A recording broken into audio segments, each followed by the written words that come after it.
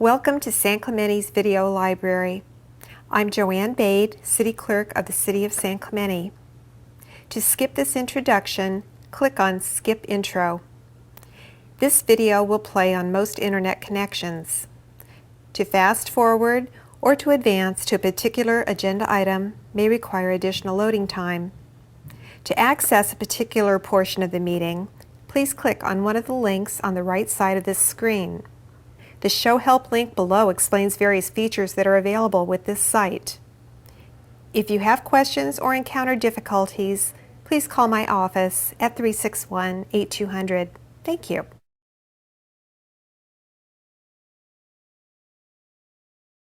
A couple years later, I jumped in and decided I would do my service. So I think that's a great course, and I would really recommend any of you who want to better understand the community that you consider joining up for that leadership class. So it's been a great 14 years. I'm very, very proud to have spent the time that I spent. I love the community, and so it was a joy to be able to do it. So thank you. Thank you. Now, Michael, it's important. I want to correct the record. Now, I believe you're working on a biography. It's called Michael Shrugged. Is that accurate? Actually, Is it there? Some people get buff, Photoshop, you know, with you know, Earth on. I can't wait. That was a terrible joke. You shouldn't have laughed at that. Kenny, you here tonight? Okay.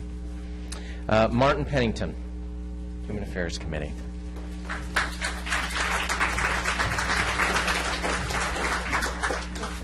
Now, Human Affairs Committee is a very underrated,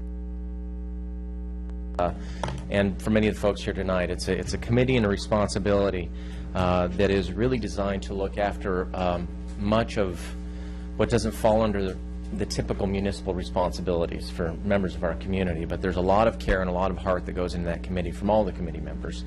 And so I want to present this to you, Martin, and love to hear your thoughts about your service and about, you know, the committee at large and San Clemente. Appreciate that.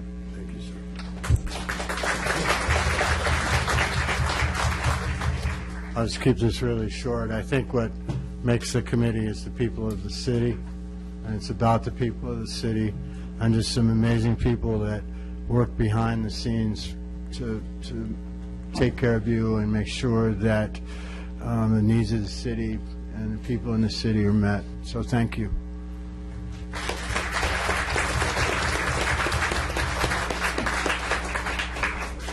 Next is Michael Smith.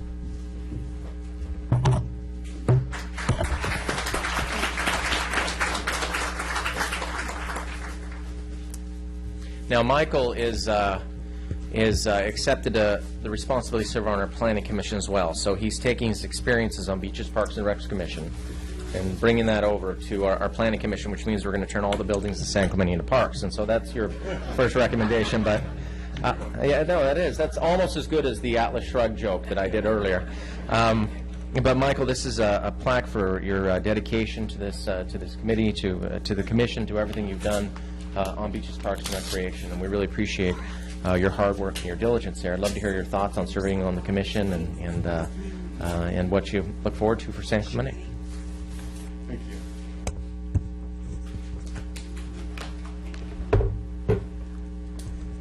First, I want to thank all my fans that showed up tonight. Yeah, Mike's still here. I'm still here. I'm in a unique position to start on the Planning Commission, which I've been something that I've wanted to do for a long time. But the last 2 years, I've been very fortunate to be able to serve as a commissioner on Beaches, Parks, and Rec, and also as a committee member for Coastal Advisory Committee. And really love doing those services, and I'm going to miss everybody that's involved with those. I'm going to stay in touch. Great people, and I wish them all a good future, and I'm hoping that the Coastal Advisory Committee is going to fix Poche Beach, which is one of the big things I'd like to see, and I'm going to stay connected to that. I think it's one big issue that we need to face. Other than that, I'm looking forward to the Planning Commission, and I'm proud to serve. And thank you very much, Mayor Brown. Thank you.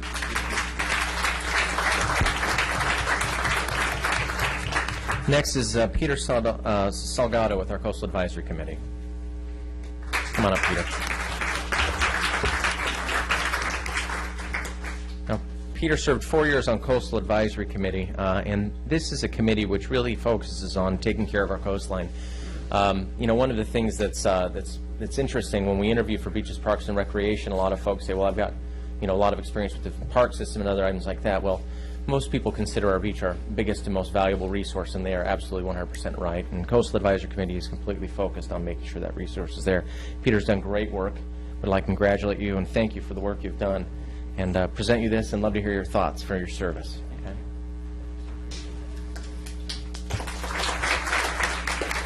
Thank you. First, I want to acknowledge and thank all the members of the Coastal Advisory Committee.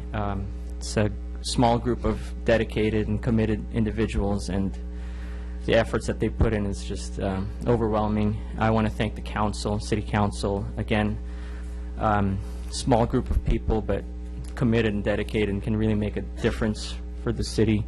On the Coastal Advisory Committee, I learned how much the city loves its coastline, and it's one of our most important resources, and I got firsthand to see that.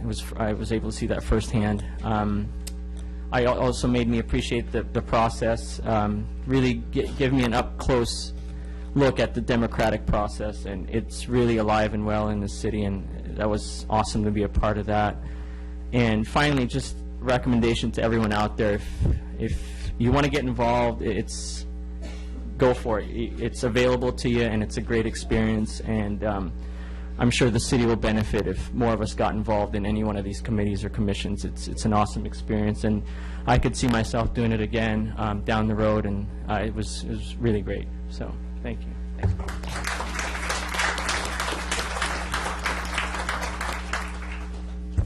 Now, on our Human Affairs Committee, we had a very diligent member from 2005 to 2014, Bob Wright, who served faithfully and was a wonderful presence on the committee. And he's no longer with us, but we do have a plaque honoring his service. And tonight, his wife, Helen, there she is.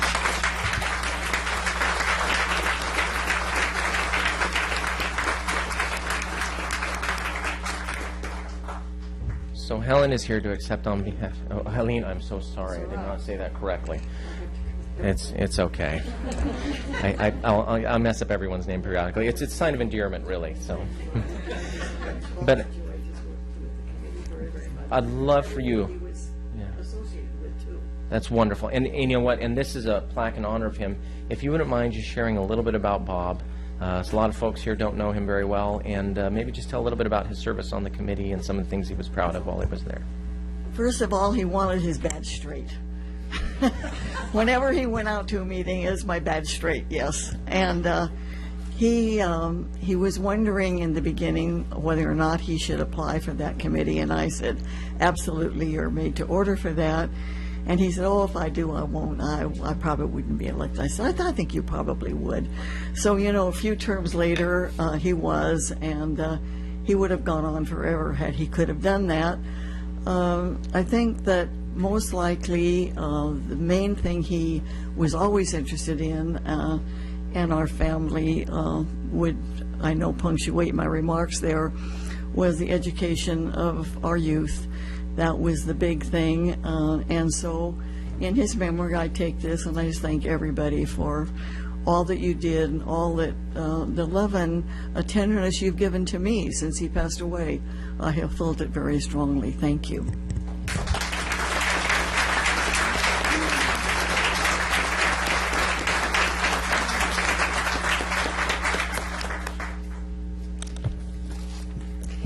Next is a presentation by Mayor Brown to marine safety staff for being recognized by the National Oceanic and Atmospheric Administration, National Weather Service, for reporting valuable RIP current data for RIP current project. How are you doing? Now, generally speaking, when there's this many acronyms on a page, I have no idea what I'm talking about. So I'm going to ask if you would help tell us a little bit about why this award is being given, and a little bit about the service that was being done, and maybe why it was special or unique. I would greatly appreciate that, so the folks would benefit here. Oh, absolutely. Well, first, we're very honored to work with NOAA on this Rip Current project. We've been doing it since 2007, collecting data, and it's the first national study of rip currents. Everybody knows about rip currents, but this is an actual scientific study. We were the second city in California to join this project. I'd like to introduce our Lieutenant Rod Malott and Sarah Over. And they've been the backbone behind the project. I just signed us up for it. They took over and ran it. But NOAA has been great. They've partnered with the United States Life-Saving Association in providing materials for the public and providing data for the lifeguards. You'll see a lot of NOAA information out there on rip currents now, which I think is just fantastic. It's probably the best part of this project because you'll see it on Channel 7 News, you'll see NOAA and United States Life-Saving. And if you're not aware of the rip current issue, in San Clemente, we have about, 3,500 rescues every summer?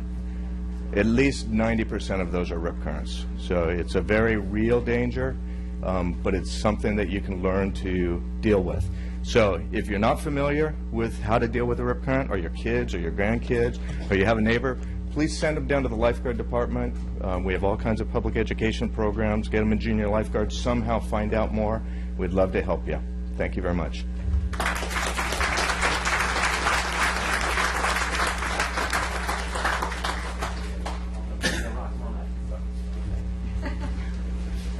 It's got this pretty blue, print.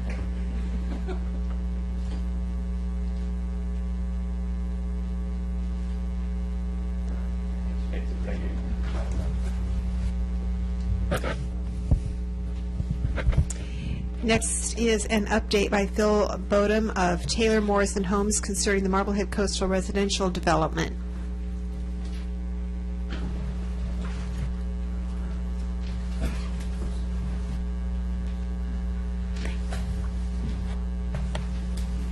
Good evening, Mayor, members of the council. Welcome. My name is Phil Bodum, and I'm the division president for Taylor Morrison. And when Tom Vonnegut asked me to come and give you a presentation, he failed to tell me that it would be standing room only and people sitting outside. Yeah, all to hear about Marblehead. May not be too far from the truth, actually. But in any event, what I wanted to do is just give you a brief overview of where we are with the project and some things that are important to the city and kind of some timing of when we can expect to see some homes.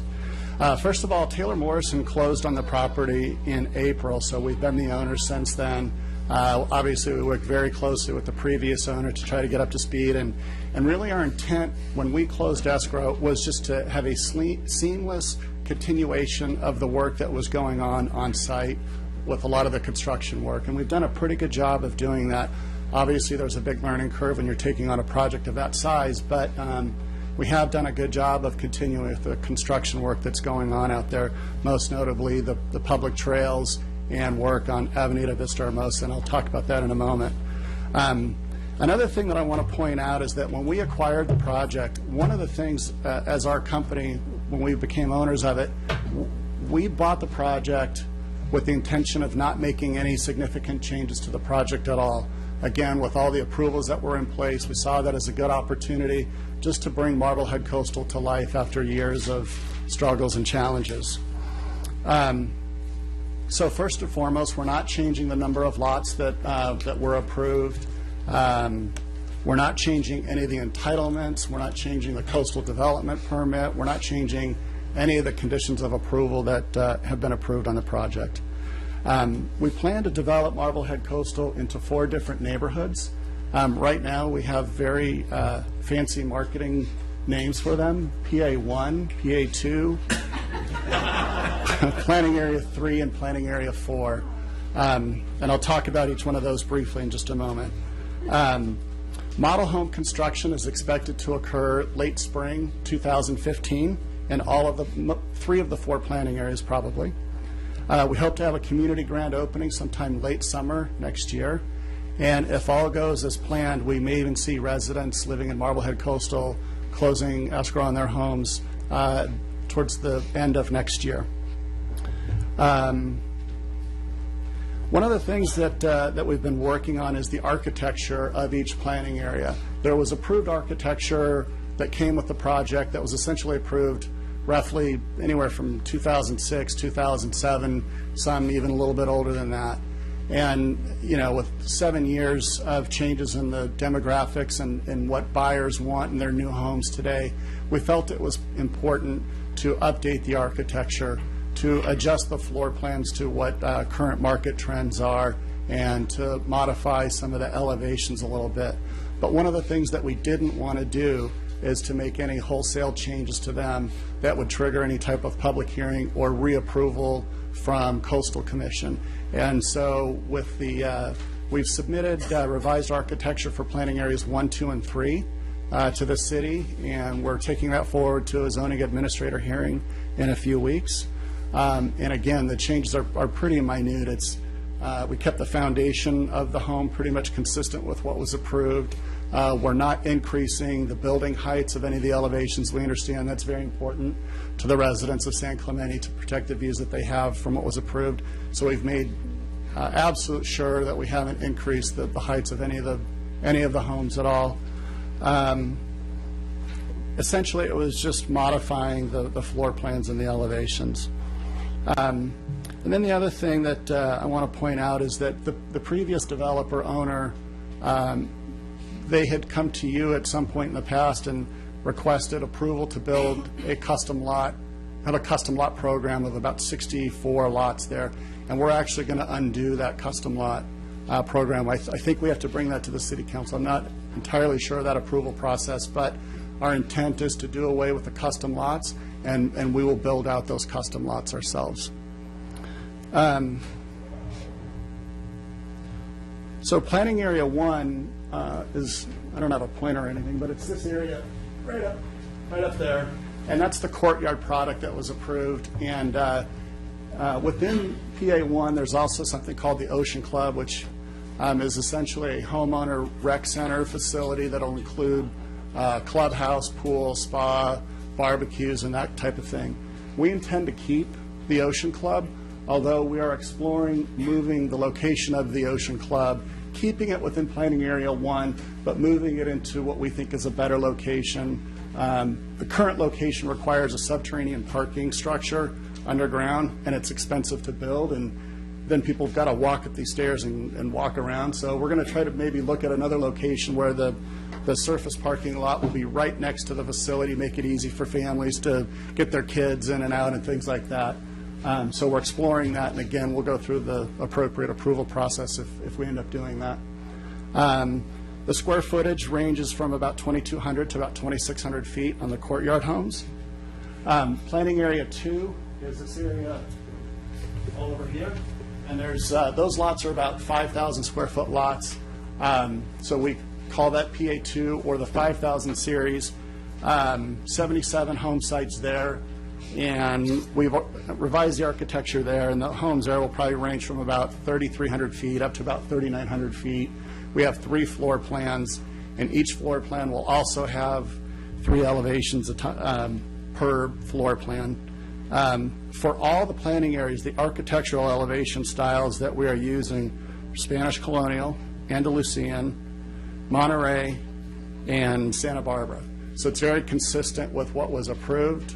We got rid of some turrets and things that were kind of a little bit trendy back when they were designed. And I think what Robert Heide Architects is the architect on all the planning areas except PA1. And I don't know if you know Robert Heide Architects, but in Orange County is probably one of the top architecture firms, especially for new home builders.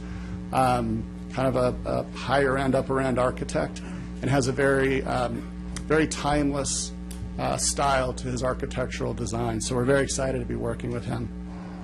PA3 is this section here, and you know we also recognize the fact that PA3 abuts Colony Cove. There are about 6 homes that side up to Colony Cove, and the previous owner had agreed to build single-story homes on those 6 lots. And we are also going to build single-story homes on all 6 of those lots. So again, we're not changing anything there at all. That home, that single-story home has been designed right now, and I think it's a little over 2,500 square feet. So we're trying to, again, kind of keep in the spirit of the agreements that have been made with the previous developer, with the homeowners of Colony Cove. Also within PA3, we're going to offer 5 floor plans, again, with 3 different elevations, and the square footage ranges from about 3,800 up to almost 4,500 square feet for those homes. And then finally, in Planning Area 4, which is this section here, all of Planning Area 4 was going to be the custom lot designation, as well as roughly 20-something lots in PA3. So we are going to design new product for PA4. There are 6,000-foot lots and 7,000-foot lots.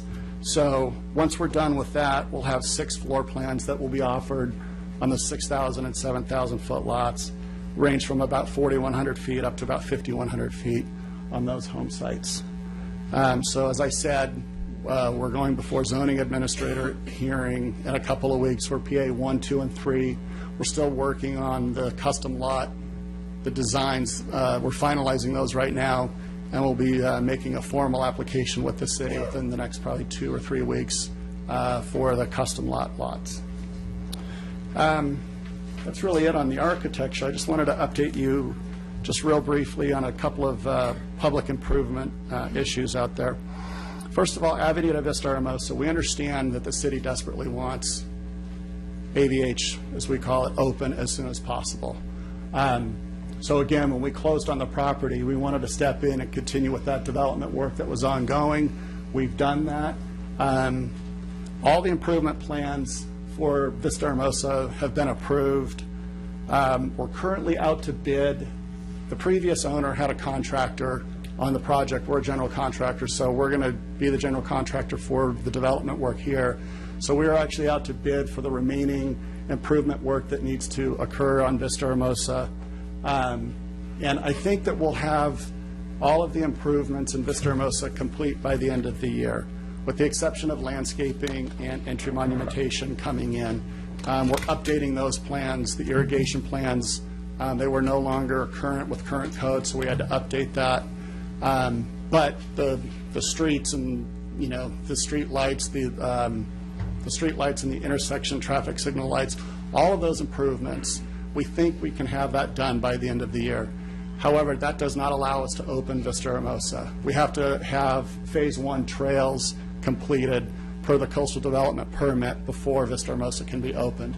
And so this exhibit here shows the trail system. If you look at the black trails all throughout, the trails, Phase 1 trails are either black or yellow. The black trails, that notes the trails that are either complete or under construction. And I don't know if you've been out there in a while, but the trails that, when you go out there, it's shocking how much of the trail system is done. In certain locations, we actually have some of the park benches and trash cans already installed. So, you know, I would say probably close to 80% of the black is complete, with about 20% that's still under construction. The yellow represents the trails that have not been started. Those trails, all those plans are approved, and we're out to bid on that work right now, and we will be starting that work here probably within the next 3 to 4 weeks. And again, you know, our goal, we understand that the previous owner, I think, had communicated to the city that those trails would be done by the end of the year as well, to have Vista Hermosa open. We think that's a pretty aggressive goal. We're shooting for that. We're trying to do everything we can to get these trails constructed by the end of the year so we can have Vista Hermosa open. But if I were to be perfectly honest, I think it's probably a little bit more realistic for January, early February. But again, we're doing everything we can to try to get those trails built by the end of the year. In terms of the parks that are within the project, we have Pico Park right along here. Those plans, all the park plans for Pico Park are done. We're out to bid on those, and we'll be starting construction probably within about 6 to 8 weeks on Pico Park. And then we have parks H and G, which are here and here within the project. Those plans are in for plan check with the city, And then we have the sports park up at the top, and those plans have been submitted for first plan check, or excuse me, they will be submitted for first plan check in late September, early October. So by the end of the year, we should have all of the parks under construction at some stage. And we understand that's important to the city as well. So those were kind of the highlights that I picked out that I wanted to update you on, and I'm happy to answer any questions that you might have.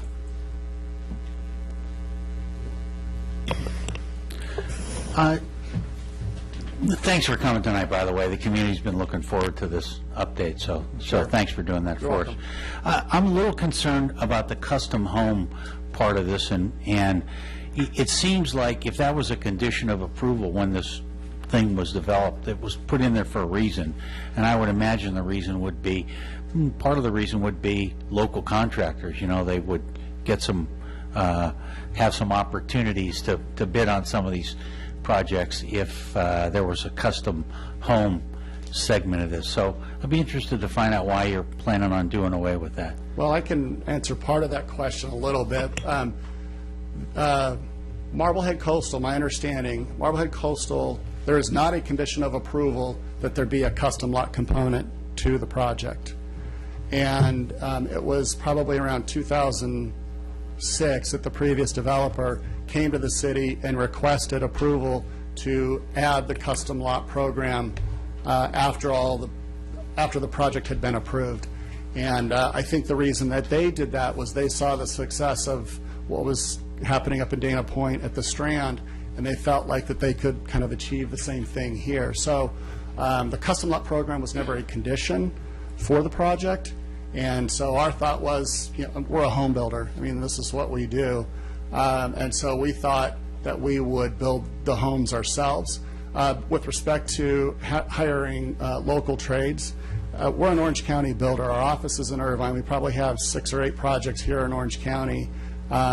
And we absolutely support local trades, and if there are trades that reside here, I know we use consultants that their business is here in San Clemente on this project, and if there are subcontractors, consultants that reside here in San Clemente that are interested in bidding, I would suggest that they contact our office, Taylor Morrison, in Irvine, and we'd be happy to include them in our bid list. And you know, we understand that would be something that would be important to the city, and we're open to expanding our bid list and including subs that reside here. I had an interesting experience about a year ago when the new Naval Hospital down on Camp Pendleton opened.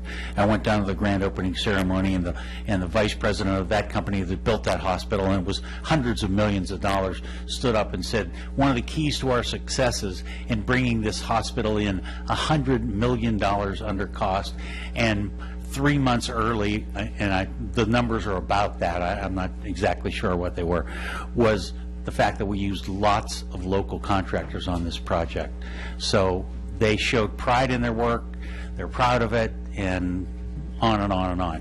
He was very, he had a big smile on his face because that was a big, important component for him. So I would encourage Taylor Morrison to have the same experience, because it was I appreciate that comment, and if we're in a situation where we could do that, we would absolutely support that. Lori? I also thank you for coming, and thank you for your partnership on getting the Visitor Hermosa Playground, Courtney Sandcastle, to its finish line. One of the questions I hear over and over again is, before the recession, there was a list that people could sign up to indicate interest in the properties. When would you imagine such a list being open, and how would you recommend that people in the community reach out to Taylor Morrison? That's a great question. We literally get calls daily in our office about how to get information on Marblehead Coastal.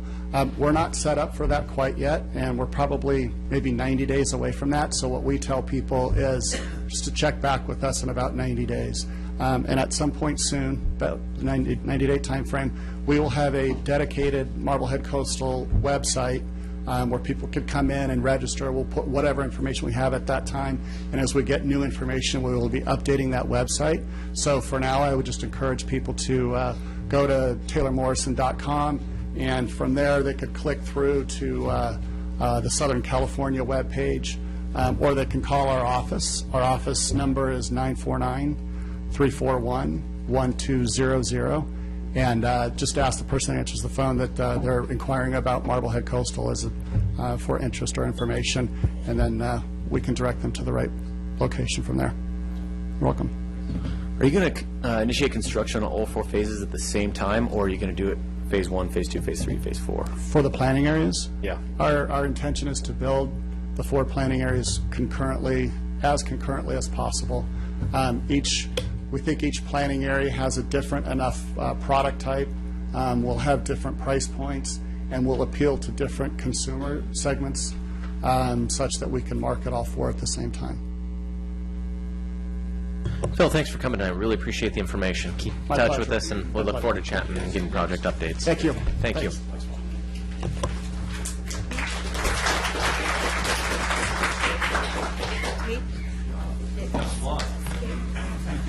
Phil, well done. You got applause for your performance there.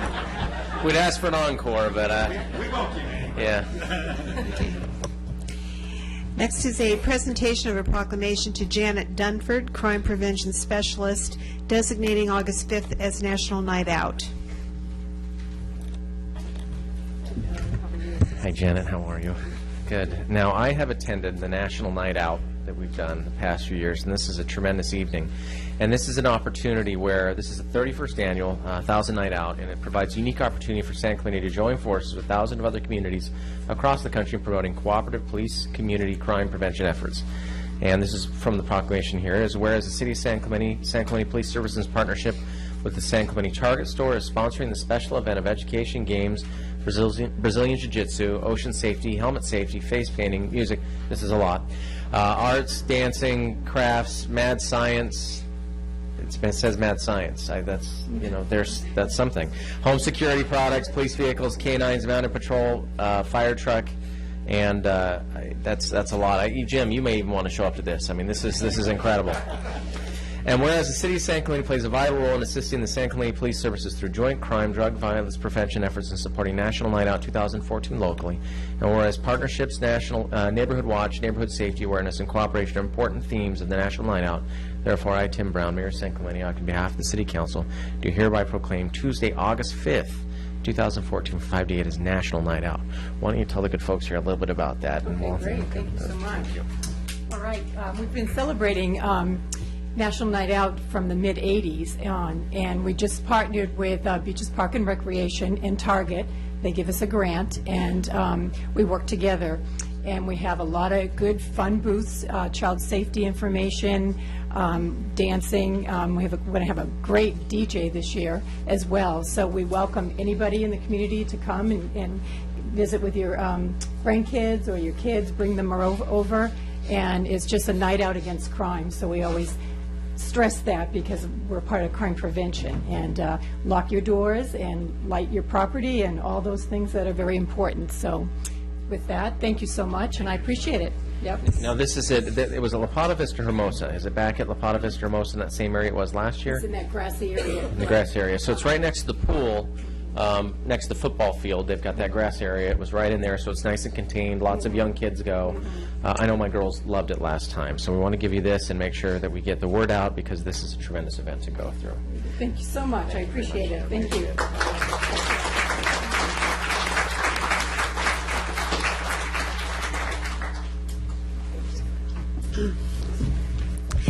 Members of the audience who wish to address council on matters that are within the jurisdiction of the City of San Clemente but not separately listed on the agenda may do so during the oral communications portion of the meeting. A total time limitation of 30 minutes is allocated for oral communications part 1, with each speaker being allotted 3 minutes in which to give his or her presentation. I do have a few cards. Okay. Okay, the first we have is Monica Burrick. Following. Monica, you bring your own fan club with you everywhere you go. That's amazing. Welcome. Mayor Jim Brown, members of the San Clemente City Council, thank you. I'm going to try and be quick here and let you get on to your other business.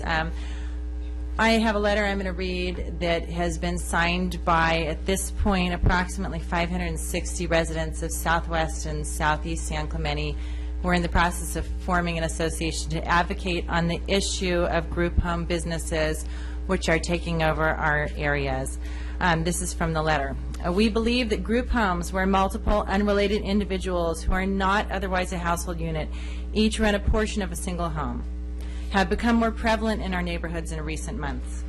We believe many of these group homes involve short-term tenants, tenants without any term many times, and they operate more like motels rather than homes. The group homes are more likely to create nuisance issues than traditional single-family homes because the residents are short-term renters. They're living in higher density living arrangements than our areas were meant to accommodate. These group homes are businesses, just like bed and breakfast inns or motels, both regulated by the city. They're operated by owners who make extra profit by renting in this manner. And the way they do it is by destroying their neighbors' rights to a peaceful, safe, and orderly environment. These businesses should be regulated. Some of these businesses are licensed, such as medical care facilities. Some are not.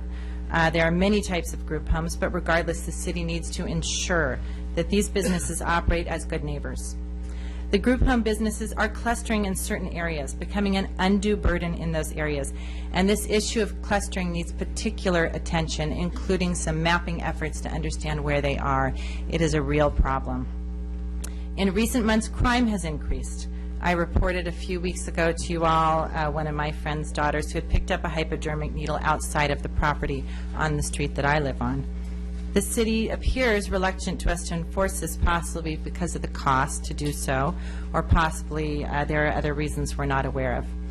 We believe it's only fair that anyone who's making money, this extra money, from a business use of residential property should bear the burden of first proving that he or she is not making money at the expense of her neighbor, his or her neighbor's rights to a peaceful and safe existence.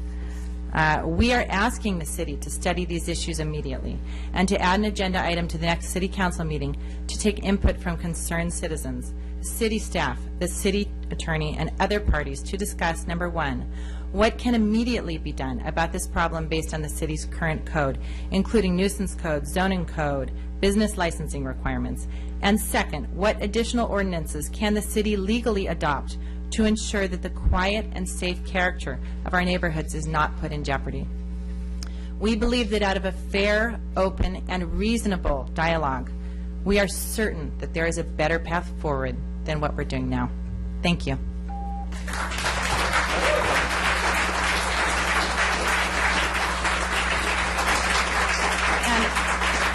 In exchange for not a lot of other people coming up here and clogging up your time, can I take a show of hands of those here who are in support of this particular issue? Yes, that's right! A rowdy group. Yeah. Anyway, thank you. Well, thank you, Monica. Now, I've got 2 more cards on this item, and I'd like to hear those comments before we respond to some of the questions you raised, because I think they're worthy points, and we'd like to make sure we're on the same page on this one, if that's okay. Let's hear from Harold Warman next.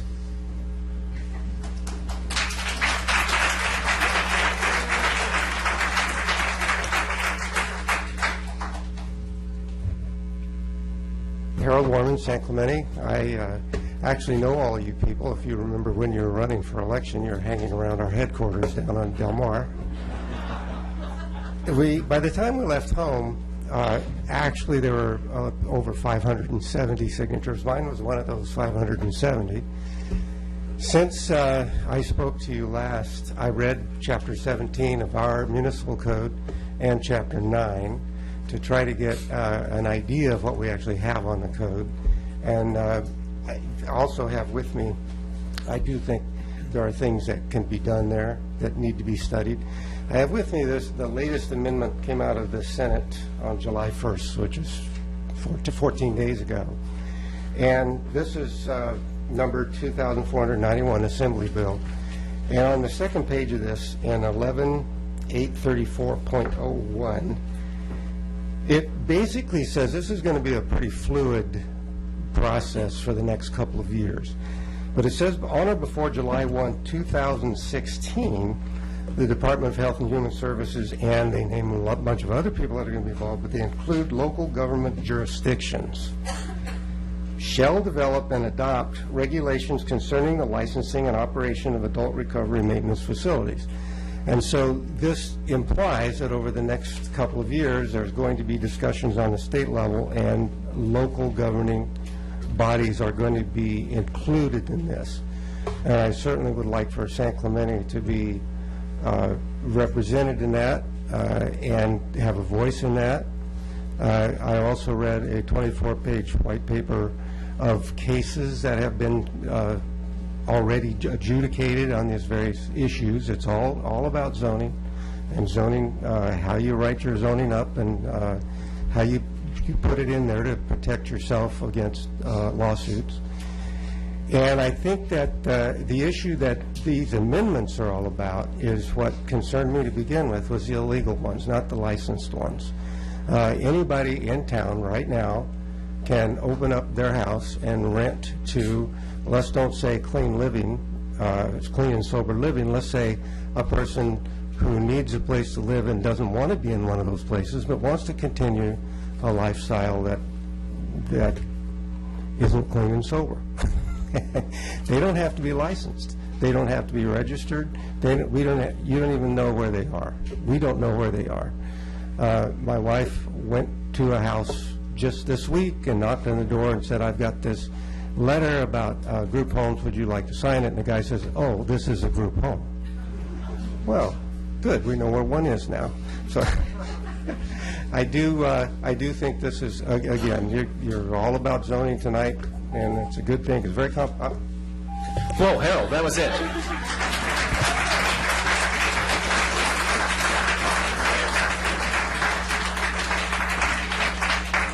I believe that's the public comment equivalent of dropping the microphone. Final speaker is Darius Vasfi.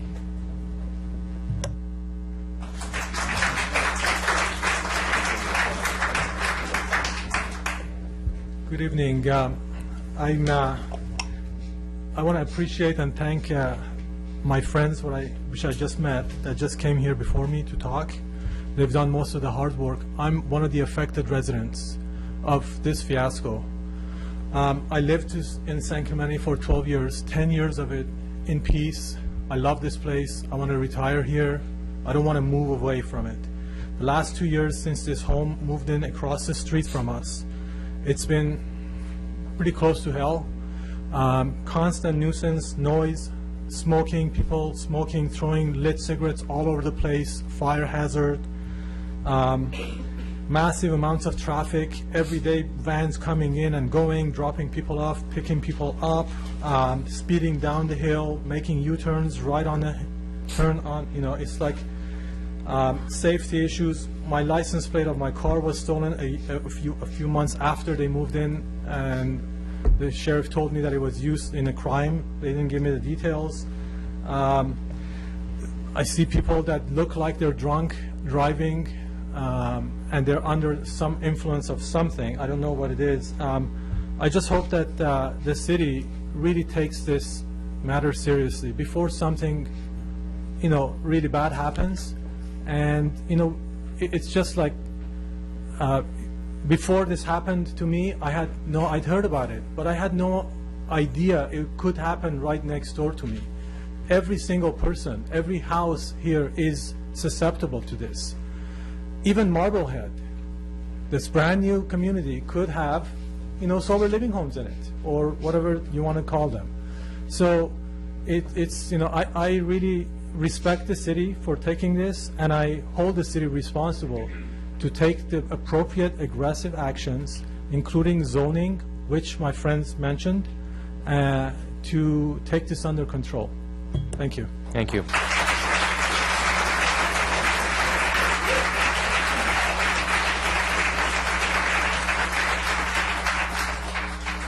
So, Monica, Harold, and Darius, obviously there's a lot of folks here that are concerned about this issue. This is something that the council's, it's recently come up, and we've taken action on it. So what I'd like to do is provide an update on the action we've taken. First, Jeff, if you don't mind, if you'd like to bring the folks here up to speed about the action we took, I believe it was 2 meetings ago, in support of the Newport Beach ordinance, and also talk a little bit about some of the challenges we encounter with regulating group homes, and then maybe secondarily turn over to Paul, and we'll ask you to talk a little bit or bring us up to speed about our efforts to date on this issue. That would be okay.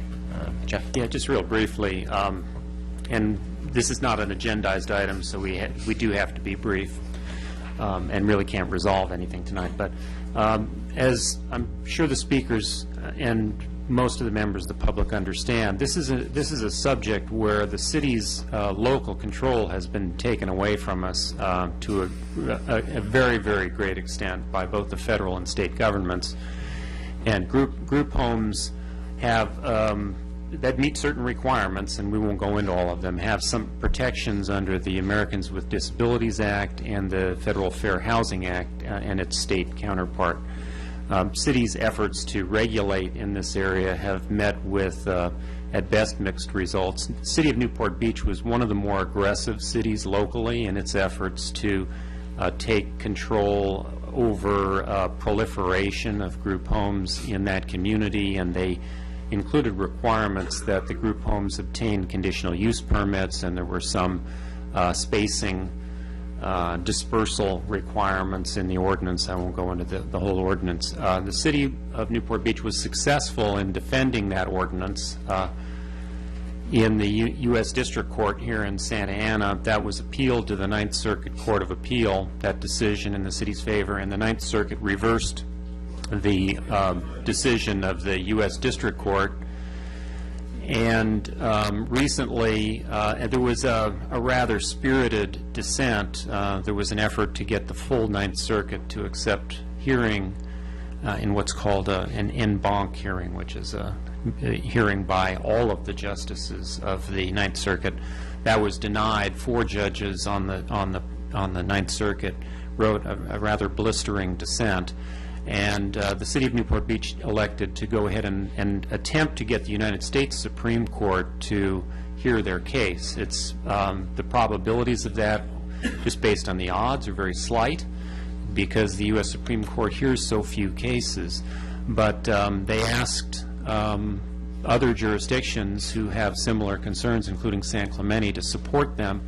And there is a friend of the court brief that is being filed on behalf of Newport Beach. This council 2 meetings ago approved not only adding San Clemente's name to the brief, but making a financial contribution to Newport Beach's effort, which, by the way, was much appreciated. I got a couple of thank yous, and everybody from kind of top to, from the upper levels of the city in Newport Beach recognize that you made that contribution. So that's the status of that case. We'll probably find out in the early fall whether or not the early to late fall whether the U.S. Supreme Court will hear the case. Okay. Thanks, Jeff. Now, that was one effort that we did a few weeks ago, but when we also deliberated inside, and we also asked about certain ordinances, other things we could do other than that. And so that we've asked the staff in terms of items such as if there's a certain ratio of public safety call-outs to an address, can we you get reimbursement for those costs, or other things that would help for offenders who are taking advantage of this to do that. I can't go into much detail. This is not an item on the agenda. But Paul, if you wouldn't mind bringing us up to speed. That's exactly right. Our staff has been working pretty diligently on this for a long, long time, and I think the folks out here realize that we have done what we can within the confines of the municipal code, and we're certainly going to make a stronger effort to do everything, and that was kind of the first part of our decision to go forward on this. What might be suggested is to study this a little bit further, or a lot further, and utilize planning, police, city attorney's office, code enforcement. Certainly, they've already been involved to this. We're already working on that. We're not agendized, so I can't go into a lot more detail than that. But we'll do what we can. Okay, thank you. Now, may I ask, Monica? It sounds like you were. There you are. There we are. If you wouldn't mind. If you could just schedule with the city manager's assistant, we can get on the calendar to chat about this a little bit further, bring it up to speed in person. And then the second item is Janet Dunford. Is she still here? Janet, who was just here, is very important to this. You may want to chat with Janet, who was our, maybe you have met with her. Okay. Okay. So this is the first part of many efforts. We can't go into much detail tonight, but I can go into more detail when we chat. And so we do appreciate your voice coming out tonight. Unfortunately, because it's not a member item on the agenda, we can't go into much more detail. And, but we do hear your concerns, and we are also trying to do exactly what we can. Okay? If I could just make one recommendation, Monica, the first sentence in your letter to us reads, "We're a group of concerned residents of Southwest and Southeast San Clemente." This issue is affecting all of our community, not just those two communities. It's in the north, it's in the east, it's all over. So I think limiting yourself like that is not be the best route to go. You can get much more support if you encompass the entire city of San Clemente. So, yeah.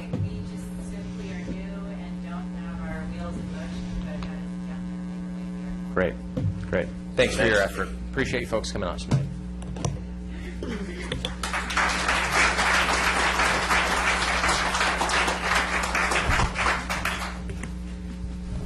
Okay, good. We have a motion to waive reading in full of all resolutions and ordinances.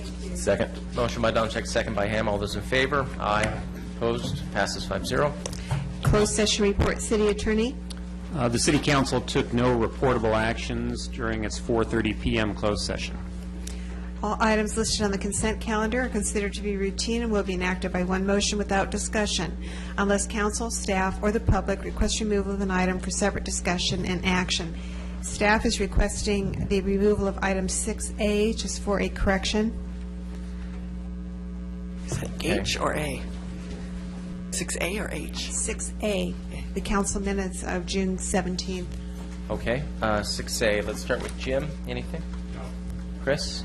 Nothing? I have nothing. Bob, anything for you? I do 6E and 6J. Lori? I'll move the balance. Motion by Doncheck, second by Everett. All those in favor? Aye. All those opposed? Passes 5-0. Start with 6A from staff. Yes, on 6A, the City Council minutes of June 17th, I have just placed a correction on your dais, and that is to add to the council's motion where you decided to provide amicus curiae support and provide $5,000 for the City of Newport Beach's group home litigation, just to add that the $5,000 contribution is to be transferred from council contingency. Okay. You want to move the item? I'll move the item. Motion by Doncheck, second by Baker. All those in favor? Aye. All those opposed? Passes 5-0. Item 6E, Bob.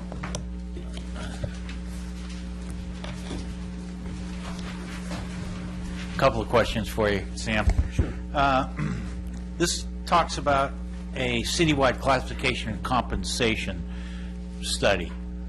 When's the last time we did one of these? We did that in 2007, 2008. Okay. How often do we normally do these? Is that about a normal? Citywide classification is done. This is fairly normal. Fairly normal. That's There's about other it. things that occur throughout the course of time with different classes or series of classifications.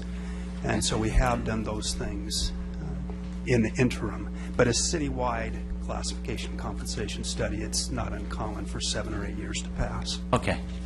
Thank you. You bet. With that, I'll move the item. Motion by Baker, second by Ham. All those in favor? Aye. Opposed? Passes 5-0. And item J, Sam. Good to see you. So you got all dressed up. to Sam see had a you. nice tie on. I wanted everybody to see Sam's nice necktie. So It is a beautiful that's why. tie. Very pale pink. It's a nice touch. Compliments your face. I will let my wife know. Sam, this is about CalPERS and the recent switch over to CalPERS. First off, have the employees been apprised that we're going to talk about this? Do we talk about the employees? This was a little bit of a touchy subject, and I just want to make sure everybody was informed. Yes, they have, and I've talked to the representative for SCCEA, and she's well aware of this. She knows that it's something that's standard, that's required of CalPERS, and they're supportive of it. Okay, thank you. One other question, though, Sam. It's kind of, this last paragraph to me seems very governmental-like.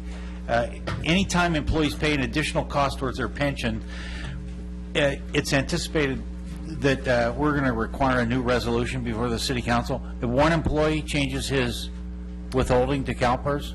No, this is for the contribution that we as employees pay towards our pension. If that amount changes during negotiations with SCCEA, CalPERS requires that the council adopt a resolution identifying that new amount. Okay, that's employees as a whole, that's not Correct. each employee? It's not an individual. Thank goodness. No. Okay, Thank you very much. You're welcome. With that, I'll move the item. Motion by Baker, second by Everett. All those in favor? Aye. All those opposed? Passes 5-0. The public hearing process includes a staff presentation, a presentation by the applicant not to exceed 10 minutes, and public testimony not to exceed 3 minutes per speaker. Following closure of the public hearing, the City Council will respond to questions raised during the hearing, discuss the issues, and act upon the matter by motion.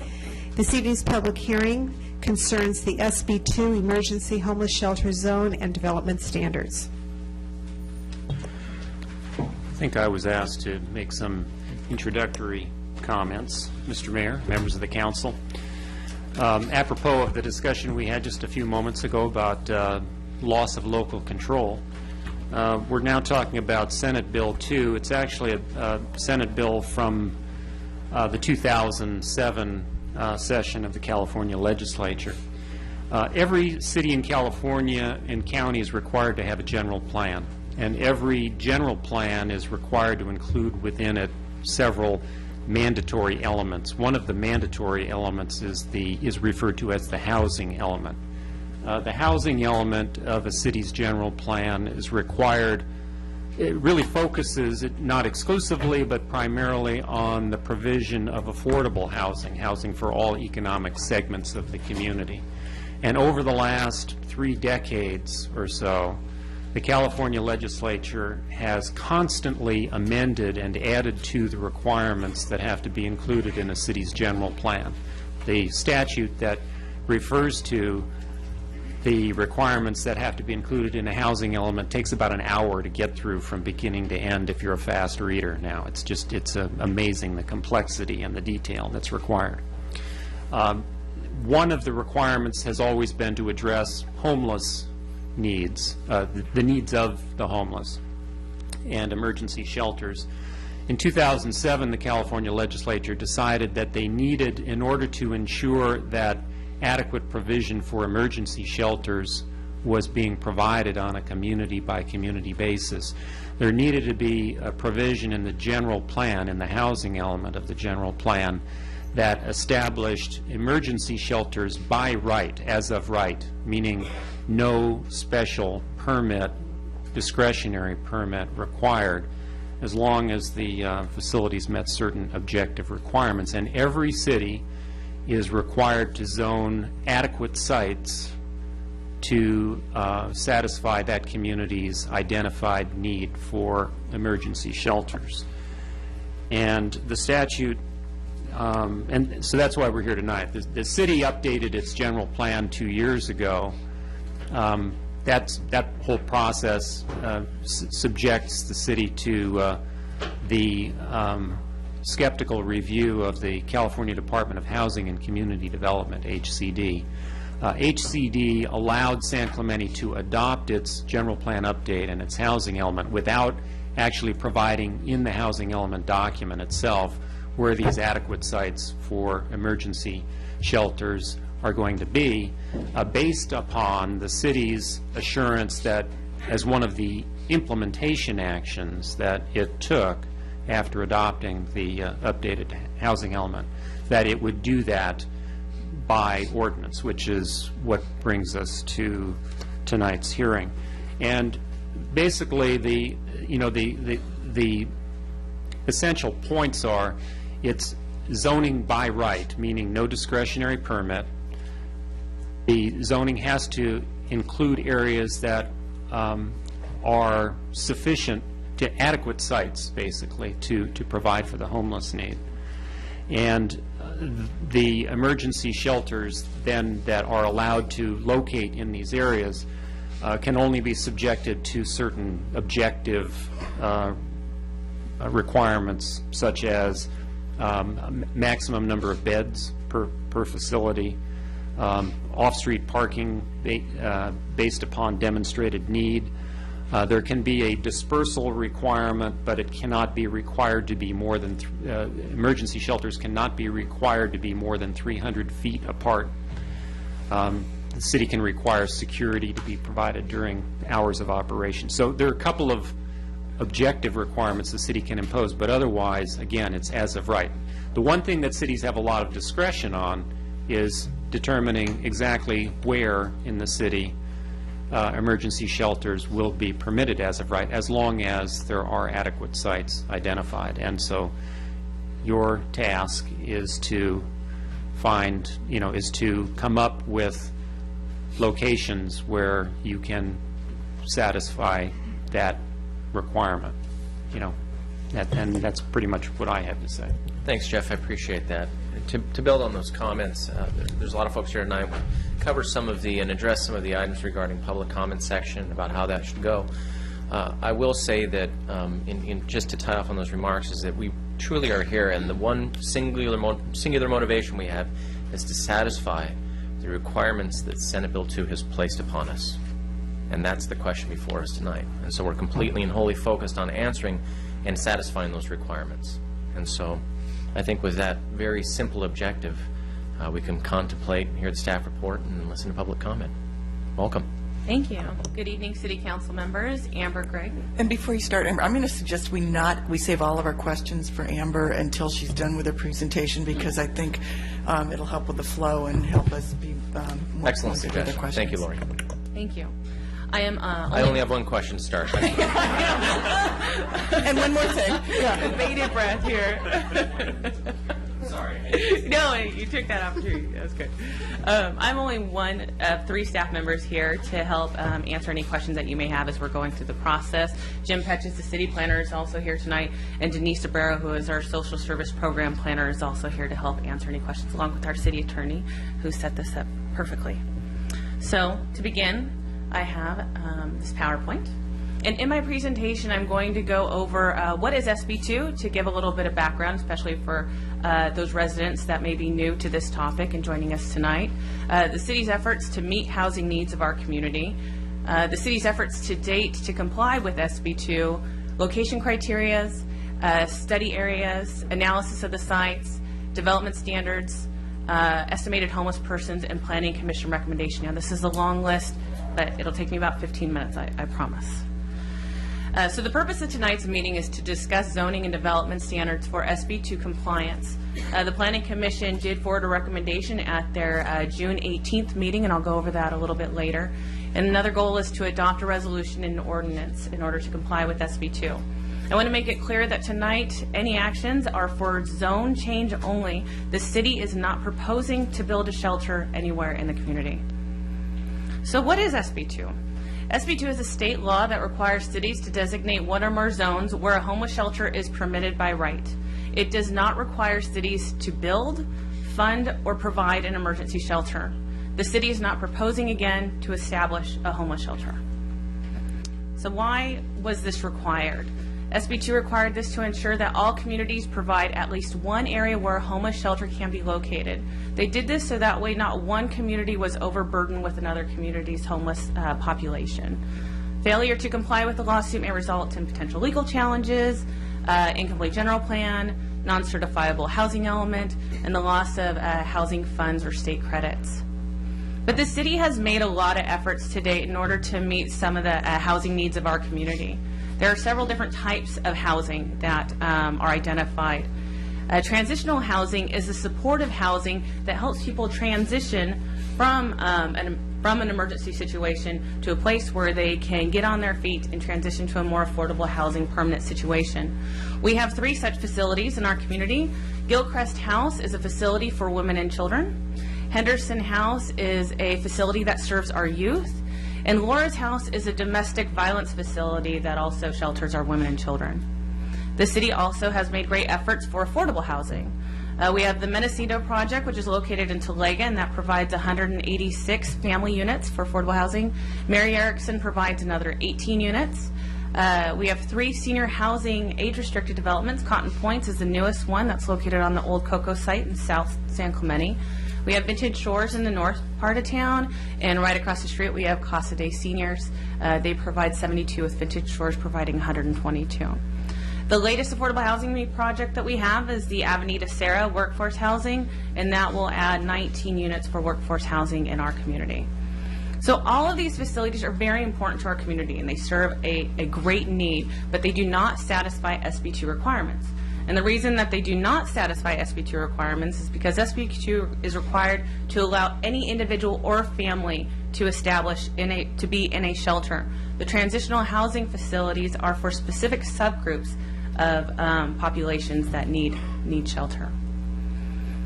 So the city has also made a lot of efforts to date to satisfy SB2 requirements. This is a very complicated issue. We started with our housing element update that the city attorney alluded to. Now, it was certified in 2011, even though this is a 2008 statute. The state recognized that this is a very hard endeavor, and so granted the city permission to come up with a program in order to satisfy this after the 2011 adoption. But in 2011, we were also going through a general plan update. I believe the only city in Orange County to actually take on a general plan update at that time. The general plan update takes a lot of staff and community input, and staff really just did not have the resources in order to give our full attention to SB2 at that time. In 2013, the then city manager, George Scarborough, created a subcommittee that was made up of select council members and staff in order to look at this issue and come up with some kind of starting point and recommendation. That subcommittee identified the Rancho San Clemente Industrial Park as the area that they felt was the best fit. Staff took that information. We had several community meetings with social service providers, property owners of Rancho San Clemente Business Park, as well as local clergy from our local churches. We've also had public hearings. In fact, we've had 5 Planning Commission public hearings on this item, and at every single one of those hearings, we did take public testimony. So where do we start, and how do we identify where this SB2 zone should be placed? The state gives us some guidelines and says the SB2 zone, whatever that may be, should be close to public transit, should be near public services, near job centers, and has to have a realistic potential for development within the planning period. Planning period is the life of your housing element. Next planning period lasts from 2014 to 2021. And then the Planning Commission also added an additional requirement on top of that and stated that wherever this zone is, it should be away from residential zones and public schools. At one of the meetings, several study areas were identified that staff went back and analyzed further. These areas included Rancho San Clemente Triangle Lot. This is an open space area across the street on Pico, within the Rancho San Clemente specific plan.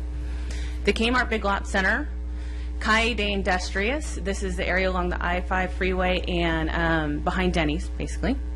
The vacant city water treatment land, the vacant Heritage Church Lot, Rancho San Clemente Business Park, all churches within the community, as well as our public and institutional zones.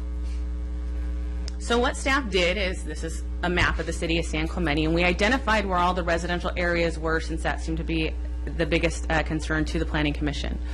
San Clemente has residences throughout the entire community. And what we did is we put a buffer of 500 feet to start around those homes to see what areas of town we were left at to look at in order to comply with SB2. So all the areas in white are outside of that 500-foot area. We then drew a 1,000-foot boundary to see what that left us to look at. Again, the areas in white are all that was left. A lot of the larger areas of white, you'll see it's very tiny on there, but what that text says is open space, which means there can be no development in that area. Then we plotted public schools. Now, the public schools are pretty much within the boundaries of the 500-foot buffer, so the 500-foot buffer from residences took care of public school concerns. The city then laid over where the study sites were. All the study sites are shown in orange, and I apologize for this being so small on this map, but you can, when you look closer, you can see where those lines fall.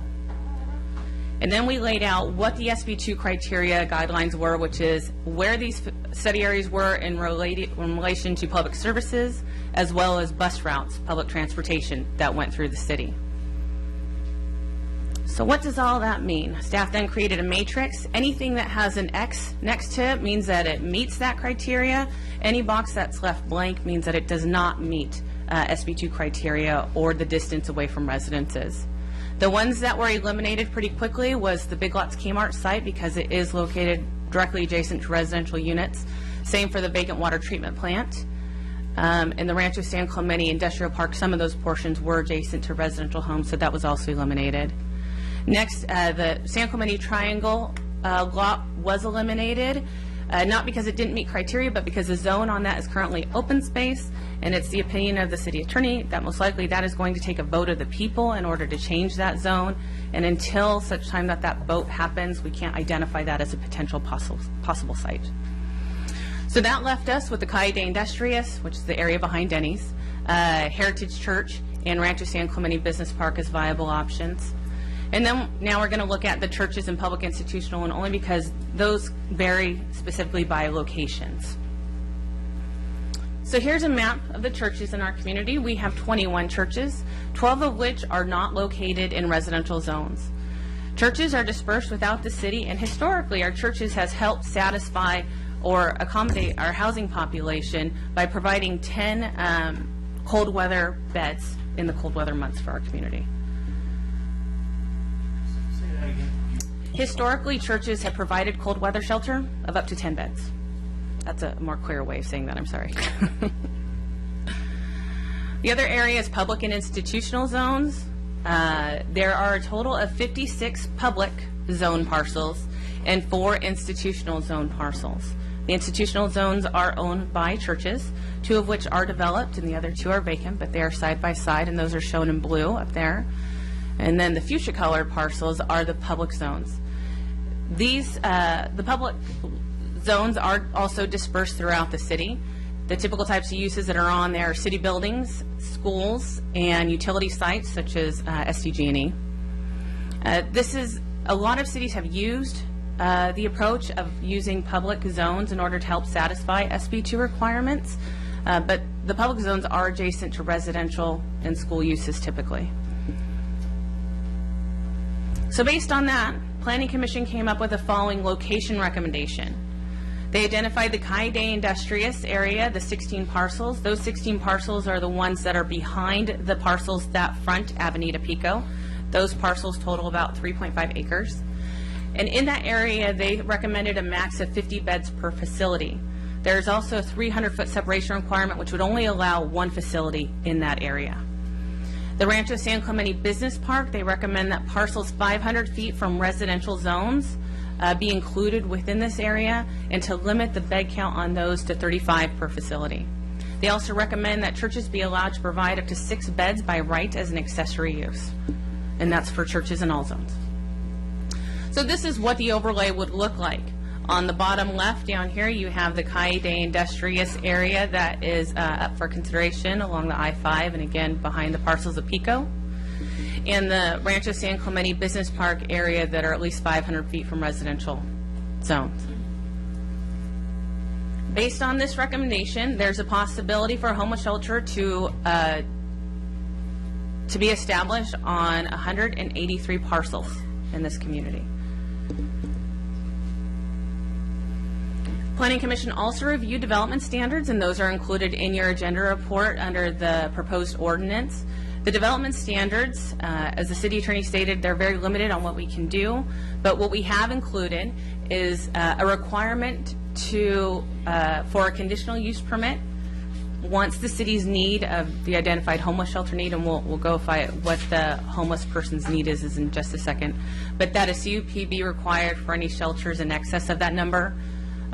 We've identified a maximum number of beds per facility, a maximum length of stay of 6 months, and that mirrors SB2 language, as well as a supervision requirement and a management plan be required to be submitted. So how many homeless persons do we have in the community? The city contacted local law enforcement, and they estimated that there were 60 to 75 estimated unsheltered homeless persons in our community. A lot of cities rely on local law enforcement because they are in the field every day and have interactions with the homeless on a daily basis. We then took that number to local and county service providers to make sure that we are on the right track. That is also something that is identified in SB2 that we should do, and they also supported that count. With the estimate being a range, even though it's only a range of 5 people, the city attorney advised that you should take the higher of the 2 numbers to make sure that the city's need is completely satisfied. So the estimated need is 70. So with that, Planning Commission's total recommendation is for an SB2 overlay location to include the parcels identified behind Calle de Industrias, The Rancho San Clemente sub-area away from the residences, churches with 6 beds by permitted right, the development standards that are included in your report, and support an estimated homeless person population of 70 in San Clemente. And that completes staff's presentation, and we're available to answer any questions. Okay. Any questions for staff at this point? Amber? No, at this point, yeah, Chris? Okay. Thank you, Amber. I got a question. You talked about 12 churches that were away from residential areas. Would those 12 churches fit the bill for 10 beds, homeless shelter? Are they close to public transportation? Do those 12 churches fit in covering our requirements? Some of those probably would, but I do not have exact counts on which ones of those would actually meet that. When we say we have 12 outside of residential zones, it just means that they are not located in a residential zone. It doesn't mean that they would not be within 500 feet, some of these, of a residential zone. So no, I don't have the exact number on if those would meet all those requirements. But a lot of them would not. A lot of them would not meet the requirement that they be included in SB2? Oh, no. They can be included in SB2, but if you're talking about specifically, does each individual church meet every single criteria that we've outlined here? I don't know the answer to that question.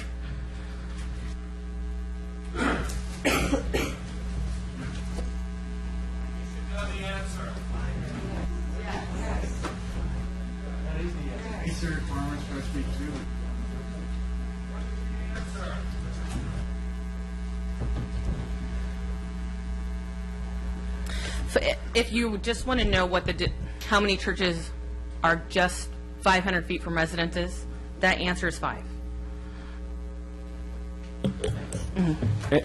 Just for clarification on that, there's 5 that are within 500 feet, or there's 5 that are not within 500 feet? There are 5 that are at least 500 feet away from residences. Okay, 5. And to be clear, the 500 feet was only a condition that the Planning Commission thought was a good idea. Is that correct? That's not a state requirement or anything like that? That is correct.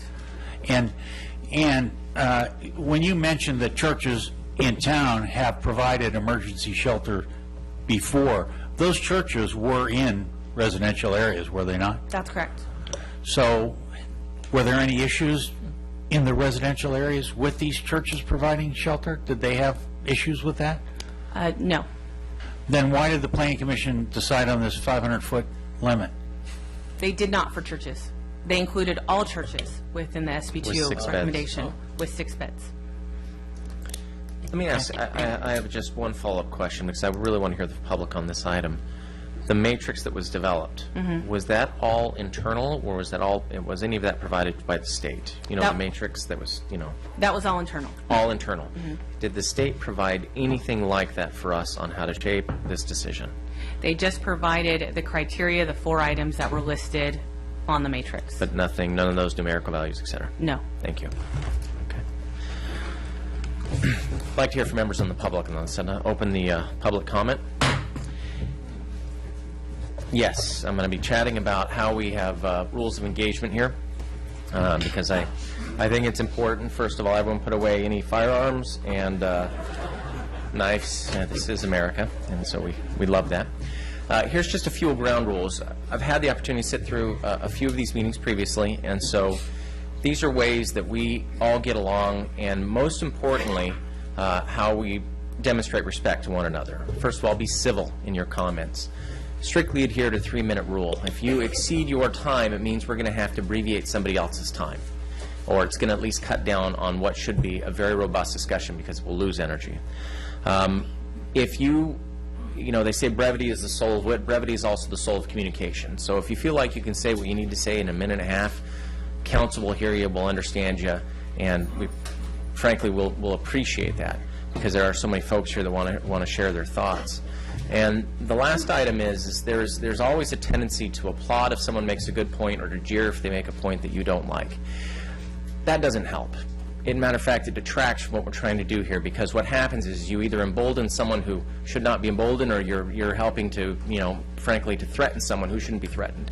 So really, this is a civil discussion, and it does not help the council at all make up a decision. It really doesn't. Believe me, it's not effective. So if you could just be civil to one another, we don't need the clapping, we don't need the yelling. Let's just leave that outside and have a good discussion tonight. Freedom of speech is one of the wonderful things that the Constitution gives us, and so we'd like to all respect that tonight. And lastly, I'm going to do the best I can to make sure that we, keep track of your names, get everyone lined up, and we're doing this quickly, and we'll make sure and try and address all of the points you raised tonight as best we can. Does that seem to cover the bases? We're all on the same page? Okay. And then, final item is let's go ahead and I'm going to read 4 or 5 names, and ideally what happens is along this wall right over here, ma'am, on this side, they'll line up here about 4 deep, and the speaker will come and speak, and then they just, I'll call 4 deep, and then we just keep calling names after that. And so if I do call your name as one of these first speakers, just come up, line up here, and each time we call another one, just come up and take your place in line, and we can go through it that way. Council wants to hear you. We're excited to have this public comment, and let's get rolling. We do seem to have 2 empty seats in the front row if there's somebody that wants to sit. I don't think there's any reserves there. If you don't mind removing your items from those 2, and we can let everyone sit up there. First, we'll hear from Barbara, and I'm going to massacre the names. You please forgive me ahead of time on that. It could be worse. It could be worse. It could be Jim Everett. At least I can say Jim Everett. First, we'll hear from Barbara Scheinman. Following Barbara is Sandra Weaver. Then Ed Connor, Richard Henderson, and William Miller. Do I need to repeat that? We okay? Okay. Barbara, welcome. Thank you. My name is Barbara Scheinman, and for the past 20 years I've been the social worker at San Clemente Hospital, which is now Saddleback Memorial. In those 20 years, one thing has not changed. San Clemente has a homeless problem. Having homeless people in our city does not mean we have to have a homeless problem. Any of the concerns presented here tonight about homeless people, whether loitering, fires being set outside, or any other concern, would either be decreased or solved by having a shelter and resource center. San Clemente has always had homeless people here, and we always will. The reasons we have homeless people here are the same reasons as Laguna Beach. Laguna Beach didn't try to address their homeless problem until they were sued. Now the city of Laguna Beach is financially responsible for the solution to their homeless problem. Unlike what happened there, San Clemente can take steps now so that doesn't happen to us. It is important that we follow SB 2 so that we no longer have a homeless problem for our homeless people. It's important for you to know what is going on in our community hospital right now, your hospital and mine. We know some homeless people have substance abuse problems, and currently they are brought to our only community hospital to dry out because there is no drunk tank in South Orange County. Our hospital has only 8 emergency room beds. At any given time, at least 2 of those beds are taken up for hours, often all night long, for someone sleeping it off. Our hospital is the homeless shelter in San Clemente. If your loved one has a heart attack or your child needs emergency care, do you really want to need a hospital bed taken up by someone sleeping it off? Cities that have emergency shelters have found that people refrain from drinking alcohol to be able to enter their shelter at night, which is a requirement of all shelters. Emergency shelters have actually resulted in decreased alcohol consumption by the homeless people in that area. Also, our homeless people are becoming ill from illnesses that would be prevented if they did not have to be living on the streets, such as cellulitis, pneumonia, and TB, which can affect the entire community. Having a shelter would keep the homeless out of our emergency room and minimize unnecessary taxpayer burdens due to illness. 2 of my patients, when I have homeless people in the hospital, where do they go afterwards? They are discharged back to the street. 2 of my homeless patients died on San Clemente streets a winter ago because of exposure to elements. People dying on the street should not be happening. A few years ago, a 60-year-old Vietnam veteran who grew up in San Clemente committed suicide because he could no longer bear being homeless. After leaving the hospital, he threw himself in front of a train. A senior citizen who served our country killed himself because there's no place here for him to go. Our homeless people are not going to go to shelters in other areas because they're from here. They grew up here, they know it here, they want to stay here. They were originally residents here. For 20 years, I've been trying to get them to use other shelters in other towns. They will not do it, but they have told me they would use shelters here. No matter what anybody else says about having a shelter in San Clemente, there's always going to be homeless people, but we don't have to have a homeless problem. Thank you. This is Sandra Yes, good evening, Mayor, City Council. First, I want to commend staff and for an incredible, thorough job, and the Planning Commission in researching and listening to all of the public comments many, many different times, and really doing due diligence to find the appropriate site for this homeless shelter. It's really too bad that it has to be mandated by a law, because really, in this city, in this country, we are so affluent and we are so blessed with beauty and abundance and prosperity that there should be no reason, no person, no human being should be without a place to live.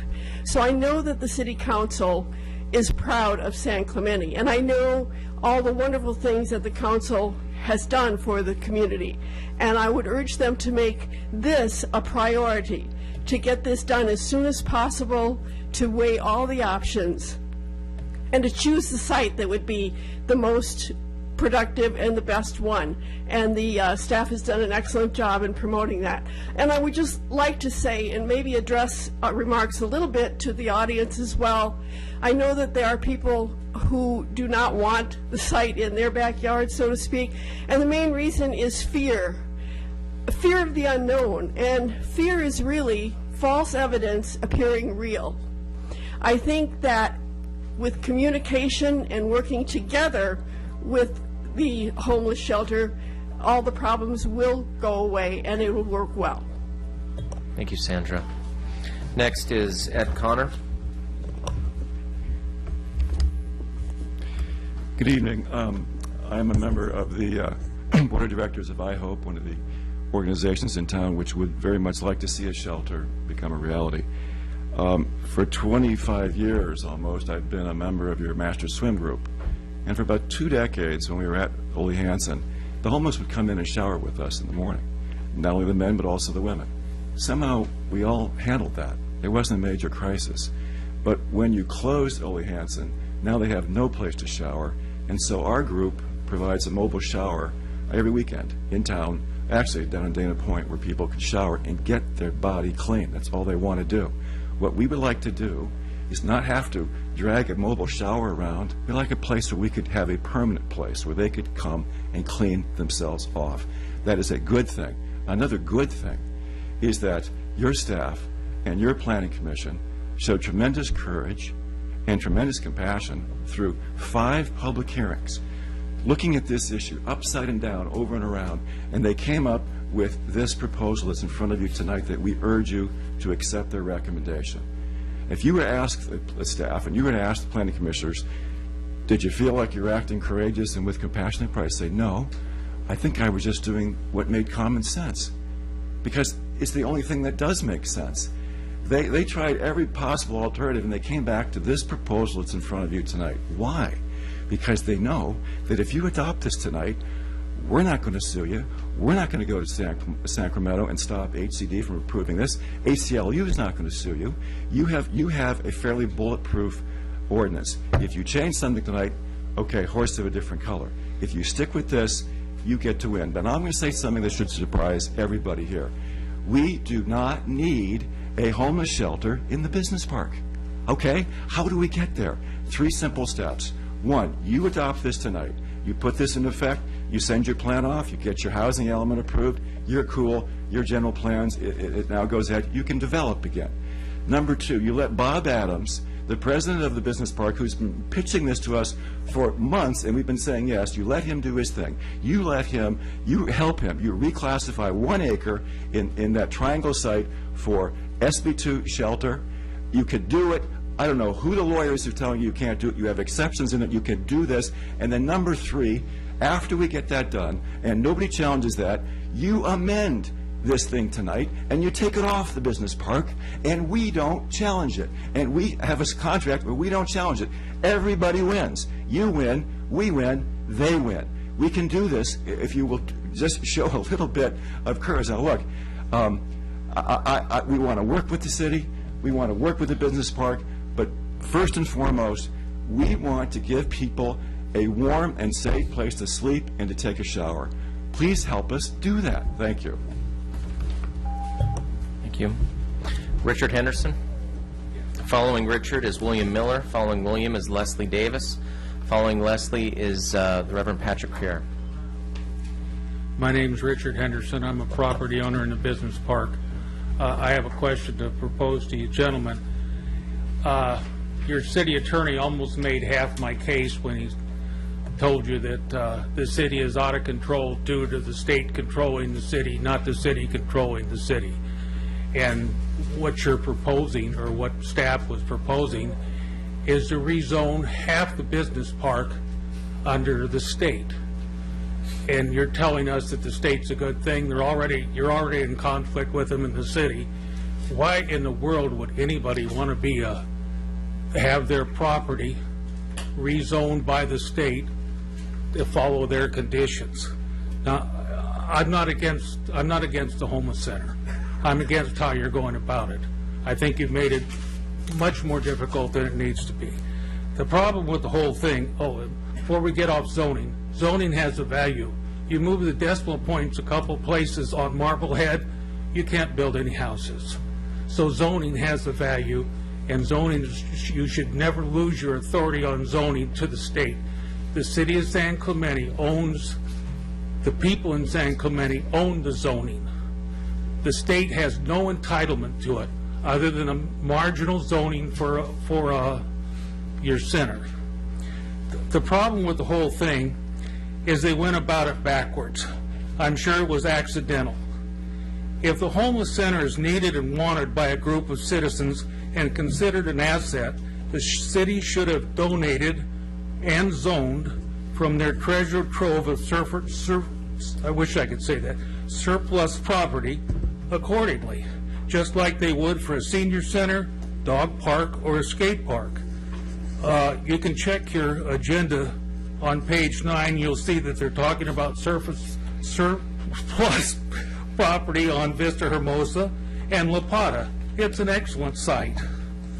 Historically, cities have always been in charge of their own zoning. You buy a piece of property, your existing zoning is good for life, unless you and you alone attempt to change it. If you work for the city of San Clemente or have an appointed position, volunteer, or elected position, your duty is to the citizens of San Clemente, all 65,000 of us. You're in charge of protecting their rights and doing what is in the best interest of our citizens. We are the city. Taking a value from one group to serve the interest of another is not part of the city charter. I'm running out of time. I have a whole nother page of bitches, but I won't get to them. Thank you for your help. Is that the official term? Because I got a few of those. Next is William Miller. Following William Miller is Leslie Davis, Patrick Creer, Kay Childs, and then Richard Metcalf. Thank you. I'm here to speak on generally two different areas. One has to do with the staff report. There have been 5 hearings, as someone said before, and I see that there are summaries of testimony. I spoke for 3 minutes, and it was 6 lines or so. It was summarized in here, but none of the written correspondence written in response to the different questions that have been brought up at these hearings was included in the staff report. And I think it might have been helpful for you to see some of those letters and what suggestions have been made in those letters. Now to a more practical deal. One of your considerations is the business park. Now, the people that are going to be the clients to this shelter, theoretical shelter in the future, often have shopping carts that they're pushing around with their belongings in them. Have you ever tried pushing a shopping cart from Pico up the hill on La Plata? Or have you tried to do it up Montserrat? It would take quite an effort to do that. This community is built on hillsides. You need to, if you're going to have people that are on their feet and pushing carts around, it needs to be generally flat. You don't want them going up and down those hills. It's just not going to work. And that's something that has not been part of the analysis. And I think it should be. Thank you. Thank you. Next is Leslie Davis. Following Leslie is Patrick Creer. I will put that at the back of the stack. Hi, Leslie. Hi, good evening, Mayor Brown, council members, city manager. Well, as many of you know, I was the city's housing coordinator for nearly 20 years. And while I'm here tonight to encourage you to adopt the Planning Commission's recommendations, I've got a couple concerns that have come up in listening to staff reports and other people. And that is that in the 1990s, I was part of helping out the homeless task force, which is involved with many churches in town. And we really only had 2 churches that ever did any housing of the homeless. And one was through an interfaith shelter network, and they only did it for 2 weeks out of the year. And they provided shelter for 10 hand-picked homeless people that basically went around South County to different churches. So I don't think you can really consider that as any kind of permanent shelter. The other one was St. Clement's Church. For a short period of time, I think they did it maybe one winter season, and it was very informal, and they ran into security problems. The homeless task force then got together. I mean, we studied the one in Laguna Beach that it was also at one church, and found that the City of Laguna was paying for security, and so I came up with a whole list of what a church should do to get city support for a homeless cold weather shelter. And as it turned out, not any church took that up, because it was really, the churches, again, were in residential areas. They had daycare, they served children for lunch, specifically St. Clement's Church, and it didn't really work. And so basically what we realized is that we needed a emergency shelter in an area that it could be anonymous, like a business park. And it would be maybe 1, maybe 2 at the most, because really the churches want to help, but they want it to be in a feasible location, one where they can take a night a week, which is happening in Laguna Beach, provide the meals, provide the counseling, have a resource center. So that is my concern. The Triangle site I'm concerned about because of, it is open space, and I don't think we should put all our eggs in one basket and say, okay, that's going to be it. But I think that what the Planning Commission has recommended, you want to add on the open space one, that's of course up to you, but I think the Planning Commission's recommendation is worthy of your consideration tonight. Thank you. Thank you, Leslie. Next is Kay Childs, followed by Richard Metcalf, then Tom Alexander, then Jack Culp. Hey there.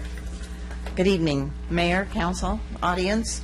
My name is Kay Childs, and I'm with the Human Affairs Committees for the City of San Clemente. So first of all, what I'd like to do is to say thank you as a citizen of San Clemente for all of the hard work that the staff and the Planning Commission has gone through. It has been incredible what they've done, the meetings that they've held, the emails that they've responded to.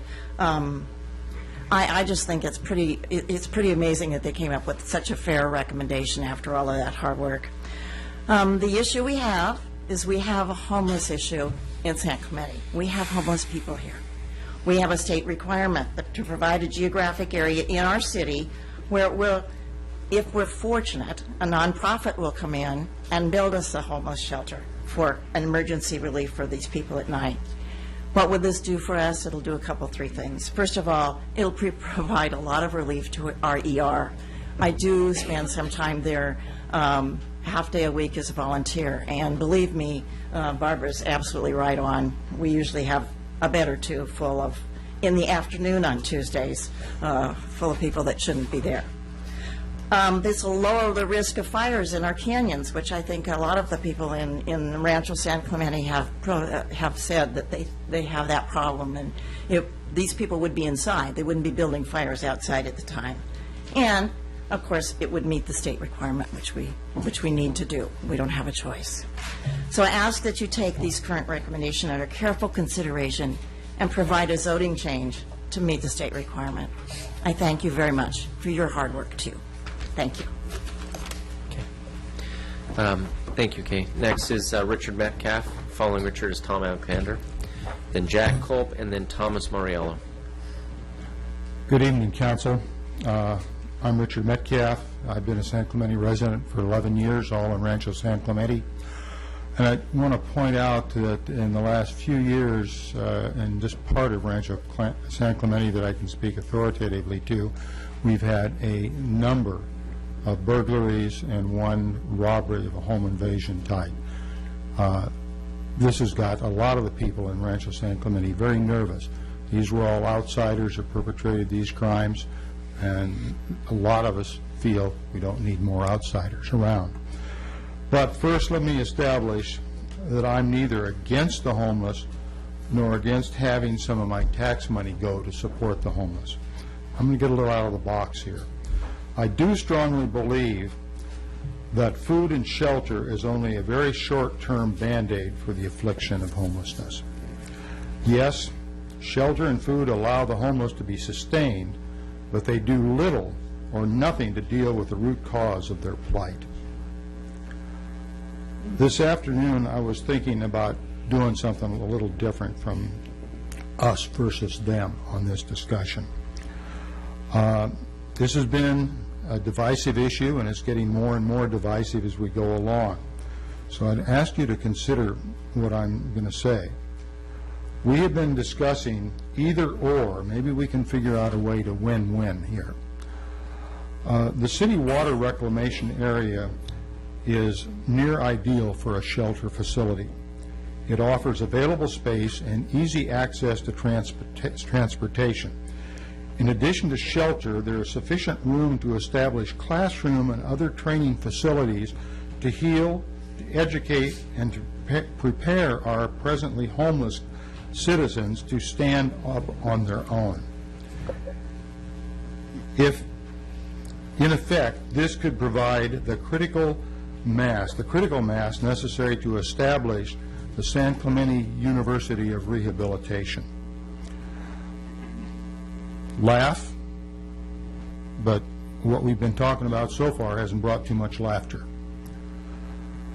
By being co-located with the city yard, education and healing for the students, homeless, could morph into internship and apprenticeships, preparing them for long-term real jobs here in the city or elsewhere. They would not be scattered around the city in multiple locations, but concentrated in one site where their education and rehabilitation could be focused and the resources be optimized. At this time, I have no answer for what happens when someone flunks out. More to follow on that. This came to me this afternoon, and I think it'd be nice for you to consider this. Thank you. Next is Tom Alexander. Is that correct? Could I get the map that showed the park, Rancho San Clemente Business Park up? Is that possible? Before I start? Amber will be That's very good. kind, Thank but you. your Thank you. time is running, so. Great, thank you so much. First, I want to give a little background. We have a home in Northern California near the city of Santa Cruz, and I've been following the homeless problem there. And basically, 10 years ago, they instituted a plan to eliminate homelessness with affordable housing, homeless shelters, other services, and the homelessness increased. Well, no surprise, because the homeless go where the services are. Okay? I mean, the word gets out. The Santa Cruz Housing Authority had to close sign-ups for affordable housing because the director said it would have reached 20,000. Now, these are out of Santa Cruz Sentinel, local newspaper. And the reason I say that is not, I don't see homeless as bad people, but we need to characterize this problem. And I want to say efforts to end homelessness in Santa Cruz have only exacerbated it. We cannot do the same thing and expect a different result. And I'm trying to explain realities here. And we have a lot of good people with good intentions. That's not the problem. We also have commercial property in another business park in the San Jose Silicon Valley area. We have continuous homeless crime in the park. I have a chain link fence which has been cut 5 times. We have tenants reporting theft. We have trespassing, scares away business. We have harassment of tenants. These are my personal experiences over the last 15 years. This is not what-if stuff. This is real. Business parks are vacant on evenings and weekends, and they're playgrounds for the homeless.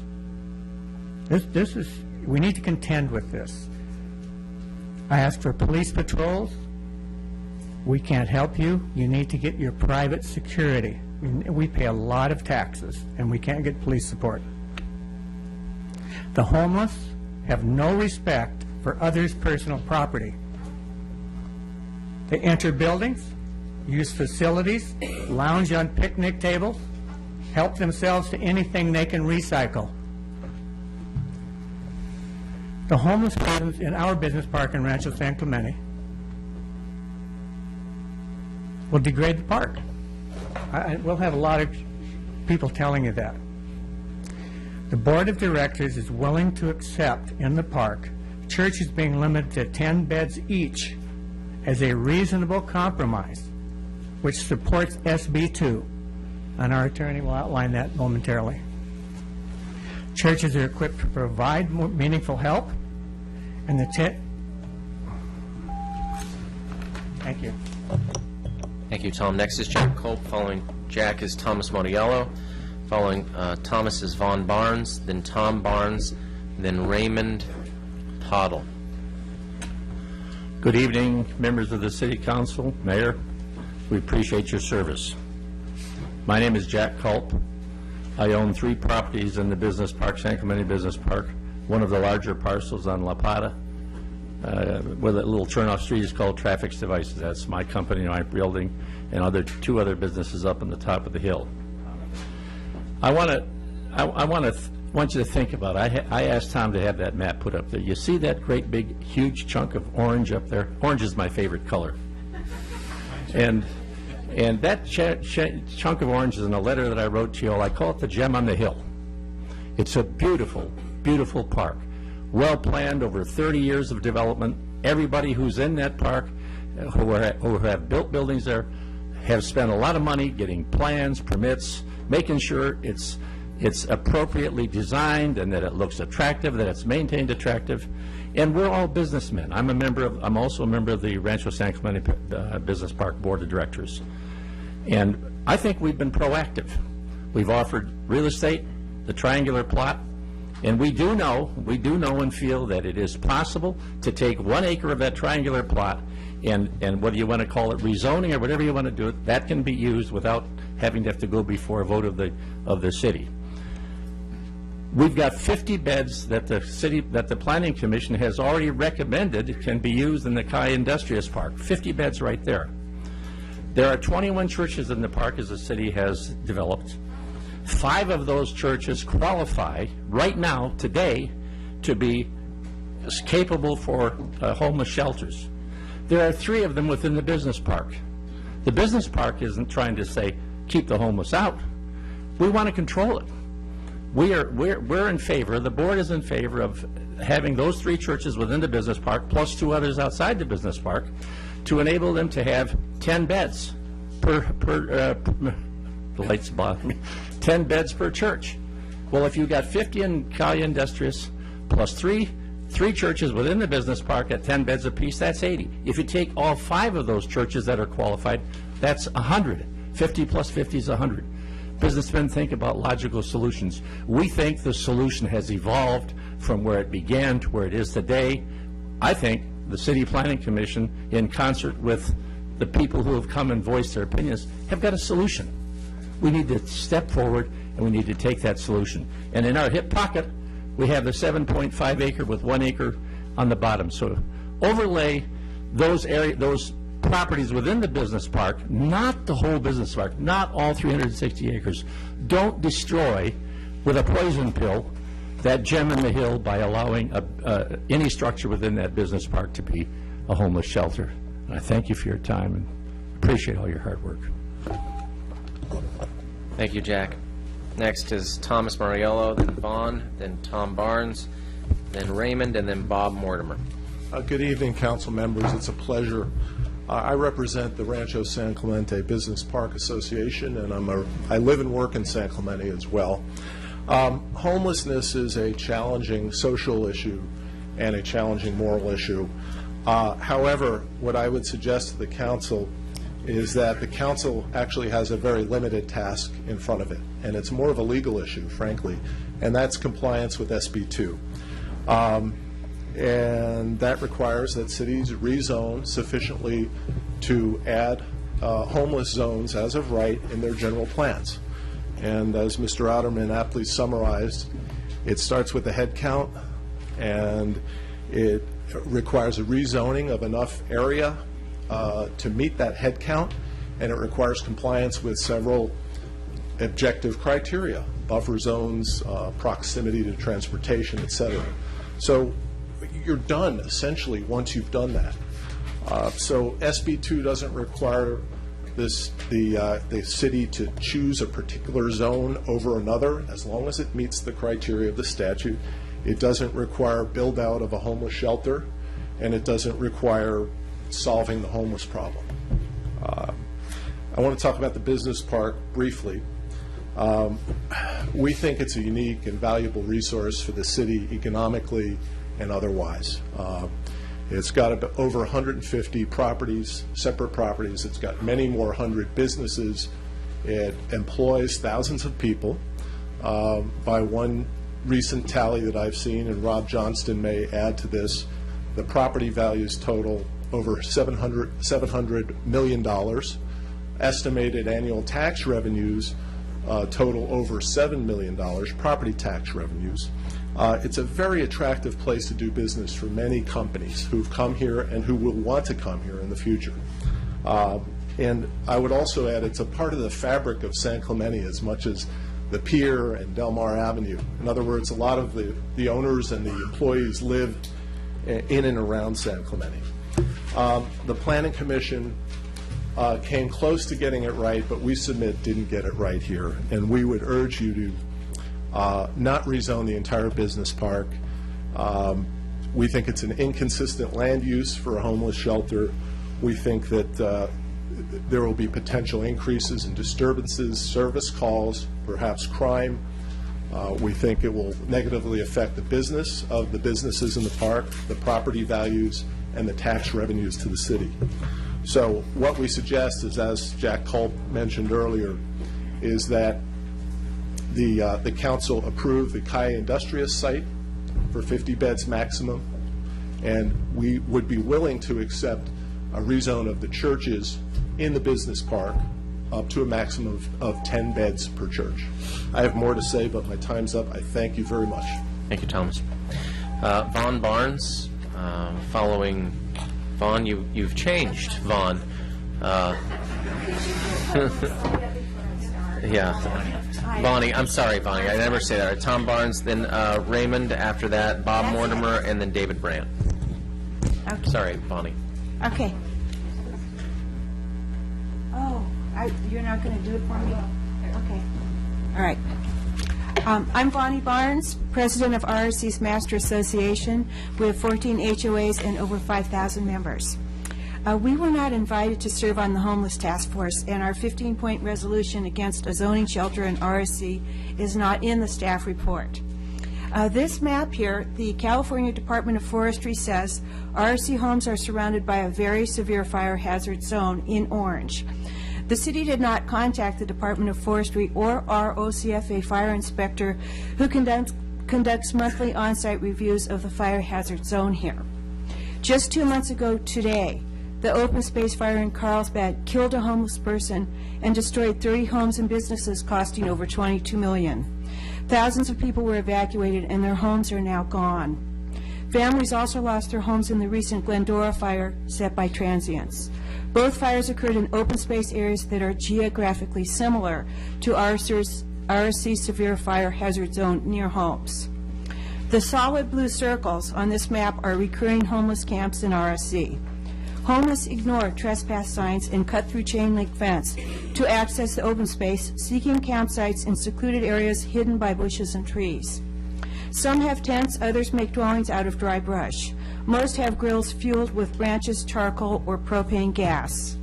When camps are discovered, city enforcement, complete with fines, requires RSC to shoulder all of the costs and liabilities to vacate the homeless from remote campsites. We haul out the refuse, damaged trees and shrubs, and restore the habitat to its original condition. The city staff report does not include provisions to indemnify or reimburse RSC for any existing or future costs relating to these homeless campsites or shelters. If two proposed shelters, the Blue Stars, are located by RSC's Ridge Route Trail, which leads directly to the open space, that's the black line on the chart, the number of camps in the fire hazard zone will increase. Many homeless actually will not stay in shelters and will not be forced to do so. They may use the shelter for a shower or a meal, but they will reside in RSC's hills or canyons. According to Deputy Bull, 90% of San Clemente's homeless have chronic alcohol, drug, and mental health issues, conditions that are not safe for lighting fires in a severe fire hazard zone. Why would the city want to increase the risk of destroying 1,800 homes with an open space fire like just happened in Carlsbad and Glendora?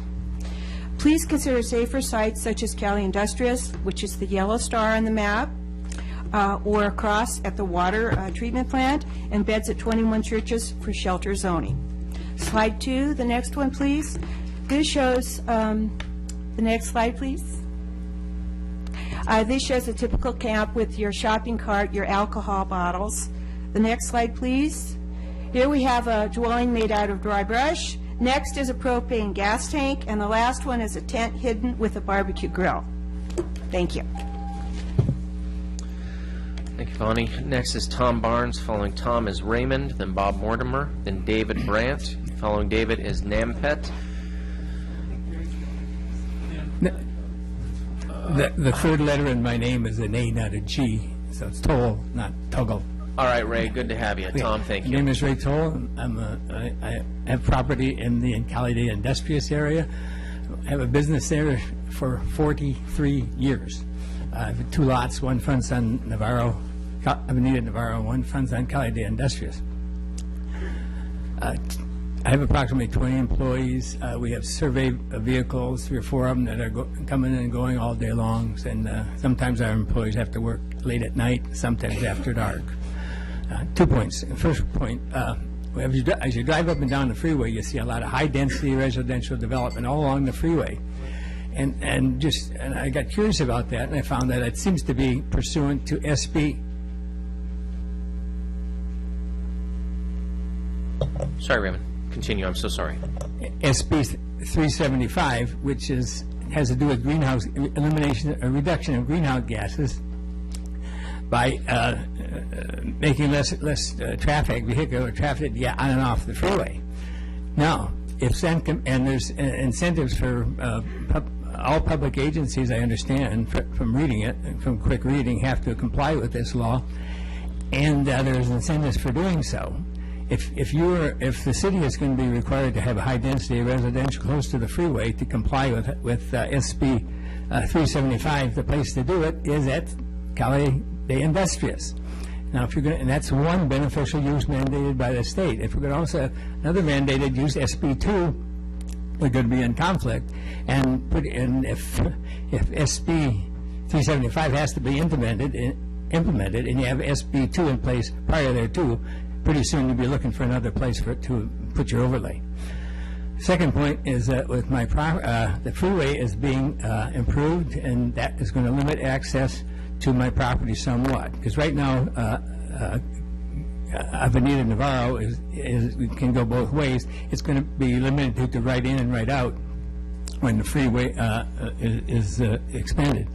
That's going to mean I'm going to take, in order so that our vehicles don't have to take, both our clients and our employees don't have to take a real circuitous route in order to make a left turn, I'm going to have to merge my 2 lots and take, so we can make left turns out of Cali de Industrias, since we can't do that we won't be able to do that out of Navarro. Also, I want to increase the size of my business. I need more parking. And so I'm going to have add on to my office. And with the freeway being widened and the need for a good left turn out of the site, I'm going to merge those properties and build on it. And just short of the Perusia, I'm not going to give up that land for anything, because it's part of the office complex that I've got to have to keep my business there. I've got to have that free for use as my office complex. And I'm concerned about my employees working late at night. And I've also had a couple attempted break-ins. And we have a lot of clients, women and kids too. The families are always visiting the employees, and we have female employees out also. So I'm concerned about the security for all my employees and my clients. It's a wonderful place to have a business, and I hope I don't have to. It isn't going to be disturbed by anything that's going on tonight. Thank you. Thank you, Raymond. Next is Tom Barnes. Following Tom is Bob Mortimer, then David Brandt, then Nempet Panishpant Mikeson. I'm really sorry. And next is following is Anthony Lafrano. I'm Tom Barnes, a 35-year resident of San Clemente. Mayor Brown, former mayors Donchek, Everett, and Baker, and soon-to-be Mayor Ham. If the Planning Commission would have adopted the Eggleston and Ward alternative, we would not be here tonight. A 20 to 25 bed shelter at Cali Industrious and 6 to 10 beds at our 21 churches.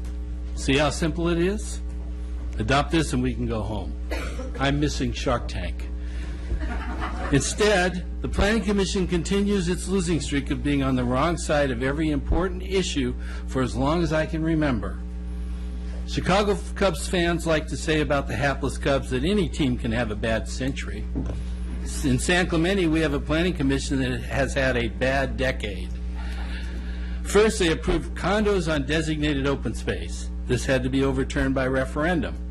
Second, they approved illegal signs at Marblehead that had to be overturned by the courts.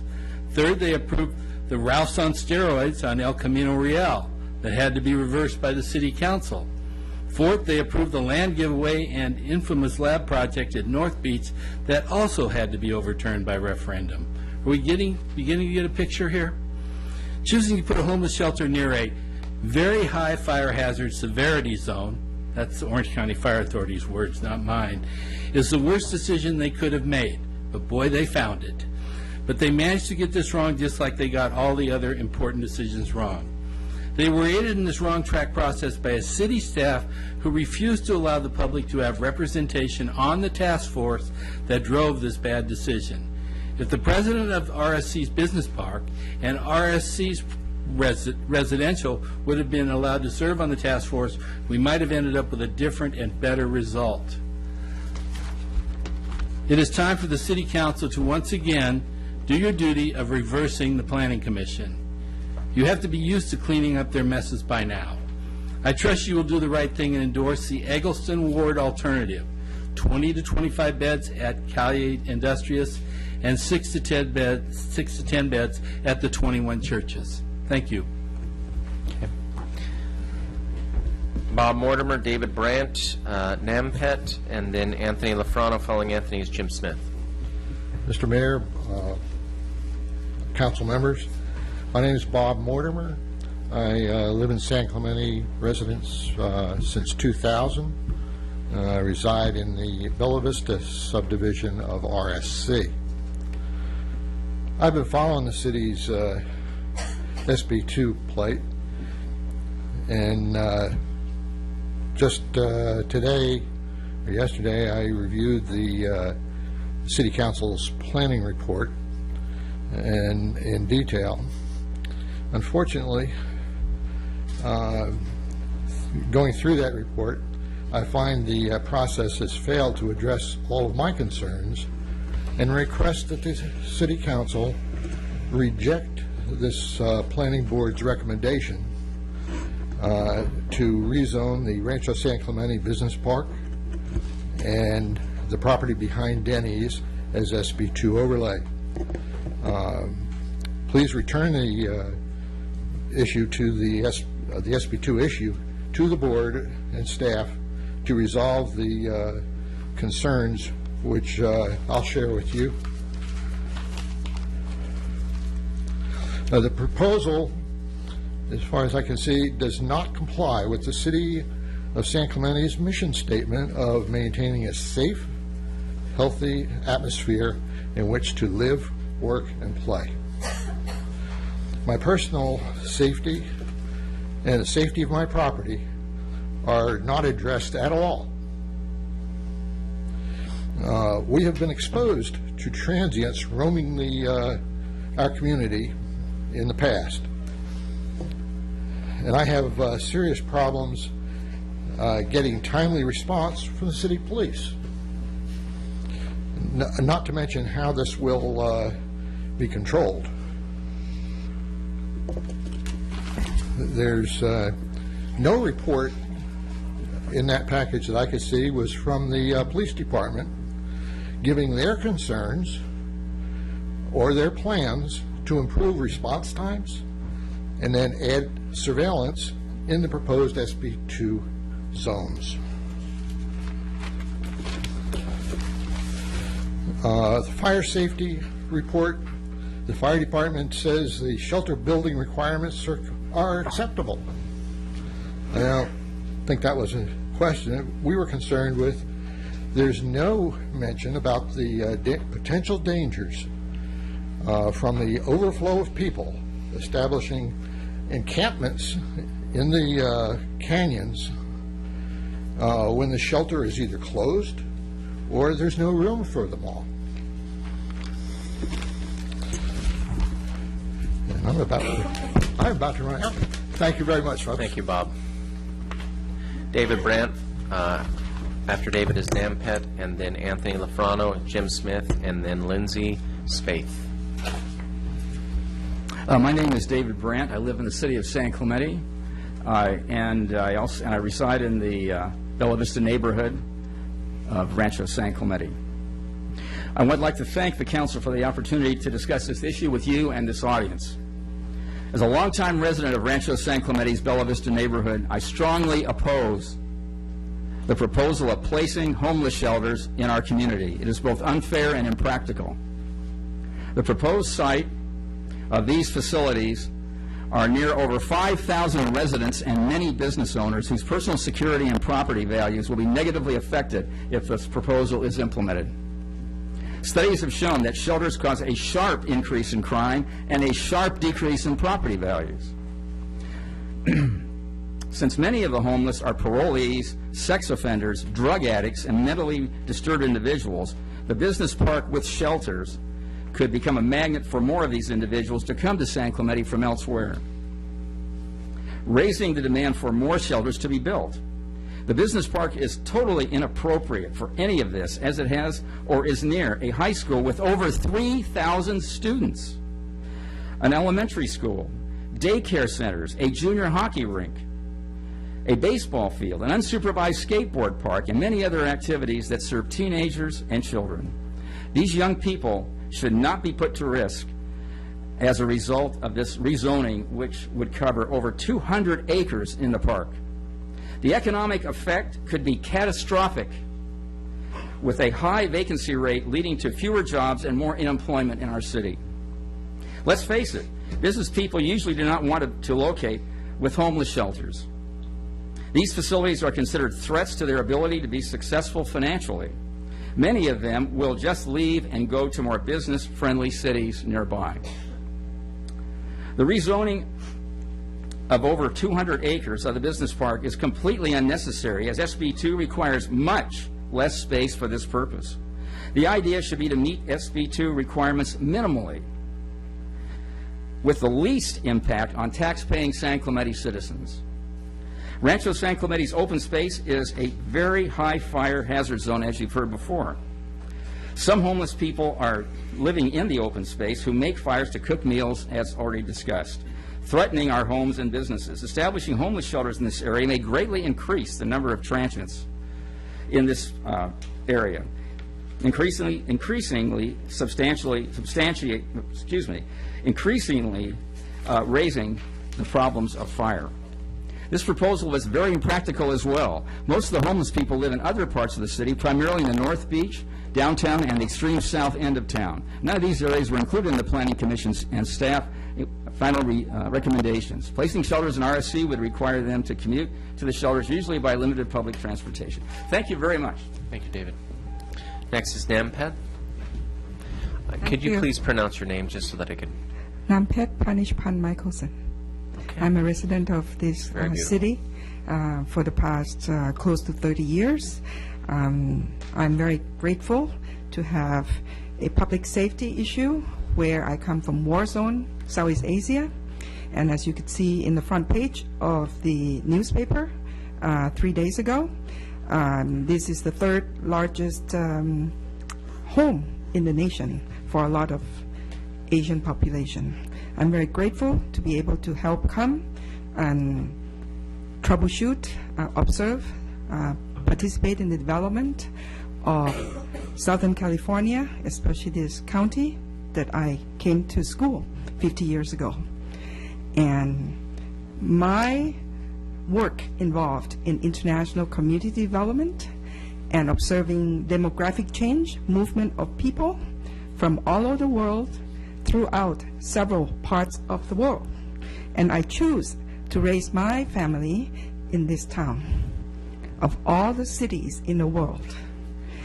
I'm very grateful to be here. I also serve for the U.S. Department of Commerce in terms of the census operation, decennial, to try to bring the monies back into the cities in Southern California, particularly the cities of the southern part of Orange County. I've been in charge of also San Diego. I have not been in field operations, but we work closely as partnership specialists in looking at issues of homeless in the canyons, in the valleys, from all across the world. We're not talking about only residents that are 50 to 70 people who are here as part of the quote-unquote more static population. I can assure you that if we have a gem of the Pacific Rim, this is a gem of the Pacific Rim, and you are talking about self-implosion, I strongly support everyone that has been here looking at a more strategic resolution, a win-win situation to this gem of the Pacific Rim. Trust me, I'm not saying this without experience. I'm urging you, 93.3 billion US dollars, I hate to say the surge of investment that is coming across the Pacific Rim into real estate, into business park investment. It is coming south from Vancouver through San Francisco. The Asian investment, you have a choice. You have developed an incredible infrastructure. Thank you for cutting me off. It's up to you. Thank you. Thank you. Don't take it personally. We cut everyone off. It's part of this full-service option we provide for our residents. Anthony Lafrano, Jim Smith, Lindsay Spaeth, Scott, hang on, I'm going to get that wrong, McGrath, and then Gene Braun. Thank you, Anthony Lafrano. I hope you sue. What a great organization you have threatening to sue the city of San Clemente because we will not build a homeless shelter. Shame on you. I'm asking every resident of San Clemente tonight to boycott IHOPE. You're speaking to us tonight. Sorry. I Thank am asking every resident of San Clemente tonight to boycott IHOPE. We do not need to be threatened or bullied like that. That is ridiculous. Let's help our San Clemente residents find shelter if they need it. Let's help our own and not the wandering professional homeless. Our town must be our own and not the rest of California's homeless.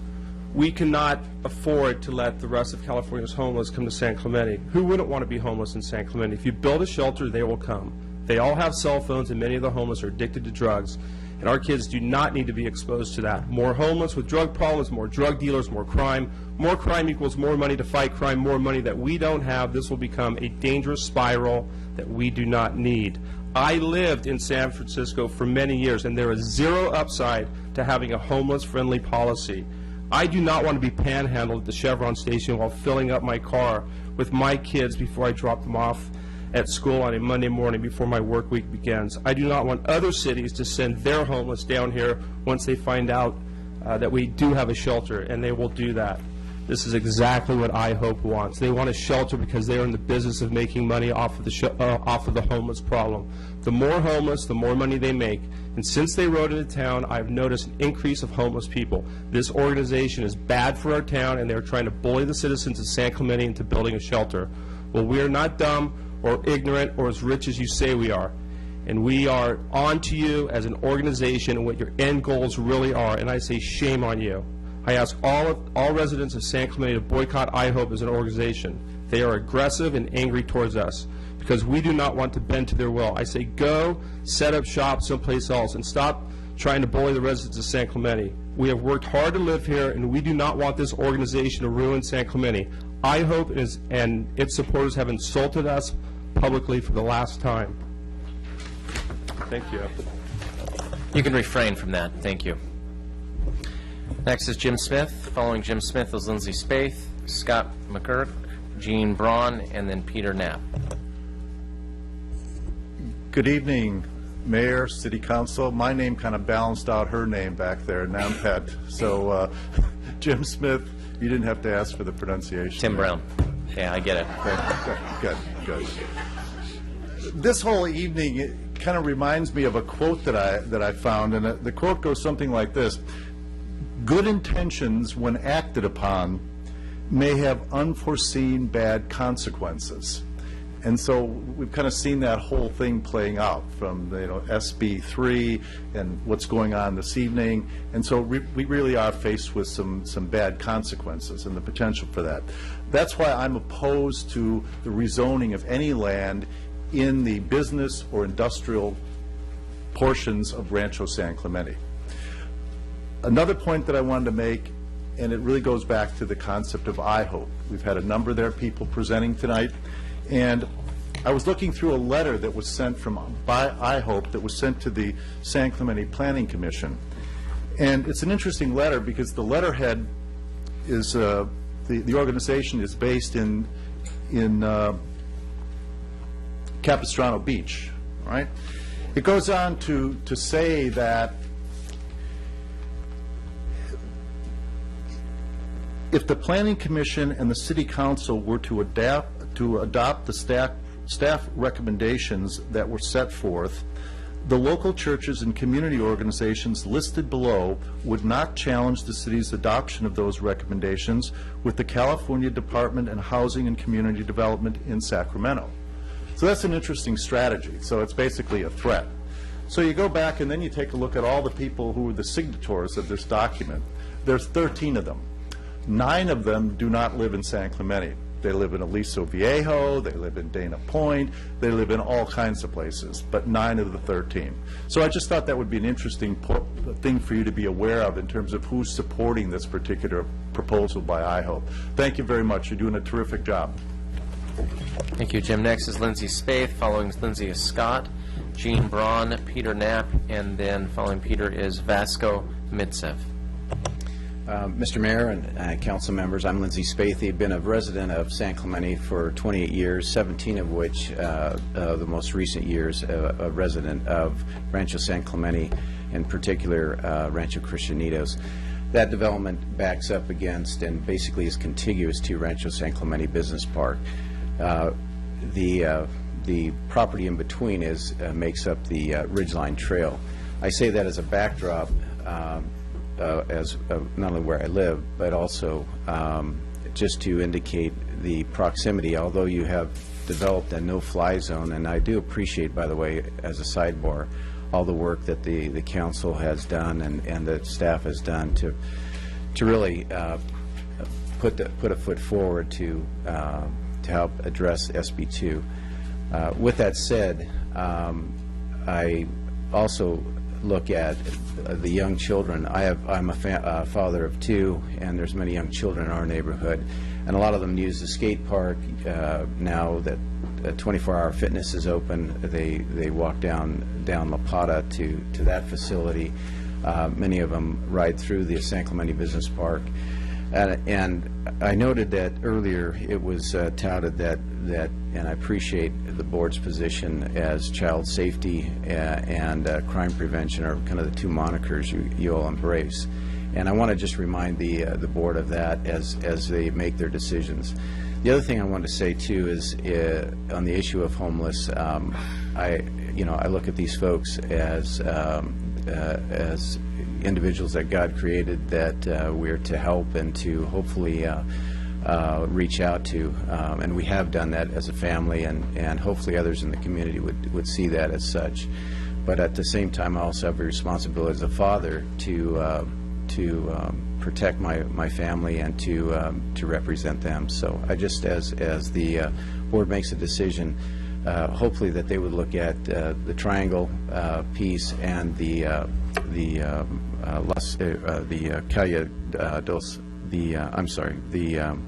Calle Industrial site, and also the churches as a venue for dealing with the issue. Thank you very much. Thank you, Lindsay. Next is Scott McGurk. I keep saying it wrong because I can't read it. No, you got it right. It's McGurk. Is Scott it McGurk? Yes, it is. Okay. I am a concerned resident. I've lived here for about 23 years, and I do oppose the zoning for the Rancho San Clemente Park. But my comments are as a concerned professional. I'm the CEO of one of the largest mental health agencies in the state of California, Mental Health Services Agency. Excuse me. We serve well over 10,000 kids, youth, and adults, plus their families every year. We employ over 350 people. Among the things that we do, we have shelters and we have resource centers. And what I can tell you, as my team and I talked about it, is that this site would be a really bad choice. I know you're not proposing to put a shelter there now, but you're proposing to zone one. If our agency were looking at putting a shelter or a resource center in this town, we wouldn't put one up there. I mean, if you were asking us as professionals, we wouldn't put it up there. There's a lot wrong with it. So I agree with a lot of my neighbors, but if you're asking a professional, there's a lot of us around that'd be glad to help out. It's really a bad choice.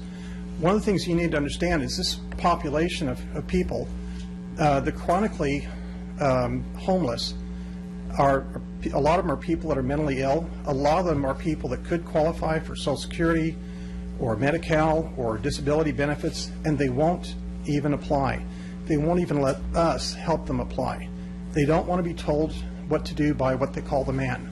They don't want to be controlled. So you may have identified 70 people. You won't be able to get 70 people to go there unless you're going to arrest them and lock them up there. It just won't happen.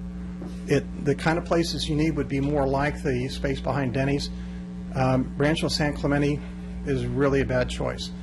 And just in fairness, I'll tell you that I've lived on that hill in Rancho San Clemente for most of the 23 years I've been in San Clemente, but it's still a bad choice.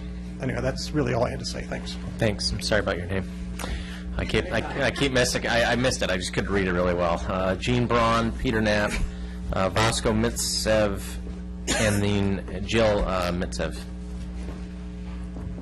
Hi, my name is Jean Braun. I live in Richmond Point, up just below the Mormon Church. Every day I get up, well, not every day, that's a lie. Probably every other day, I go to the 24-hour fitness to go swimming. I go at 4 o'clock in the morning because that's the only time I can be totally guaranteed of a lane. On my way in the darkness, going down toward Heritage Church, I've seen homeless people. They're already there. So why not provide a place to put them? I am in favor of you supporting this SB thing, but as far as where it goes, I strongly urge you not to rezone an entire park to do it. There are other alternatives, and what I appreciate tonight is the work that you've done to prepare for this and the careful consideration that I know you will do. On September 29th, 1979, I checked myself into the care unit in South Coast Hospital in South Laguna.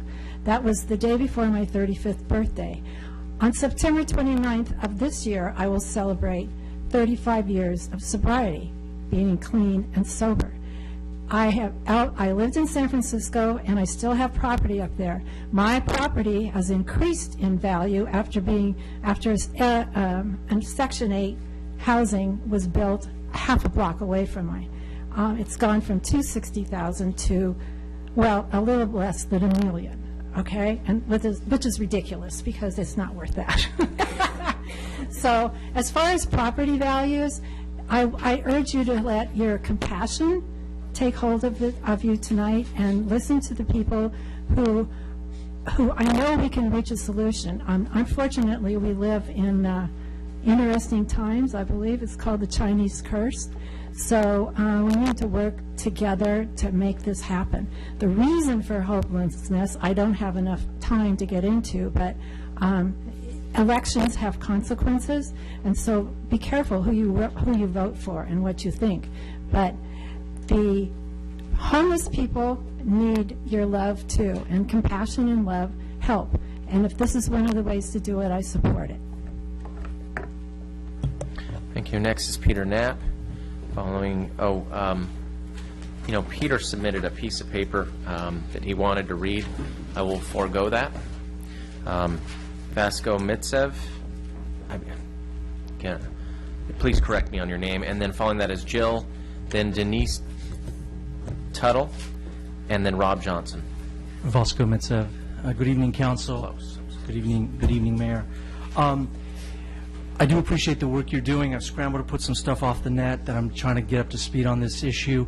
You're not ready to vote because I think we heard the answer. It was the churches.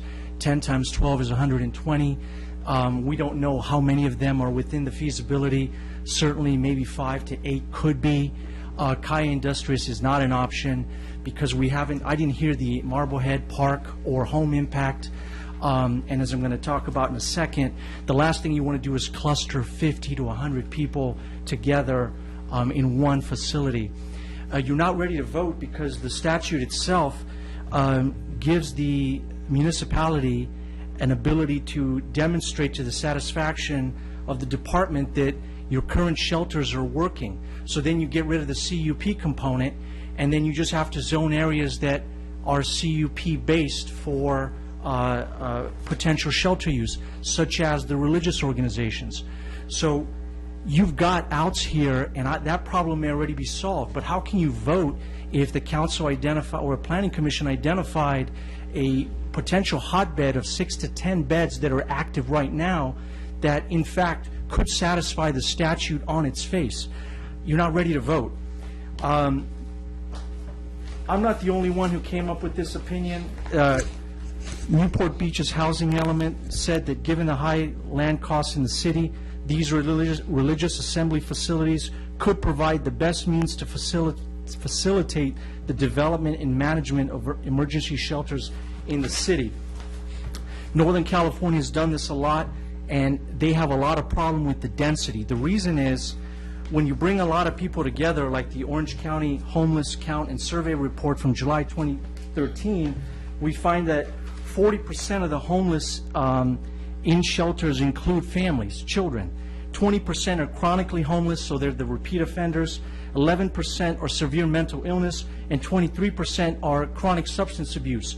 So you put all of those people together, 50 to 80 people in a facility, or however many you decide, and you have a dormitory of people that are going to need, look at Santa Monica, look at Malibu, look at these other areas. They're going to need congregation facilities, smoking facilities, laundry facilities, recreation facilities for the kids, safe transportation to and from.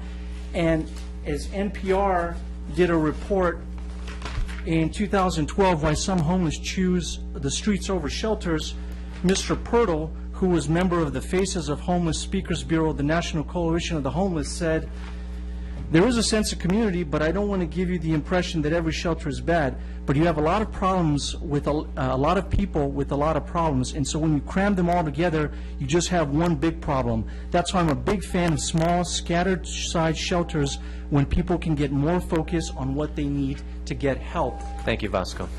Appreciate your time. Next Keep up is the good work. next is Jill.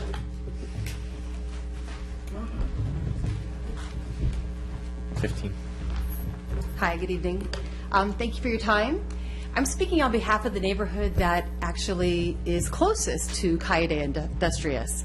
I live along Bonita Canyon and represent 62 of my neighbors that signed a petition that we created objecting to putting a 50-bed homeless center in that community. It's my understanding that, Mr. Baker, it is your opinion that nobody would object to that area, and I'm here as a voice to tell you that we do object. I didn't see the Boys and Girls Club included in your consensus review. That was an understanding from some notes that I read. So I'd like the Boys and Girls Club to be considered in this statement as well with the schools. We have hundreds of children that attend that as a safe haven.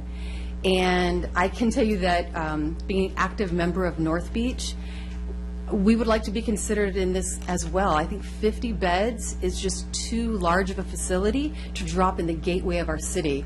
You've already worked with your planning commission to build this wonderful new pedestrian bicycle path that leads right to North Beach. That's where our homeless populate in our town right now. Adding 50 beds for them to gateway right down Pico and park in Cayuga Industrious is just adding a time bomb. They're all going to congregate, and right at the freeway exit, we're expanding that. We're just asking people to come and solicit and ask for money. So I'm just asking on behalf of 62 people, I will share the petition results with you, that 50 beds is too big.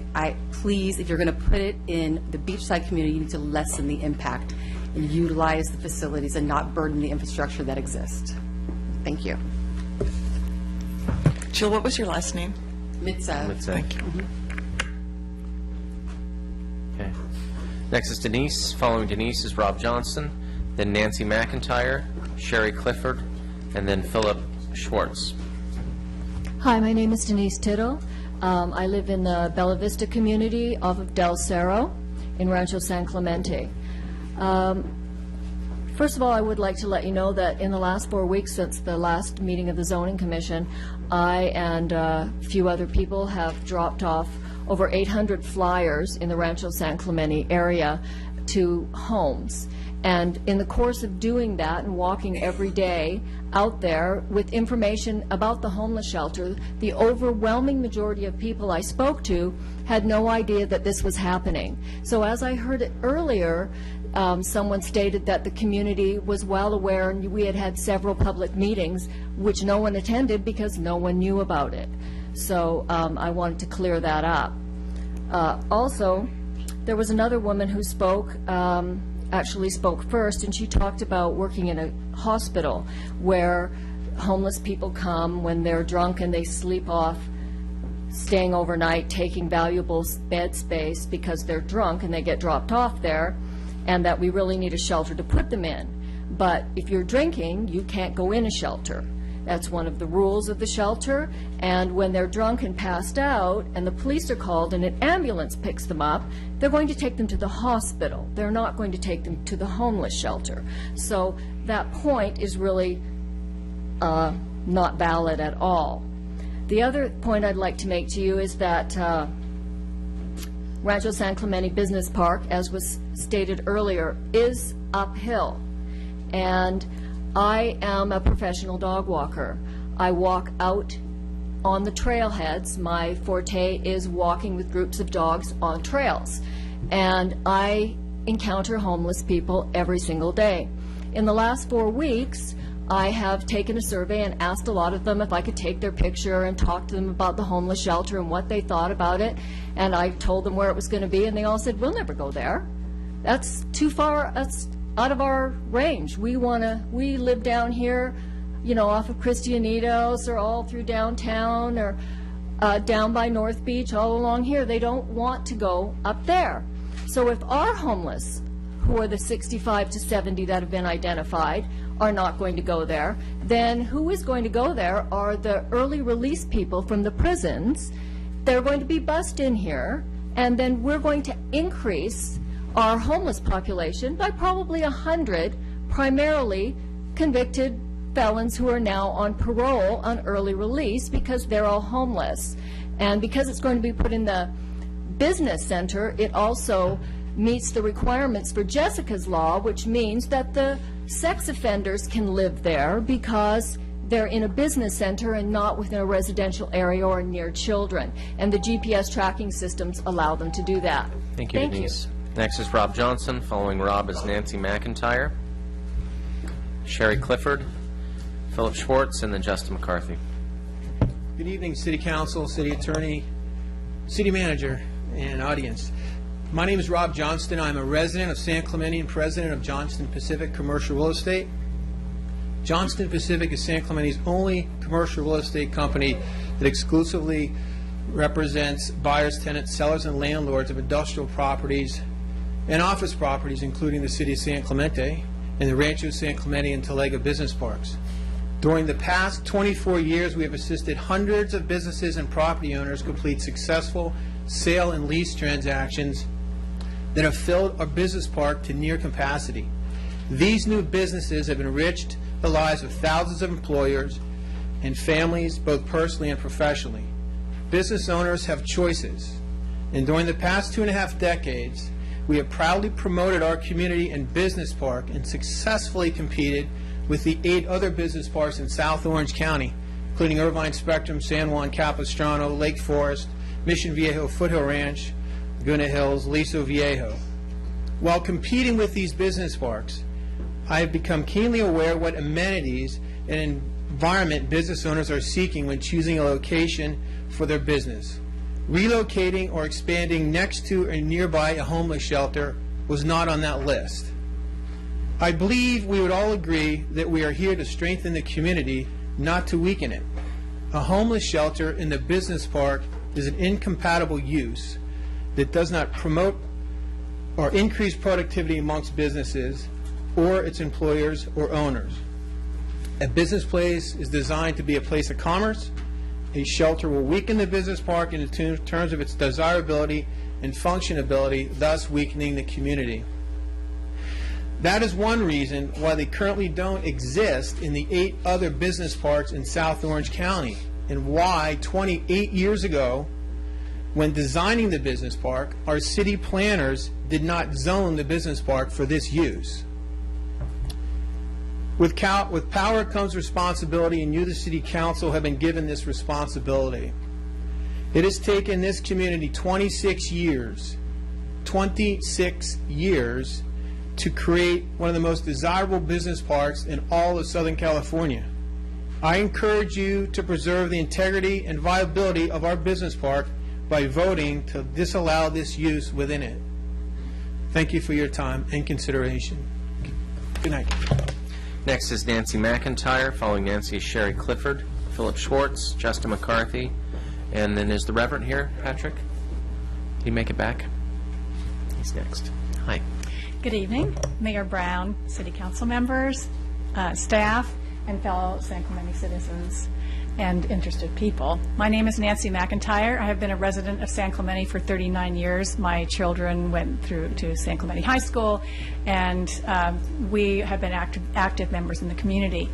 I support the wonderful work that the staff has done and that the Planning Commission did to come up with a plan that provides a viable opportunity for someone to come in to run a shelter. Now, I am very aware of a number of community organizations that work for the homeless in San Clemente at this time. They are all nonprofits. No one makes any money off the homeless, and anybody who's ever worked in a nonprofit understands that. Those include Family Assistance Ministries, I Hope, Welcome In, and others, and also community or county agencies like Mental Health Services and San Clemente Hospital. And there's just a couple of things I'd like to focus here, because we've heard a lot of things said tonight. But I'd like to focus us on our community here, and a community right up the beach from us who has a homeless shelter that is out in a canyon where they actually bus homeless there so that they don't have to provide their own transportation. This is the actual bus that that Friendship Shelter provides. So that takes care of that problem. In terms of fire hazards, we're homeless in camp. If there was a homeless shelter where homeless could sleep at night, they wouldn't need to camp. And so they'd be safe in the shelter. The other thing is, with several nonprofit community organizations that provide day services, then you have the homeless not being let out to the streets, but coming to those services for job training, getting to their physicians to get their mental health counseling and their medication, and taking showers, doing their laundry. So that gives them incentives to come in out of the cold, so to speak, to get services and to not be that public hazard that they are now. If we do nothing, if we don't provide these services in our community and really coordinate them, then we're going to continue having this problem. So I urge you to adopt staff's recommendations and to move ahead with this so that we can work as a coalition, community, service providers, and community agencies. Thank you very much. Okay. After Nancy, Sherry Clifford, and Philip Schwartz. Thank you all for giving me the opportunity to voice my opinion and my concerns as a homeowner of at Villa Pacifica. I'm across the ridge line from the proposed Rancho San Clemente Business Park. I applaud all the work that you all do and serve the public. My husband and I came here 12 years ago from the Hollywood area, where we had to deal with the homeless people that were living in our backyard and that we had to pass through. And as a homeowner, as a Christian, my family and I have tried to support and help the homeless where we can. But I have to tell you, the father that spoke here earlier tonight, I'm speaking here as a parent, and I have my 12-year-old child. And in the right after that City Planning Commission, where I spoke passionately about the wonderful opportunities that we have in the parks and the trails, that very next week, my husband and I went walking because we enjoy walking. We enjoy the community and the outdoors that you all have planned so well.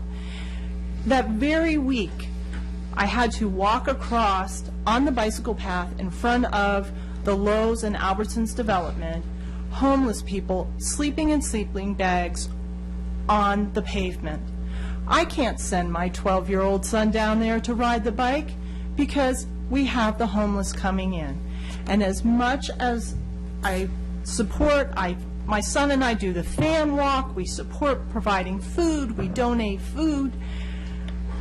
You are fooling yourself if you think putting a homeless center in the Rancho San Clemente Business Park is not going to increase crime. Every single statistic that you can see, you can go to the Civic Center in Santa Ana, they're converging. I'm going to quote, "As things stand now, homeless people from all over the county converge at the Civic Center, the county government hub, primarily because there are services and daily free meals there. You cannot walk safely through that area. People have been chased down because homeless have become disturbed or there have been drug addicts. The Pinellas County Sheriff got an earful from outraged neighbors at a town hall meeting on a Thursday evening when nearly 100 neighbors and business owners showed up to voice their concern about growing crime rates around the county's new homeless shelter on 49th Street Harbor. I am concerned not only about the 70 homeless people that are people of our community, but the homeless people that are going to be brought here as a result of criminal realignment, AB 109. Right now, our county jails, as a result of the criminal realignment, the state has pushed those county jail inmates to our county jails. If you read the Orange County minutes, they will tell you they will be pushing them here. Thank you, Sherry. Next is Philip Schwartz, following Philip, Justin McCarthy, Reverend Patrick Creer, Ellie Harris, and then Midge Pierce. Mr. Mr. Mayor, members of the council, I'm Philip Schwartz. I'm here this evening representing the Rancho San Clemente self-storage facility. We sent you a letter. I'm trying to, you guys got the letter? I'm not even going to ask if you read it. I just want to make sure you got it. That was there. And I admire you. I mean, who else gets to stay up late at night, miss the All-Star game, and be in a room full of angry people? You know, it must be great to be an elected official. It's my house You're most commended nights, for your duty. so come over for dinner anytime you'd like. Well, Mr. Mayor, members of the council, I know that the council is going to be struggling this evening with the word adequate. I'm told by my wife, by the way, that I'm adequate, but you've got an adequate number that you've got to deal with. And in the presentation in the letter I gave you, I didn't want to duplicate anything that I added in the letter, that to make sure that we didn't repeat anything that was there, that there are so many issues that have been brought up earlier this evening that I was able to skip over many of the things that I wanted to say. Well, you've had a lot of good recommendations right here at the podium this evening from lay people, not planners like myself, and they deserve consideration. A couple of rhetorical questions I have for you that may not have been considered as part of this is, there is some of the things, and I believe in your draft ordinance, that you talk about security when the homeless shelter is open. My next question would be then, what happens when it's closed and everybody scatters into the wind? That needs to be carefully thought through. I'm not sure that it has or hasn't, but there's nothing about it in the ordinance. The next piece would be, there is some discussion in there about it not being, none of the shelters being near schools. I'm assuming that that's reflective just of public schools, but you have private schools, you have daycare centers and some other things, and if the idea here is that you're trying to protect children in this issue, I don't see any difference between a public and a private school. Children are there, children in daycare centers and other things, and you might want to put some thought process into that. We believe from the self-storage facility that you have a number of properties outside the business park that are meeting much of your intent, your adequacy issue that's there, and certainly the public transportation, in my mind, as a planner, is one of the keys that you're going to have to address, making sure that some facility is near public transportation. I believe, generally speaking, this evening, what you're hearing is not somebody who's got a fear of the unknown. I think you're hearing expressions of people who have a fear of what is known, and that's why you're getting the comments that you're getting this evening. The other thought that I have, and the last one I'm going to give you, is somebody could walk in, if the business park is zoned, somebody could walk in tomorrow, lease a building, you've got an instant homeless shelter completely out of your control because it's by right. Thank you, Mr. Mayor, and member of the council. Thank you, Philip. Next is Justin McCarthy. Following Justin is Patrick Creer. The Reverend, is he here? Did he return? I'll move that back. Ellie Harris, Mitch Pierce. Following Mitch is Brad Shapiro. Mr. Mayor and members of the City Council, I provided you probably about a 9-page comment letter. I hope you took time to read that. I will try not to belabor any of the points that I made in that. Just to mirror some of the comments with prison realignment, it is pretty apparent that one of the target populations are individuals exiting from institutional settings. I haven't seen yet a clear definition of what that is, but my own personal experience with the Bell Shelter, run by the Salvation Army, is that the residents were coming directly out of Twin Towers. That's a county jail system in downtown L.A. Marin County uses shelters for people who are coming out of the jail system. Santa Cruz County was actually contracting directly with homeless shelters. So I think at least part of the population that we're going to see use this facility will be parolees or people that are being early released. I think that creates an issue. If you look at the testimony of your public safety officers, they indicate that they don't think your local homeless are going to be that inclined to use the shelter. That means you're going to have excess capacity. A shelter, be it public, private, nonprofit, is going to have an operating model. It's going to need to be filled.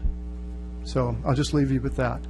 Lastly, in 29 years of public service, I have never yet seen the Sacramento, the legislature up there, not constantly meddling in land use policy with respect to cities. I mean, it's a local control issue. It doesn't take a lot to see what has happened politically in this state, that Sacramento is now controlled by, I guess the kindest term I can use is the more progressive wing of the political spectrum of our society. You're proposing, or at least your planning commission was proposing, to create a 200-acre playground for Sacramento to come back and revisit SB2. I hope you will look at kind of the long term and think about the implications of that, because I have a feeling we have not seen the end of SB2. From a practical matter, I think your planning commission, at least 3 members, got it sort of half right, possibly revisiting the Laguna Beach model where they actually opened a shelter themselves for whatever cause, looking at the water reclamation facility and seeing if there's some blend there that can keep it out of the Rancho San Clemente area might be recommended. Thank you very much. Next is Ellie Harris, Mitch Pierce, Brad Shapiro, Kevin Grant, and then John Yim. Hi. We're almost done. Hi, how are you? My name's Ellie Harris, and I'm a resident of North Beach, and I'm also here as a board member of the North Beach Community Association. I just wanted to thank Amber for her really detailed presentation. Amber is a really important part of our association, so I just wanted to start by saying great job on your presentation today. This topic has become really important to our membership in the last couple weeks, mainly because we feel like the Denny's site is basically in North Beach. I know a lot of people probably wouldn't consider that, but if you look at where the Denny's location is, you either have to just kind of cross Pico and you get into some of those neighborhoods, or you just go right down the street and you're at the Beach Club, and the North Beach area really builds out from there. We felt like this was so important that we took a poll of our membership over the last week, and I just wanted to share those results. And before I do that, I just wanted to thank Lori. She pointed out that our poll was it was incorrect because we didn't say a zoning change, we just said the proposed homeless shelter. So thanks for doing that, Lori.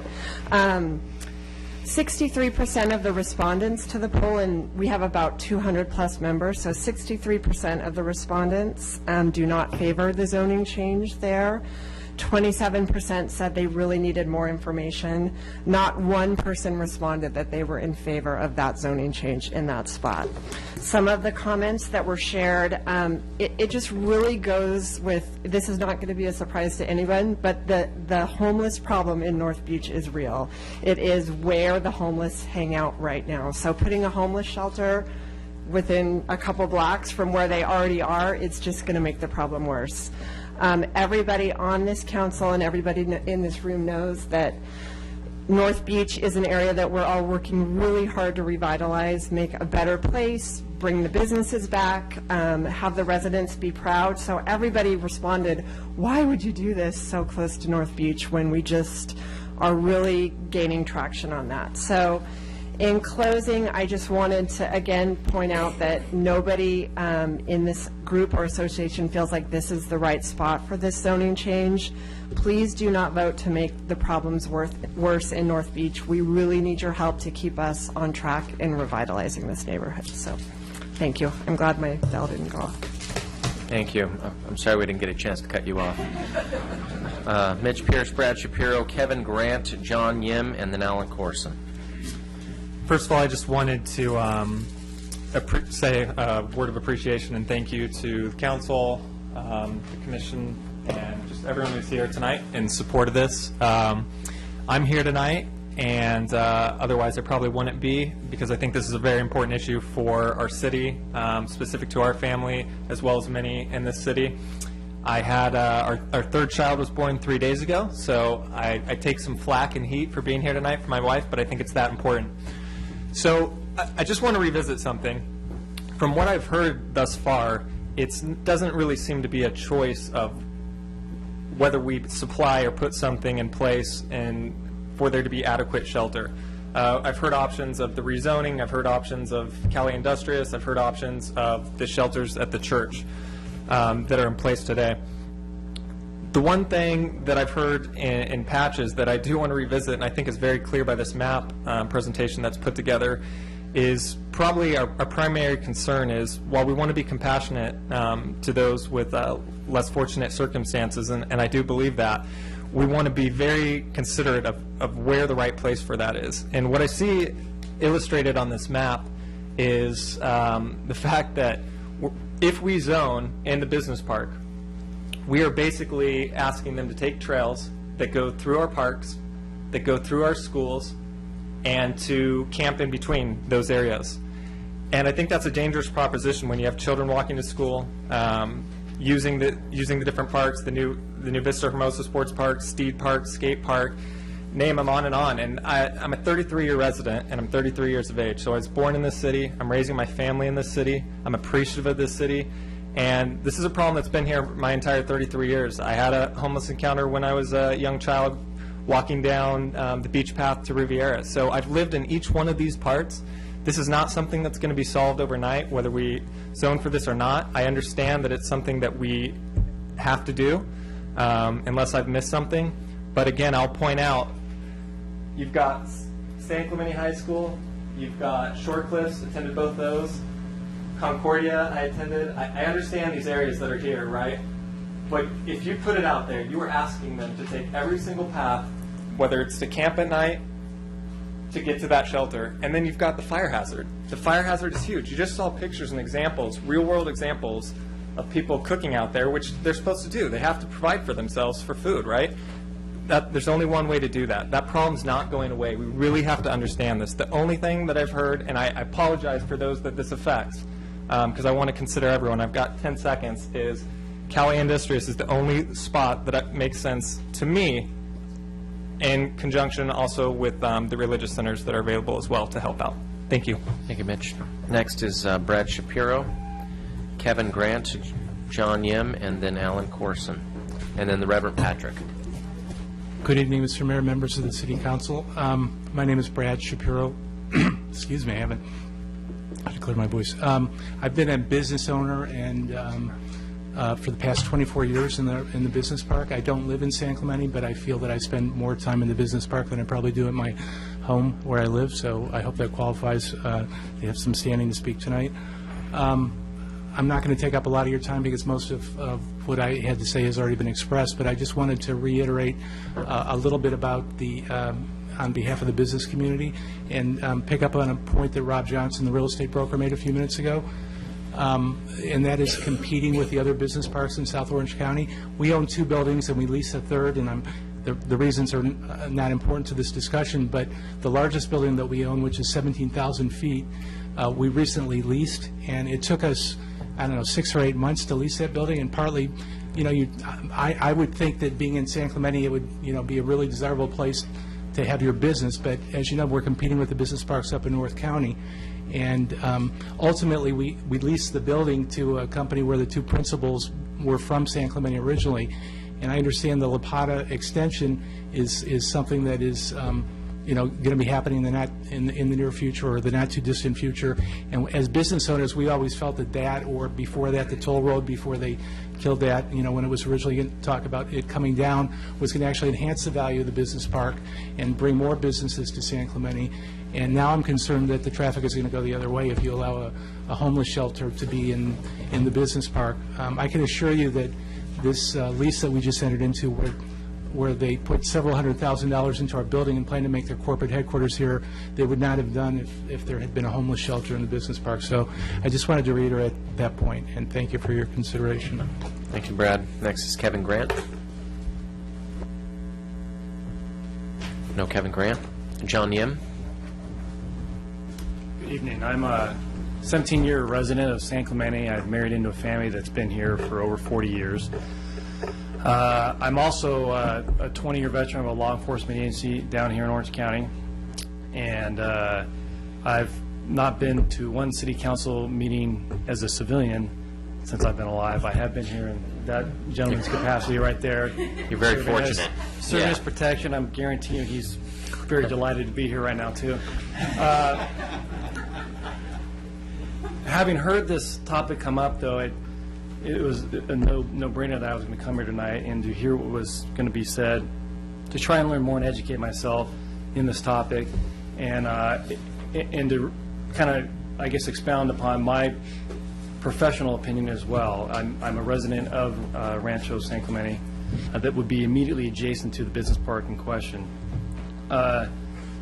There's no doubt that this is going to create numerous additional problems to these living communities. As many people have already stated, the walking paths, the ridge trail, the schools that they're going to have to pass by that they wouldn't have to pass by if it was somewhere else.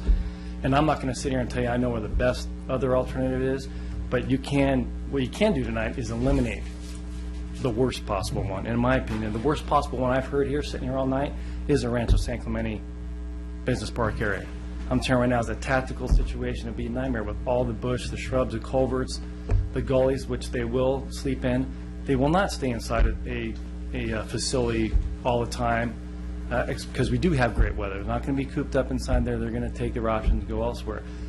In my city that I work in, we've had 2 fires just this year that were the largest fires I've seen in the city that I work in. And it was because of transient camps in the area. And it was some of the worst I've seen for sure. And so, just to surmise, I don't want to get cut off. I want to be part of that small group. You can eliminate the worst option here tonight, and that is Rancho San Clemente. And that's all I have to say. Thank you. Thank you, John.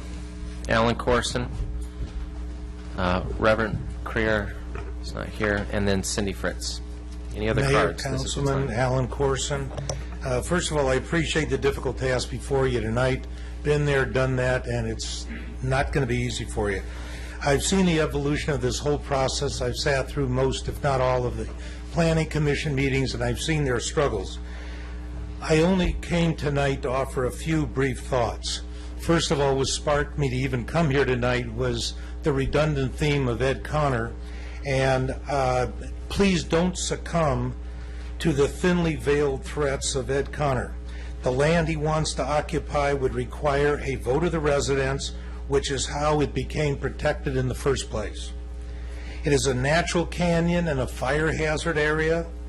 It is well within walking distance of our local high school with 3,000 students. And Mr. Bull, with the police department, or sheriffs, said that 90% of the proposed residents or the homeless here in San Clemente are either drug or alcohol dependent or mentally challenged. It makes no sense to expose our young kids to that element every single day. You listed earlier to a group of homeowners representing 500 residents in southwest San Clemente. They talked about the difficulties in a 5-10 person home that will attract the same element as the homeless shelter that we're seeking to develop in San Clemente. I know it's going to be difficult for you. It's not going to be easy for you.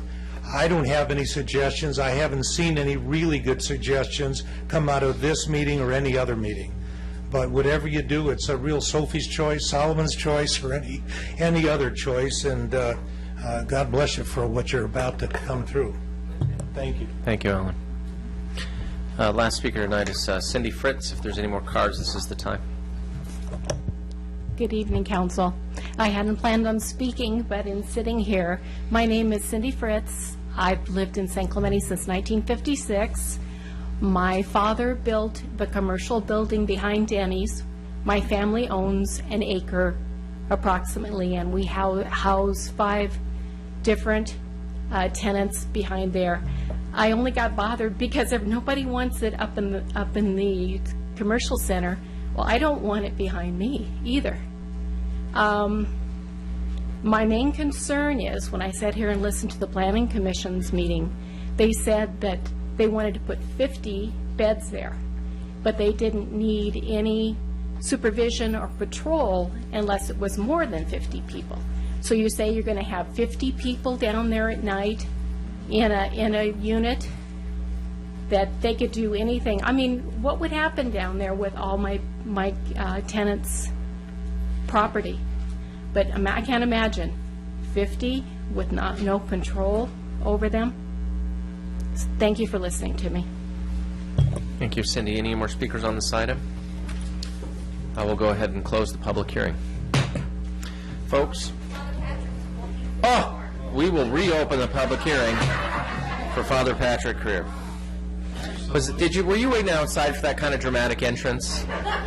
That's a little bit of showbiz there, Father. I'm impressed. Well, I've just come from my vestry meeting, and I'm surprised to see you all still sitting here. But I'm glad. I'm sure there's been a lot that's been said, and I commend you, and wouldn't want to be sitting where you're sitting because you have to make some important decisions tonight. Many of you know of my advocacy for creation of a shelter here in San Clemente, something I feel is essential both on the moral and ethical grounds, and a sense of calling on my own part of responding to those in need, of course, comes from my considerable understanding of the gospel, that that which you do unto the least of these, you do unto me. But you find it throughout Scripture, so I think we do have a moral calling to respond to those in need. I'm sure you've heard a lot of different views here tonight on both sides of this very sensitive issue.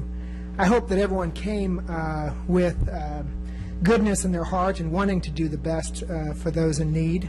The people I've met, whether they agree on the exact placement of a shelter in the designated areas that the staff has indicated, whether they agreed with that or not, they still came with goodness in their heart and wanted to do something for their brothers and sisters who happen to be homeless.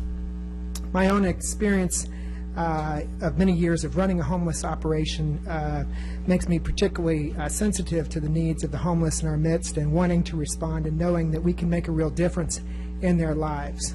So I hope that you'll take the first step tonight to vote for approval of zoning in the areas that your staff, who's worked so diligently, have indicated. It is the first step. We're not asking you to establish a shelter. We're not asking you to pay for a shelter. We're asking you to approve zoning so that the faith community and others who feel so strongly about this can begin to respond to the needs of our homeless and to make the first steps necessary to create a shelter and to begin to serve the needs in our community. I think it says a great deal about our community of how we care for the least and most vulnerable. Our elderly, our veterans, our homeless, our hungry, our mentally ill. So I think that really says a lot to the character of the community, not just our great beaches, not just our great parks.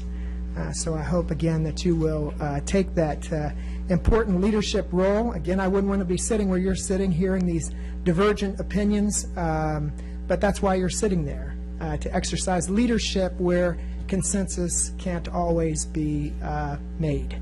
Hopefully we find a middle ground and can achieve a good decision tonight. Thank you. Thank you, Reverend. And with that, I will close the public hearing. Folks, I'd like to thank you for the civility and for the patience you've shown tonight. We do need a quick break, if you don't mind. We needed about an hour ago, frankly. 9:30, we're going to reconvene to decide on this item.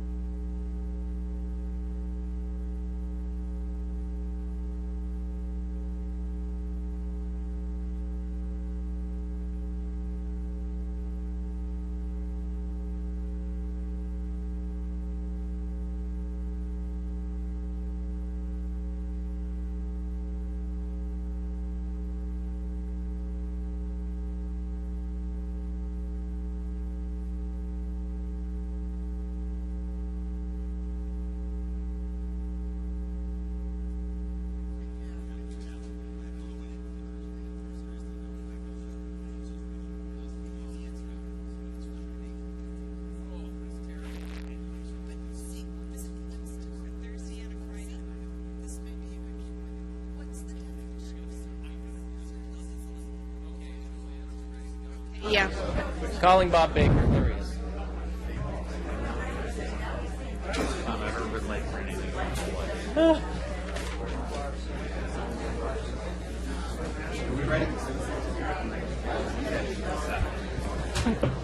I like that.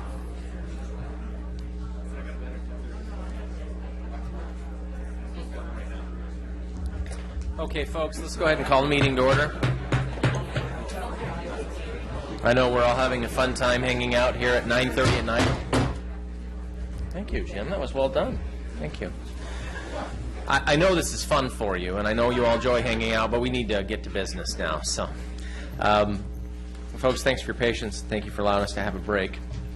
There were a lot of questions raised during the public comment section, and I took the best notes I can. I know some of the other council members did. So we're going to do the best job we can in answering as many of the questions as we can to our best ability. One of the first questions that came up here that seemed to come up with some frequency, and by the way, Amber, I'm probably going to be pointing a lot of these at you just as an interface here, because I think they're going to be answered by themselves. But one of the questions was, is at least one of the allegations or things that said is, and it seemed to come up time and time again, is if we adopt SB 2, we will cure the homeless problem in San Clemente. Is that the question we're contemplating tonight? No, that is not the question that we're contemplating tonight. Tonight, we're just identifying a zone where a homeless shelter would be permitted by right. Okay. We also, folks, it came up a little bit, Ed brought it up also, was about reclassifying the triangle area of the business park.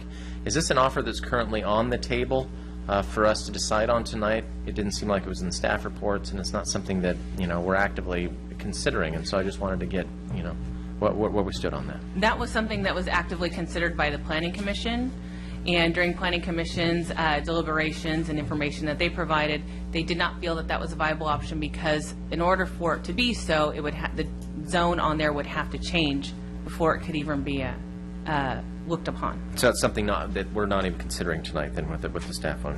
Okay. Then there was the question that was brought up by William Miller regarding the feasibility. It seemed as if one of the questions was, are we looking at the practical considerations to whether or not it's feasible to open a shelter in these areas? Is that part of our deliberations tonight in terms of feasibility? No, it's to look at compliance with SB 2 criteria and complying with that statute. Okay. Could I want to amplify on that point. Feasibility, I think, is a factor that needs to be taken into consideration to the extent that a site is not available if it's clear that it's not feasible for it to be used for that purpose. So, for example, I would say that the Triangle site is not a feasible site to use for a homeless shelter because it's zoned in a restricted way that cannot be used for a homeless shelter. So that's a legal infeasibility. There may be a topographical or infeasibility, a site that doesn't have any sufficient development pad area to accommodate the use. So to that extent, feasibility is a factor in determining whether or not adequate sites have been zoned for the use. Okay. And then there were also a series of questions about what's root cause of homelessness, what the reverberations are.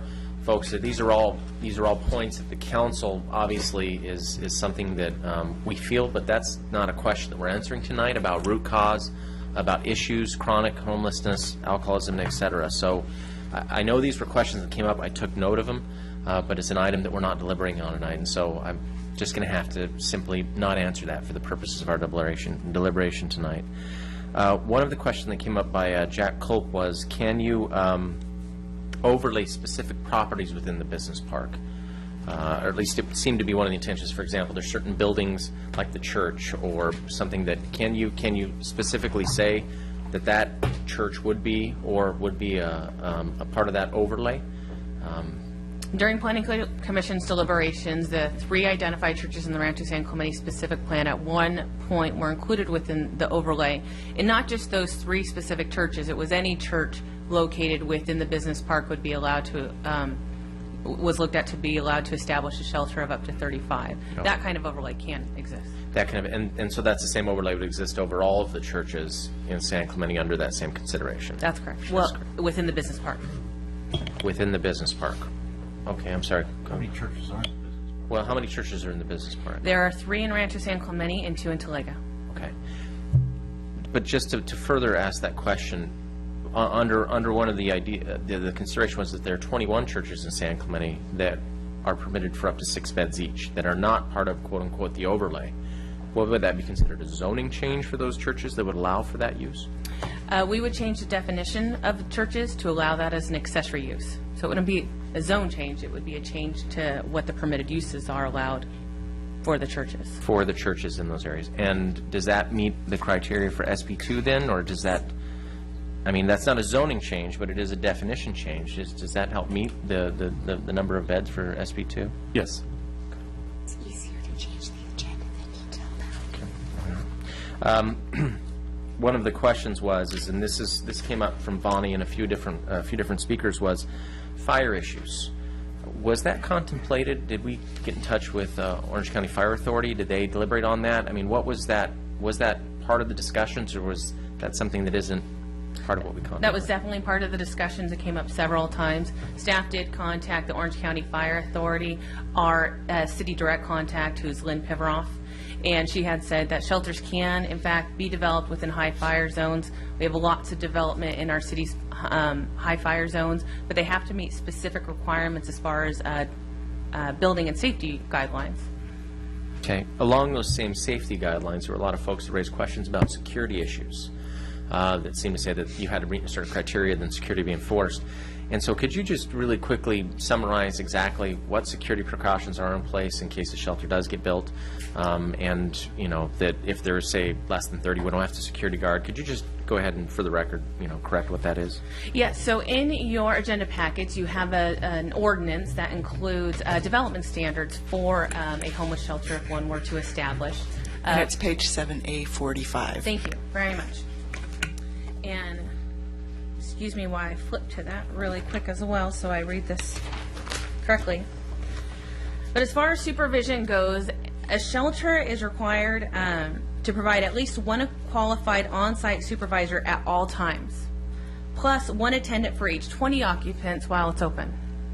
In addition to that, the management plan requires that, or we are requiring a management plan, and as part of the management plan, it does require them to outline what their security measures are going to be for the site. For a 50-bed shelter, the Planning Commission included the requirement that one security guard be provided on site in order to monitor the site as well. Okay. Vasco Mitsev said that we're not ready to vote tonight because there are additional answers, meaning that there is some homeless solutions that are being used that we should consider as part of our deliberations. Do you feel, from what you're looking here, that we have contemplated that use, and that's been already part of our consideration, and that we are ready to vote tonight on this issue? Yeah, the Planning Commission made a recommendation, and yes, you are ready to vote on their recommendation. Okay. Lori, did you have a question as well? I had 2 questions. Were you done with your list? I'm working. Oh, you're working it. Okay. So, all right. So, one of the questions I have that was brought up by Jill Mitsev and then Cindy Fritz about the 50-bed count. So my question to you is going to be how Planning Commission ended up at 50 for the bed count for the shelter. And before you answer, I did, I'm not a professional, let the record show, but I did some research of my own, and the bed counts for shelters, Los Angeles, it's about 24, Berkeley, it's about 25, Alameda County, it's about 25, Santa Monica, their biggest is 40, at Laguna Beach, you know, they have 45, and so I'm feeling like 20, for a community our sized, 20 to 25 might be a more practical bed count to be considering, and I bring it up to you in response to the concerns by at least 2 of the speakers that 50 seemed big. So can you kind of walk us through how 50 was decided? Yes, and I do want to note that Commissioner Don Brown is also here tonight to help shed light on how Planning Commission reached some of their conclusions. But the thought process behind having the 50-bed shelter at the Cayuga Industrious area had several components. Two, the Planning Commission did not want one shelter, one 70-bed shelter, to provide all services for concerns that is just too many people in one place. By having a maximum of 50, they felt that that shelter size would be able to serve a large population as well as provide on-site day services to those individuals with the facility that large. And so they increased the shelter bed count to 50 in that area. But there were no best practices or metrics, because the other thing that struck me in your opening remarks when you were kind of doing the roll call of Laura's house and Gilchrist's house, they're all very small and highly functioning because of their size. I think facilities, different needs, but same idea. So anyway, as we get into deliberations, I was just curious how the 50, when it looks like around the state, between 20 and 30 is maybe more sensible. One of the questions that did come up, Philip Schwartz raised the issue, and I think it had come up in different variations, was, we created a series of buffers here, away from residential, public transit, proximity services. It's clean, but for example, when we looked at separation from schools, we contemplated really public schools. Did we look at daycares, or, say in Business Park has occupational therapy, kinder care, any other types of schools that may be private or facilities like that, and part of the contemplation was just simply public schools? We just looked at public schools. Just public schools. Okay. All right, folks. Is that what other cities do? SB 2 does not require it to be away from a public school. It was one of the items that the Planning Commission had directed staff to keep a buffer between public schools and residential zones. There was a question by Justice McCarthy, who was, there's a certain operating model that we're operating, which is, 50 beds, handle it all one spot. Were there any best practices given by the state here in terms of, diffuse, having 10 beds in certain facilities and how that is, or we're at our own discretion on all of these items? Is that correct? They did not provide detailed guidelines such as that. Okay. I'm almost done, folks. I'm almost done. I have one more. One more. All right. Okay. It was Mr. Metcalf was talking about the water reclamation site, which is number 4 on the chart that's up front. And I'm looking at why it didn't qualify. It says proximity to services and away from residential. Could you walk us through the disqualification process for that property? Because it doesn't seem all that different from the Cayuga Industrious area. And thank you for pointing that out, because there is an error on the matrix that's up here, and that is that there's an X under free from environmental constraints, and that X should not be there. That site actually is not free from environmental constraints. The animal shelter was previously located on that area, and they were moved because of geological issues. So deeming that that property was not fit for animals, the Planning Commission decided that that was also not fit for a homeless shelter, in addition to the proximity to residences that are located within 500 feet with the new Marblehead coastal development, and it is not located near proximity of public services. So there are no public services within 500 feet of this site. Thank you. Okay. That really concludes the questions. I did want to just I want to clarify exactly what we need to do tonight. So we need to answer the question of providing 70 beds for the homeless population, zoning to provide 70 beds for the homeless population in San Clemente. Is that correct? That's correct. Okay. And we could do that through a series of properties that we have here, including public, institutional, private, and religious, through a variety of methods, but it really is to attain that 70, 70, bed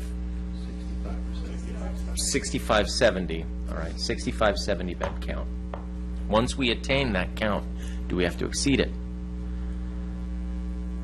That's an actual question. No. No. Okay. So we just have the law expressly addresses that and says you may require a conditional use permit for for facilities that are over and above your need.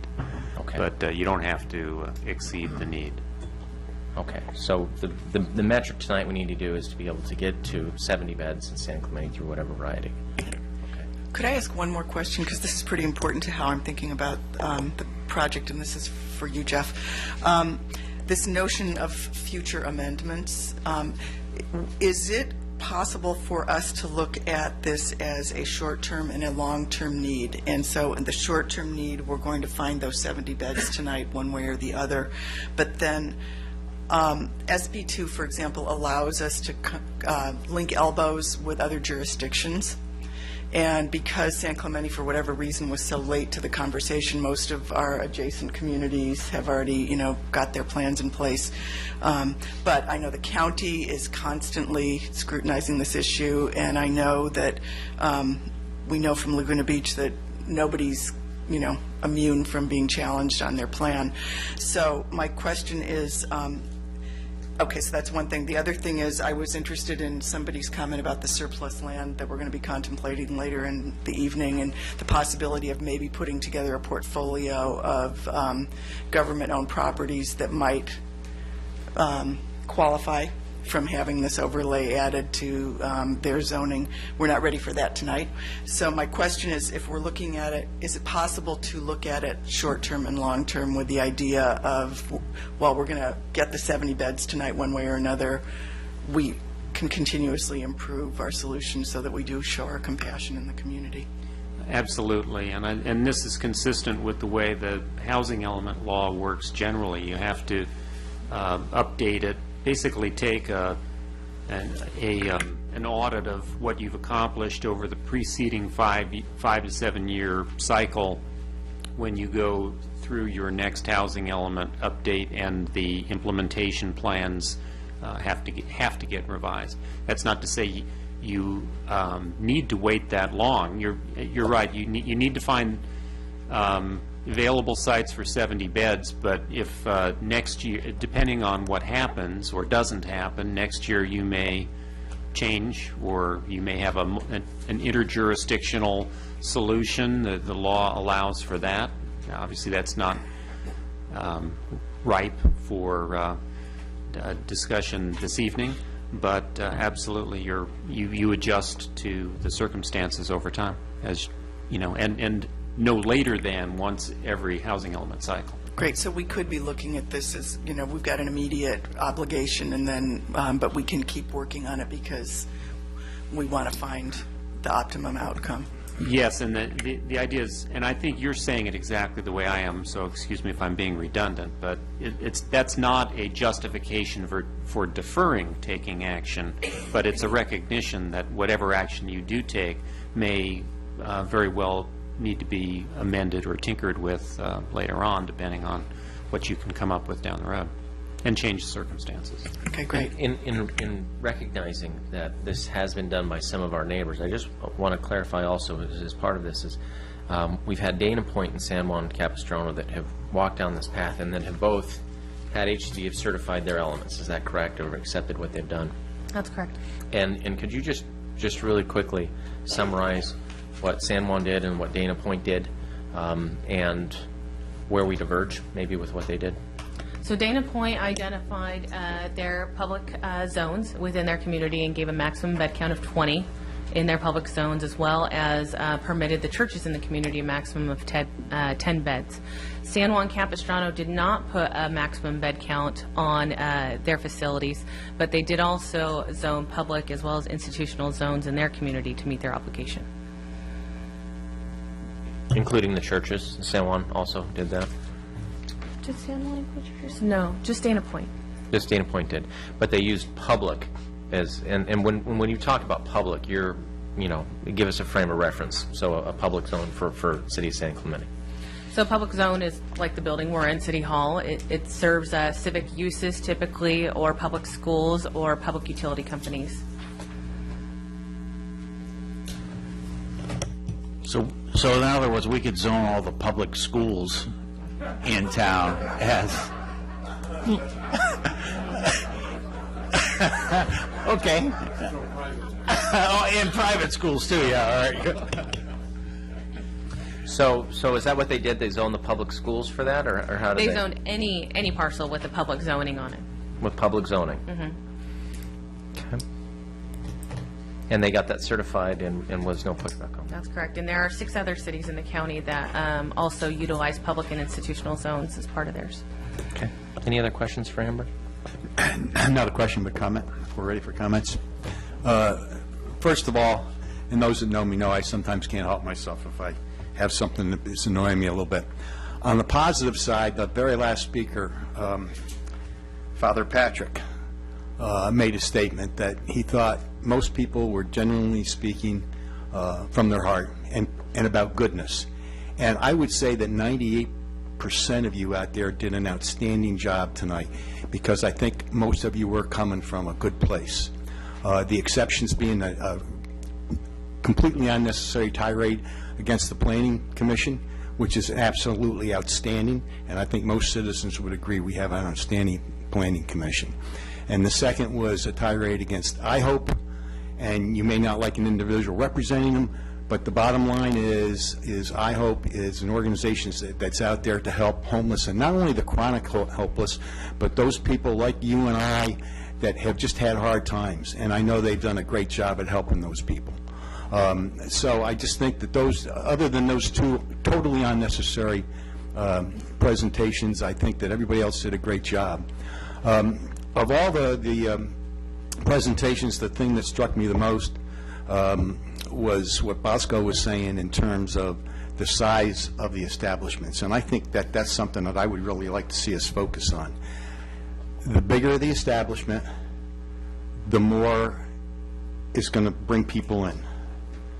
And I think something the size of 50 is just much too much.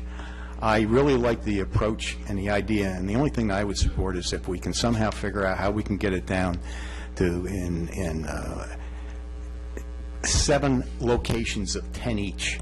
You know, and if we could do it all through the churches, I think that's the way we should try to go. So I'll opine on this matter. You know, there was a list that had all the transitional housing the city of San Clemente has. Is that part of the PowerPoint? Slide 6. You know who's been really good at taking on these matters? The city has been very good about taking on some of these challenges that regarding public health concern for transitional, a lot of these folks here, either partnering with people or in doing it ourselves. You know, frankly, I think the solution, and I don't believe that the solution is to push this to define a whole series of requirements that pushes it to an area that once you start looking at it doesn't really stand up to a lot of scrutiny, which is a lot of the criteria we applied to end up with the business park tends to be more applied in planning circumstances, like a conditional use permit, like noise ordinances or business use where people are driving there, not walking there, camping next to it. I don't know if it fits really well. I think that our best path to success is to look at what our neighbors have done and pick a solution that lines up well with what has been proven to be accepted by the state and that meets those community needs. And the reason why I think that I'd like for us to revisit the use of public, that public zoning designation, is because the city would be a partner in that process. You know, we have some experience in these matters, and we also have a stake. And so I think that the local churches in town have a very I think the local churches in town have a seat at the table because of their surgical ability to be next to the problem, to handle the problem within their congregations. I think the city has a stake in it because we also could, you know, through our process, through our land, through our holdings, be able to understand what are the best places to go and on public property mitigate. And I think it meets the requirements, you know, 10 beds per church, 20 beds at the public properties, capped at 70 across the city. And we have met the requirements of the law, but also allows us to have more of a long-term vision where we can revisit in 5 years when we're redoing the element to say, you know, what is this challenge to there? What do we need to do? What properties in the public zoning would be best for that? And so, you know, and one of the things that's been really difficult is I think the Rancho San Clemente Business Park, I think it's a very easy thing to think, well, hey, listen, those people just work there, but they go home at night, and that's where people could stay. But the problem is a little bit of the golden goose concept, which is one of the reasons a lot of more people aren't homeless in San Clemente is because they go there to work during the day. And the properties are there where they can go be productive, and people want to come and visit San Clemente and work here. It's hard to attract businesses to San Clemente because we are at the bottom of a peninsula. And so we have to make sure that by our desire to help and our compassion, that we're not going to cause more problems over time. And so I don't think the business park is a solution. I think, frankly, the city is the solution, or the partner in this, and I think that that would be one item I'd like to see.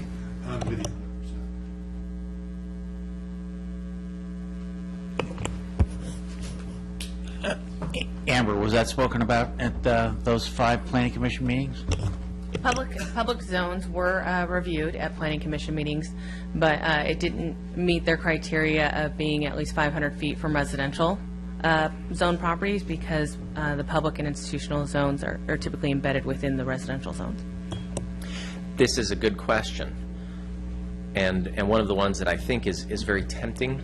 Say, well, it's next. Well, all of the 21 churches are also next to residences, and a lot of the public property are next to these residences. But we can take those. Particularly as we look at this and we're developing these elements, we can consider that.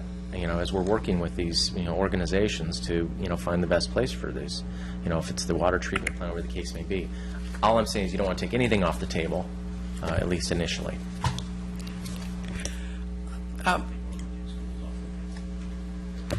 I think that kind of takes itself off the table. So I'm close to where you are, and I want to stay with the short-term, long-term thing, and I'll even raise my hand to be on a committee that happens after tonight.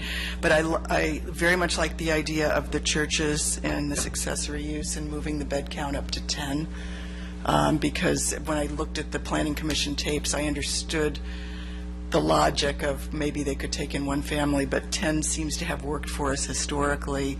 10 seems to be the number that Dana Point has some experience with, and so I'm very comfortable with that. If we downsize to a maximum of 20 or 25 beds, I'm okay with leaving Calle de Industrias in the plan, because the idea of 16 parcels makes sense, and I think by downsizing it, we've addressed some of the concerns we've heard tonight.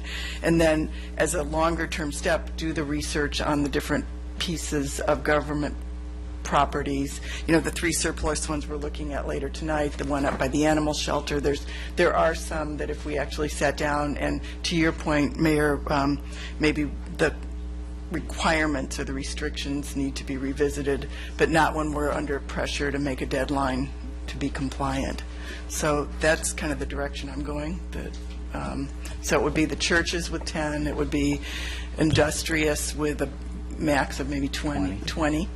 And then a longer-term plan to reach out to San Juan and Dana Point and perhaps the county to see about cross-jurisdictional longer-term options and a portfolio of government properties. Well, there's a big deal. I don't know what happened at the county supervisor's meeting today, but they agreed to spend an awful lot of our tax dollars on a homeless shelter in Santa Ana. They didn't talk about how many beds it was. They just talked about numbers like $2.6 and $2.3 million were flashed around, but they didn't talk about how many beds in the paper. But I think some of our tax dollars got spent today trying to ameliorate this problem. So if we're going to have a motion for... Well, I just would like to comment on what Lori said first, because I disagree with her. I don't think we want to put any kind of a location down in by Denny's.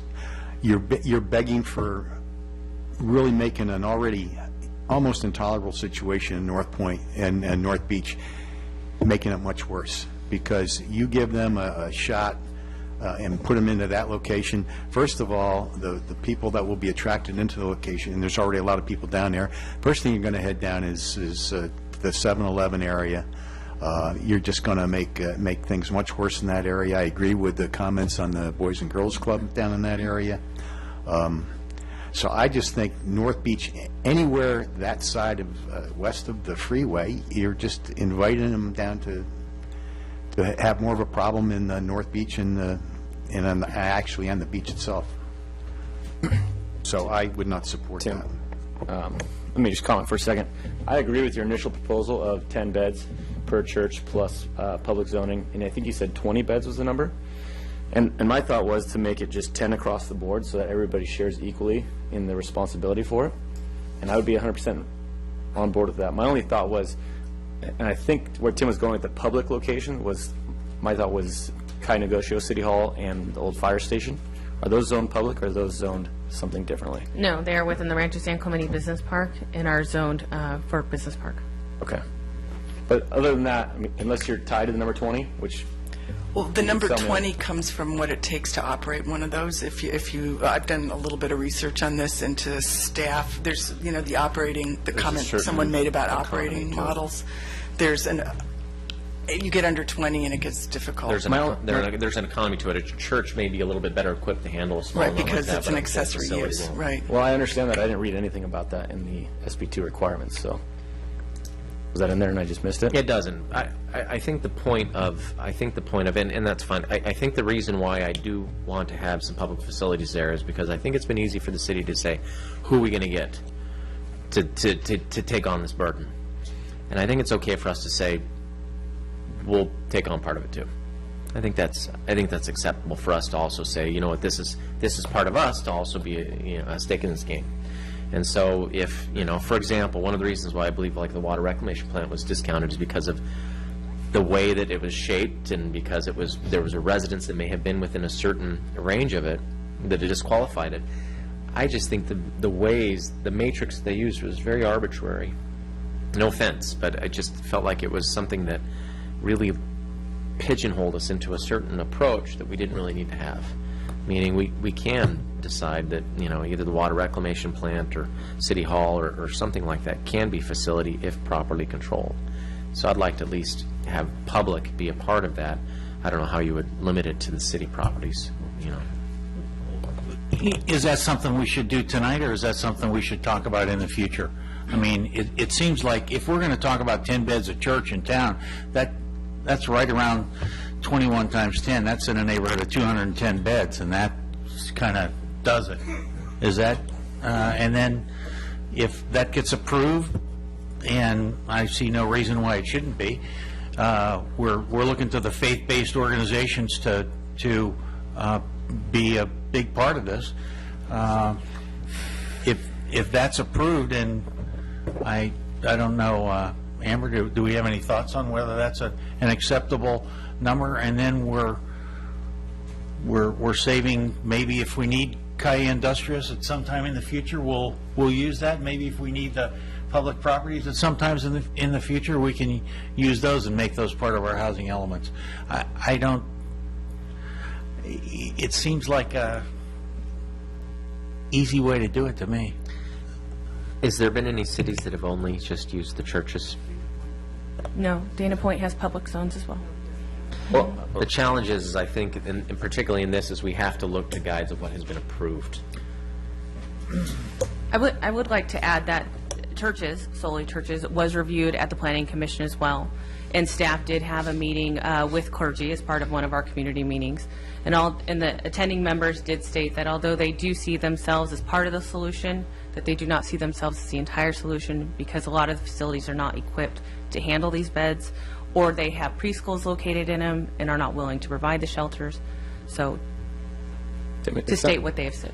It sounded to me like you had support for your proposal. I think that part of what we need to contemplate here is that we don't need to reinvent the wheel.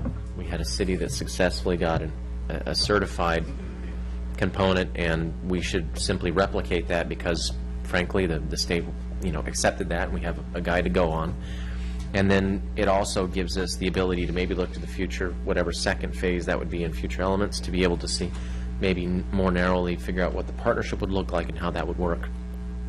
The public component is very appealing to me, though, because it's the city stepping up and saying, we recognize that, this is something we need, and frankly, we'll put ourselves on the table for it. Well, so just working that through this building, there's a plan that we might consolidate City Hall over at 900 Calle Negocio. So this property would be eligible. Could be considered for that use if we decided that that was something that was appropriate. Okay.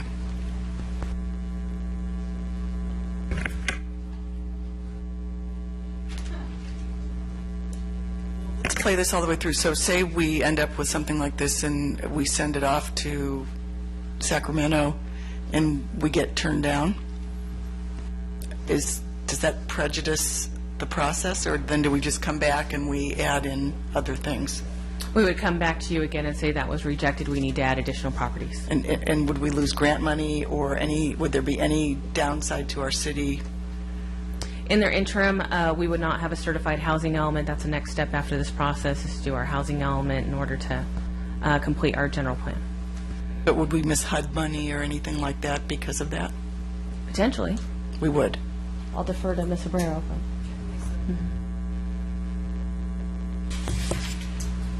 Couldn't we simply fix what was wrong in that case, if it was rejected? When you say fix, you'd have to come back and Reconsider it. identify, additional parcels. Yes. And let me ask you a question.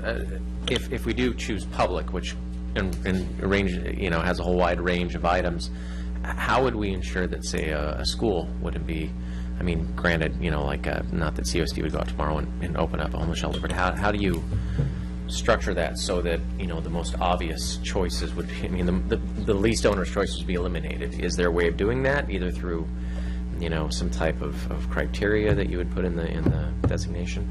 Well, whatever zone that you decide to identify does not require those property owners to build that shelter if somebody requested a shelter to be built there. It just affords them another permitted use opportunity. Would you be willing to develop that? And that property owner has the right to say yes or no. So in your example, somebody would have to approach the Capistrano Unified School District and say, I would like to establish a shelter on your property, and they would then have the right to say yes or no. No, we have a school operating there currently, or yes, we have a surplus property.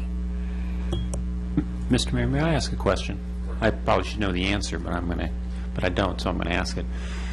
The housing element has been certified by HCD, and this is an implementation action pursuant to the housing element. My understanding is that if whatever action the council takes tonight, if they act tonight, would not have to go back to HCD. Am I wrong? Is it your understanding that we'd have to go back to HCD? Because I don't believe that the intention is that this would then become incorporated into the housing element, at least not any sooner than the next housing element cycle in a few years down the road. We're in the cycle right now that the housing element needs to be updated. But I thought it just was updated. I'm sorry? It was just updated 2 years ago. It was just updated for the previous planning cycle. The new planning cycle is active from 2014 to 2021. So when is the next time that it has to be updated? Right now, the deadline was in October for streamlining, and now we've passed the deadline in order to submit for a new certified housing element. So, we're going to take this action and then incorporate it into a housing element. That's correct. Update that's occurring right at okay. Yes. Thank you. I didn't understand that. Then the answers that Amber provided are correct. Okay. I thought we were some years off from the next housing element update. Mm-hmm. So the best practices that has been established here is that Dana Point has used public, and then also the church is up to 10 beds each. Is that correct? That's correct. Okay. That is exactly the recommendation I'm going to put before this council tonight. I've got some reservations about rezoning. We've heard from people here who were notified of this meeting, and they came and spoke because they had concerns in their neighborhood. If we allow this property to be rezoned, we have folks that are going to fill those seats because they live here, and I don't think we should take an action like that until we notify them and afford them a chance to come here and speak. Yeah, but we also are the ones who would notify them if we did decide ever to take action on that. We are the same entity that would take action if we ever decided to pursue that course. meaning the zoning designation change, we are still the notifying body in that case.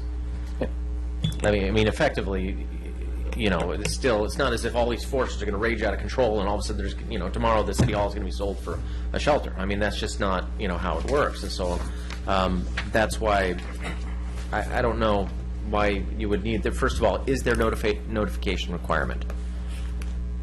Before you answer that question, Amber, Hold on, I really want the answer to the question. Is there notification requirement on these? How was the notice done? Was it a published notice? It was an 8th-page ad. Yeah, because this, when zoning actions affect more than 1,000 persons, you don't have to, potentially every property in the city of San Clemente is affected by this ordinance. And so when more than 1,000 persons are potentially affected by a zoning decision, the accepted means of public notice is published notice, not individual mailed notice.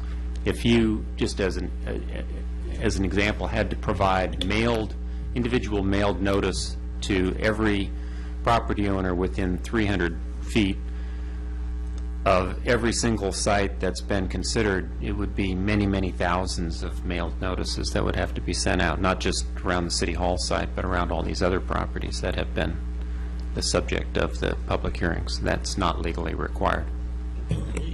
I get that, but we haven't published a notice about changing the zoning on this building. That's Well, public and institutional uses have been considered by the Planning Commission. That's been that was part of what was, that was part of what they considered as one option, one of the alternatives. So, my opinion, from the legal standpoint, the notice is adequate. You're smiling. I am smiling because I am smiling because all the folks that were out here tonight are going to be gone in 2 weeks. They won't be here. There'll be a whole new group of just as many people with just as many impassioned speeches about how we zoned their neighborhood without letting them know about it. That's the reality of this. Well, if you require individual mailed notice for City Hall, then you'd have to do it for every other public property as well. Jeff, I'm not talking about an individual mailed notice. I'm talking about a notice. These people were not notified that we were going to do this. This has been in the paper many times. The words City Hall were never in there. So if we're going to rezone City Hall for this, they should know about it. We're rezoning all the public designation. All I'm saying is, we should notice it. We should publish a notice in the paper and let people know about it before we do anything like that. Because that's a departure from what's been expected.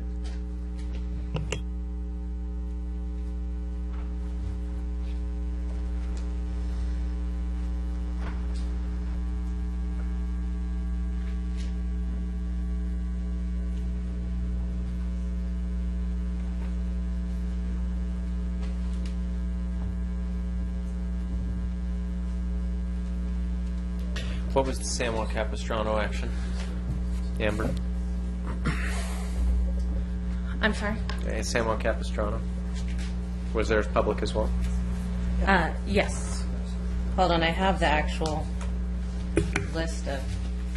Your attachment says specific zones, public and institutional, 1 bed per 250 square feet of gross building space. Yes, thank you. And their homeless count is about 50. I guess my intent is just don't go up. We've got 2 neighboring cities who adopt the same ordinance, same territory, same type of format, same type of ideas that have adopted the same ordinance. We've made the notification requirements as currently outlined. When you say we're going to rezone City Hall for this purpose, you sound as if we have no control over that process. We don't have a stake in the game. Because what you're effectively doing, rezoning literally every other public piece of land inside, in all of the publicly zoned properties within the city of San Clemente. So you want us to notify residents? No, Tim, I'm not recommending that we mail a notice to every resident. I'm recommending that there be some discussion in and a notice in the paper that says we're going to talk about rezoning all these public properties. Or you're going to have the council chambers full of just as many impassioned people at our next meeting that are talking about that, and every one of them is going to say, nobody told me about this. And 10 beds in all the churches. That will not hold up. It is my opinion that that will not hold up. So what's the solution? There is not a city in Orange County that has used that same methodology. Do you feel comfortable that it will hold up? I don't know what form the motion should take, but I'm ready to go with 10 beds in churches and 20 on public.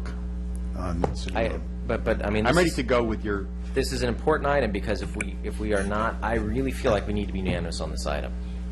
This is important. This is something we all need to be on the same page for. I don't want to have a 3-2 on this. Well, Bob, my only concern with your noticing is that the notice was already made publicly an 8th page in the newspaper. So you're looking for the exact same notice to go out? That talks about public property, exactly. Well, that's the issue, Chris. No, everybody knows that we were going to rezone Rancho San Clemente Business Park tonight. That's why all these people showed up. Everybody knows we were going to rezone Calle Industrias. That's why all these people showed up. Now we're going to do something completely different and not afford those people that are affected by this change the opportunity to come here and speak. It's not fair. I'm not opposed to the idea of doing this. I just do not think it's a good idea to do it tonight without allowing these people to come and speak their piece. Who are these people? They're not affected property owners. If you walk out the door and look up the hill, you'll see a whole bunch of them. But hold on one second. By zoning the churches, which is there's one right across the street, Bob. There's one right across the street. How many of those people know that property is going to be? How many of those people know that property is going to be zoned for homeless shelter? Tim, we talked about churches. We talked about the business park. We talked about all these things. Did we talk about churches? Do people really know that 21 churches in San Clemente, each one of those is going to be permitted for up to 10 beds? Did we talk about that? We can solve this right now. What was the public notice that was sent out in the newspaper? We just had the city clerk go and grab that. There we go. That'll solve this problem. Right there. I will tell you who was notified in the meantime while we're waiting for her as part of your agenda packet. I just want to make a comment before you do that, Amber. I think the biggest concern, or one of the largest concerns that I heard from residents tonight, Bob, was that we're going to zone the entire business park, 200-plus acres of property, not that we're going to zone individual parcels. We heard from multiple business owners that said they were totally comfortable with individual parcels, i.e. churches, in their business park being zoned that way. They weren't comfortable with the entire business park. So I think the concern we heard was that we were just going to do a wide swath, not individual properties, which is why I think the solution that Tim came up is a valid solution. And I'm going to venture to say that the notice that we put out was ample notice. The challenge is, Bob, is there's an optical. It's a little bit of optics because you say, well, hold on, all these public places. Well, we're already zoning 21 churches. We're redefining it. Literally, if you look at the wide range of where the churches are located, it's far more than what I would consider to be in terms of engagement with the public, in terms of than the public rezoning would be. 21 churches spread all over, probably mainly residential areas, would be far more of an effect. The challenge is that it can take on an understanding of life on its own if you don't understand it as it's currently being defined. Meaning, for example, how many folks even have said, they have contacted you saying, we don't want you to build a homeless shelter in Business Park. Well, that's not what we were planning on doing. That was never part of the contemplation. And by the challenge is that it can spin out of control, and people will start getting ideas that we're going to start building 21 shelters in town at all the churches, and then also shelters at all the public schools and the city hall. I get what you're saying about notification, but frankly, if the residents don't like it and they've got a big problem with it, then we can revisit the decision, can't we? Yes. Yes. But it feels far more defensible in terms of getting it certified by saying, Dana Point did it, San Juan did it, and how did it turn out? Tim, like I said, I am not opposed to the idea. I think the idea's got a lot of merit. I'm just, I wish it had come under more scrutiny at the Planning Commission level. I wish it had been spoken about more. I wish a lot of the stuff had been spoken about more at the Planning Amber, Commission. could you give us some indication on the notification? Do you have that document? Yes, I just handed that over to the city attorney if he wants to. Yeah, it's a general statement. It refers to specifically to the business park, to the Calle de Industrias area. The areas are not specifically identified. Refers to churches. Does not. The notice does not specifically refer to public properties, but it says generally that the city will consider potential shelter locations and development standards. So, I believe, given that the notice is sufficient under state law, if you want to start over, send a new notice, have a new public hearing, then you're permitted to do that. Let me ask you a question. Is it Legally entirely required. possible we can make this decision tonight, resend the notification of the decision we made, and ask for public comment, and revisit this? I don't want to go through this again. Believe me, folks. I know you don't want to go through this again. But I'm just trying to make sure that, I mean, Bob raises a good point, which was people are going to feel slighted that they weren't given a chance to weigh in on the public component. And if that's the bridge too far for this discussion, we got to find something that's going to work. I don't think the church zoning is going to work. If the churches haven't stated a desire that they want that, I just don't think it's possible. Well, and I know there's not unanimity on this, but if we did the churches plus the Industria property, which have been noticed and have, okay, and then put this on, one of the concerns that I have that is not noticing is I'm not really sure what I'm voting on with this public and institutional zones. I mean, I would really like to see the inventory of parcels and the reality of whether they ever would be homeless shelters. For example, San Clemente High School never would. It just very unlikely. So I'm not sure what I'm voting on in terms of what our inventory of public and institutional sites are, or public sites.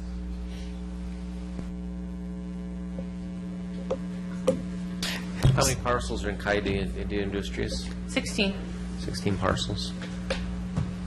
There are 56 publicly zoned parcels and 4 institutionally zoned parcels.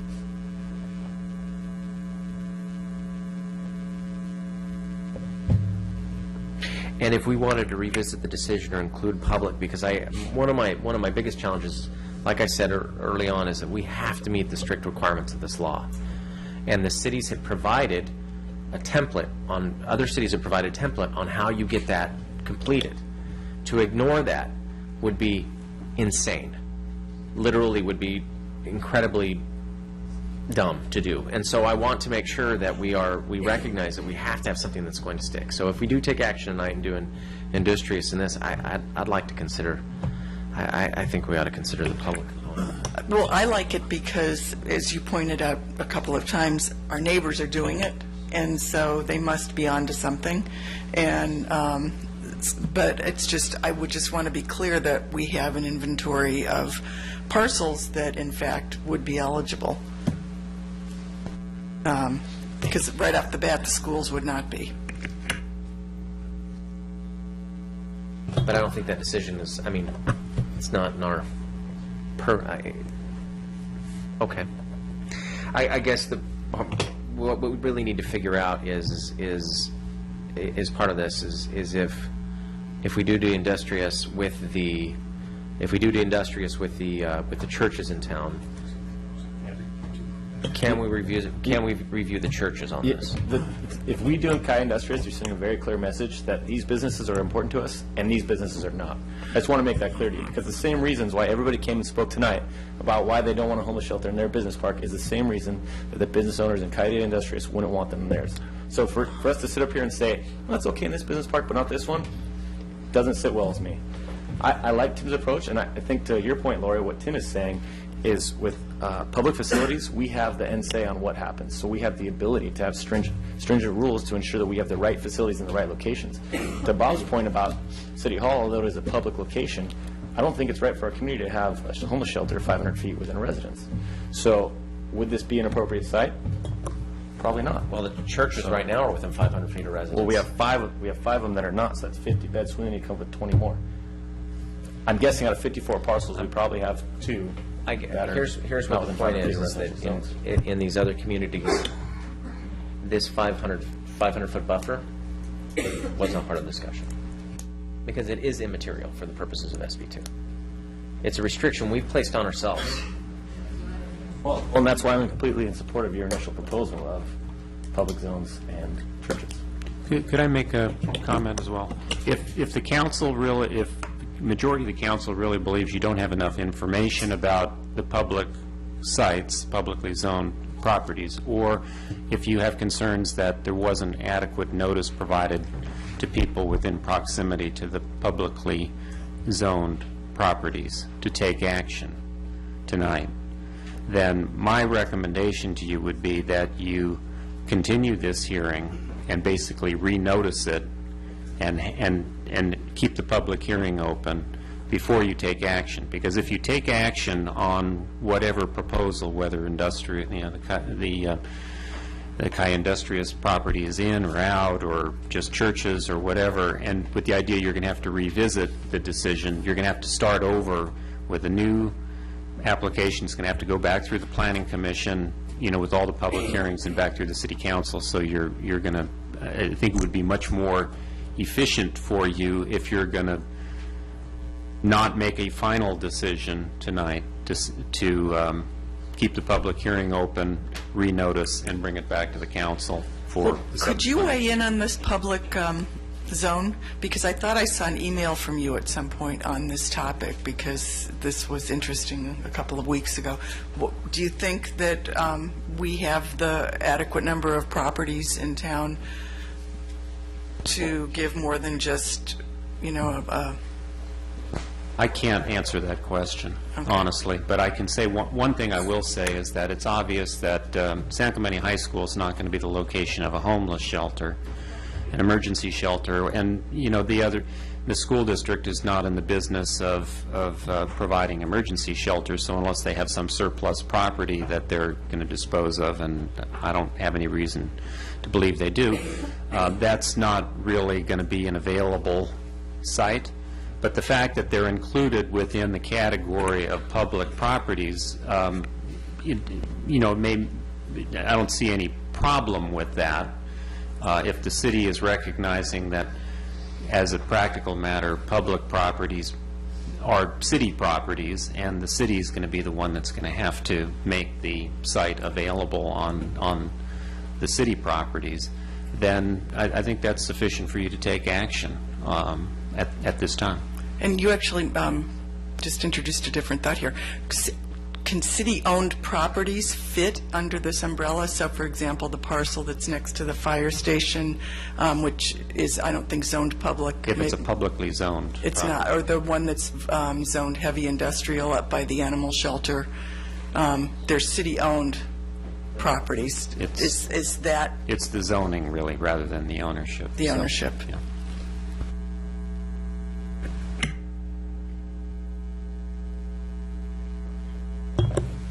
So what would be the practical effects of continuance, other than Amber might shoot me?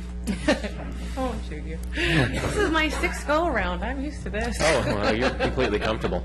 Okay. I hate to say it, but I think it's the only thing to do. I mean, there needs to be more notice given. It needs to be publicized a little bit, and we need to have a list of properties. I couldn't agree more. I hate to say that. I was hoping we were going to get something done, but I'm in support. I think it's a good idea, but I want to give people an opportunity to come here and speak about it. Because it's a big change from what we anticipated doing tonight. I want to hear from Paul on this. Just one question. What I'm hearing the council say also is that perhaps you're interested in excluding certain properties that have been discussed tonight. Is that something you can give direction about? I think we can't give I don't think direction you on want to vote on that, but I don't think maybe that should be maybe that's done the city- until the final decision is made. until that such time. But for the purpose of notification, though, The notice would be additional properties. So still include, you still have to include that. I don't think that you should Trying to eliminate any of simplify the alternatives through a public hearing notice. Can I ask a clarifying question, though? If we've noticed 1,930 properties for this meeting, including the 8-page ad. if we continue this to a date certain, would we just be renoticing the public properties and all properties within 300 feet of those properties? Or are we required to renotice the other 1,900 people that we've already noticed? Well, you could continue tonight's hearing to the date certain, and that would cover all 1,930 people who've already received, these are individual notices then. That's correct. And the only additional notice would be a published notice, which would be a little bit more explicit about the public properties, the public properties. And perhaps we could expand the notice a little bit. I could work with you on the terms of the notice. Thank you. But there would not be a requirement for an additional mailed notice as long as the public hearing is kept open and continued to a date certain. Amber, could I get you to just comment real quickly on Bob's thought of just zoning the churches with 10 beds? Can you comment on that? What do you want me to say about it? Well, you're the why is it not a solution? Why is that not a valid solution? SB 2 has a requirement that there's a realistic potential that those beds be developed. And from what we've heard from the clergy, that there is not a realistic potential for 70 beds to be developed within those 21 churches. But the churches were, we heard about churches in town actually operating homeless shelters in the past. I mean, historically. So it seems to me like if we've heard it in the past, if they've done it in the past, it would seem to me like an argument could be made that if need be, they're going to operate one in the future. I think when Leslie Davis was up here, who happened to be the housing director at the time that those were operating, and based on the information that Jim Hedges found, that there were really 2 specific churches that did operate those facilities, and those operations were in the 80s and the 90s. You know, I think it would be, I think it would be a significant challenge to rely only on faith-based organizations, particularly to get this certified. I mean, if there isn't a precedent for that action, I don't think we ought to pursue it. It's probably been contemplated and rejected in other cities because it didn't provide that realistic scenario. You know, like I said, the city has been in the business in helping with transitional housing. That's what we've done for years, probably primarily because of the element. And so, frankly, we would be a partner. They could be the one who developed that. The question I have for you, though, is that when you look at the public designation, how do we structure that so that we can already eliminate areas where we know logically? Like, you know, for example, CUSD properties. Is there a way that we can address that so that we can out of hand just, you know, remove them from that public consideration and really have it only be public properties and, you know, utilities, private ownership groups or whatever, you know, the city? I mean, how would you shape that so that we can take the most obvious things right off the table? Well, that would be what would be in the staff report at the next meeting, because it looks like on this map there's 27 colored in parcels. I feel like There's actually 60 parcels on the map that's up before you today. They're just really, really tiny, so you can't see So a lot of there's them. 60 that are zoned public, That's correct. not public plus institutional public. No, I'm sorry. There are 60 that are zoned public and institutional. Of those, only 4 are zoned institutional. 4 are zoned So institutional, 56. and 56 are zoned public. Okay. Of And those- do you know how many of those are CUSD parcels? Off the top of my head, no. The only research that we did on those was how far are they from residential uses. Because I would rather right now go through the process of basically stating, hey, listen, this is, you know, functionally the intent of our public enterprise as opposed, so we don't have people showing up like, you're going to build a homeless shelter in the middle of the kindergarten playground. I mean, no, you know, that's not what was intended. That will never be feasible, but you never know what people think. And so I would rather at this point find a way that if we do come back with staff report and we do notify and people are informed, that they know that that is not on the table. That what we're really talking about is public properties that are not currently, you know, public schools.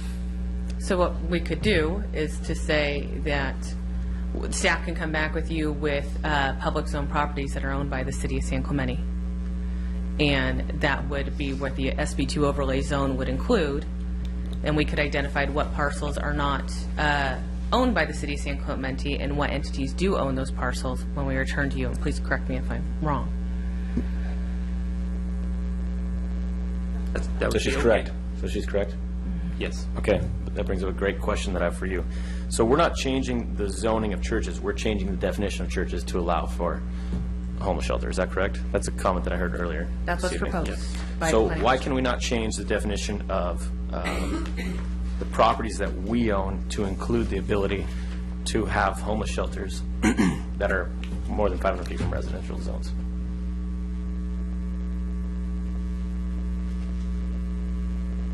SB 2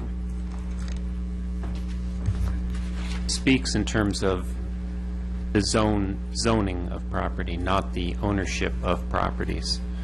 So a concern I would have is that it's a,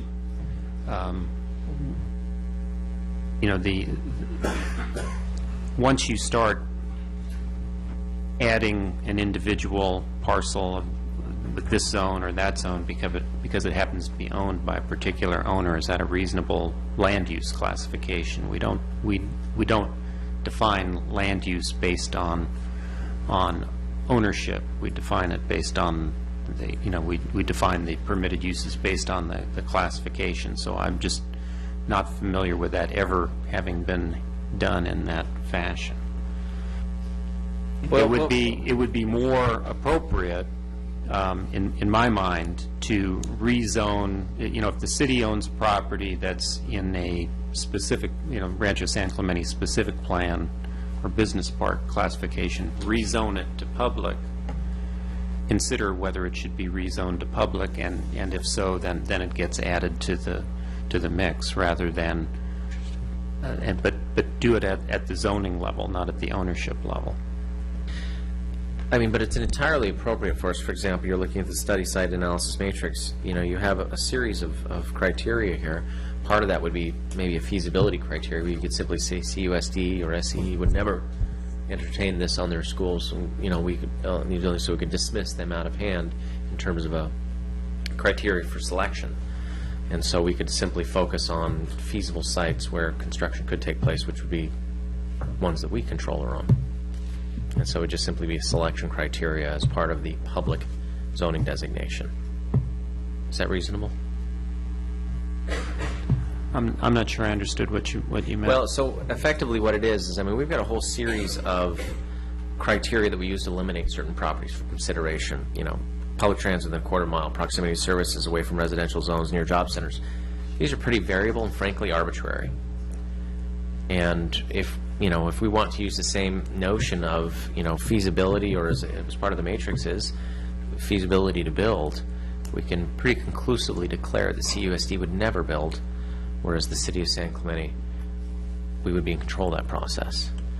I think it would be permitted to have the overlay zone for the public properties be less than the whole, and if you determine that school sites are not feasible locations, available or feasible locations, I can see restricting the overlay zone to the public properties that exclude the school sites. Sounds like we got a done deal. So we just need to notify them then. So the action tonight would be then for us to continue this item, leave the public hearing open to the next city council meeting where we would recontemplate the issue with notification having been completed to the public zones, with the exception or the criteria removing public education or schools from that. I think you also have SDG&E properties, if I recall correctly, so you might want to, we might want to exclude those as well. Do we have to reopen the public hearing at that time, or do I have to do it now before we close? Probably should do it tonight. I found here's what you said, so what does it mean? You said the city is hardly in a position to use its own properties as the theoretical location for an emergency shelter unless it identifies a specific proposed emergency shelter site. So what does that mean? Well, You basically, in this paragraph, you say CUSD is not in the business of developing and providing emergency shelters, neither is SDG&E. Similarly, while the city could reserve surplus city land for an emergency shelter, the city would need to identify sites where it intends to do so. So does that mean there's some specificity that has to happen here? This is your July 7th memo. Yeah, I'm familiar with it. It was a confidential memo. Well, let me say this. The city believe has you to just said that. identify, the city council has to identify adequate sites. To the extent that you're relying upon public properties to bring you up to the total of adequate sites, there has to be some showing that the public properties are actually available for the use. So if a school site is included, and you know for a fact that the school district is not going to provide a homeless shelter, that's not an available site. There's nothing wrong with designating it, but it's not sufficient to satisfy your numerical requirement. The same thing goes for the city. If the city could have 1,000 properties that we own, and if the city council said, we'll never let a homeless shelter be developed on any of our properties, then you could designate 1,000 of your properties for SB2 purposes, but that's not going to satisfy the available sites requirement. So what I am saying to you is that I think it's absolutely fine, permissible, and okay under SB2 to designate public sites and to limit that to city-owned sites.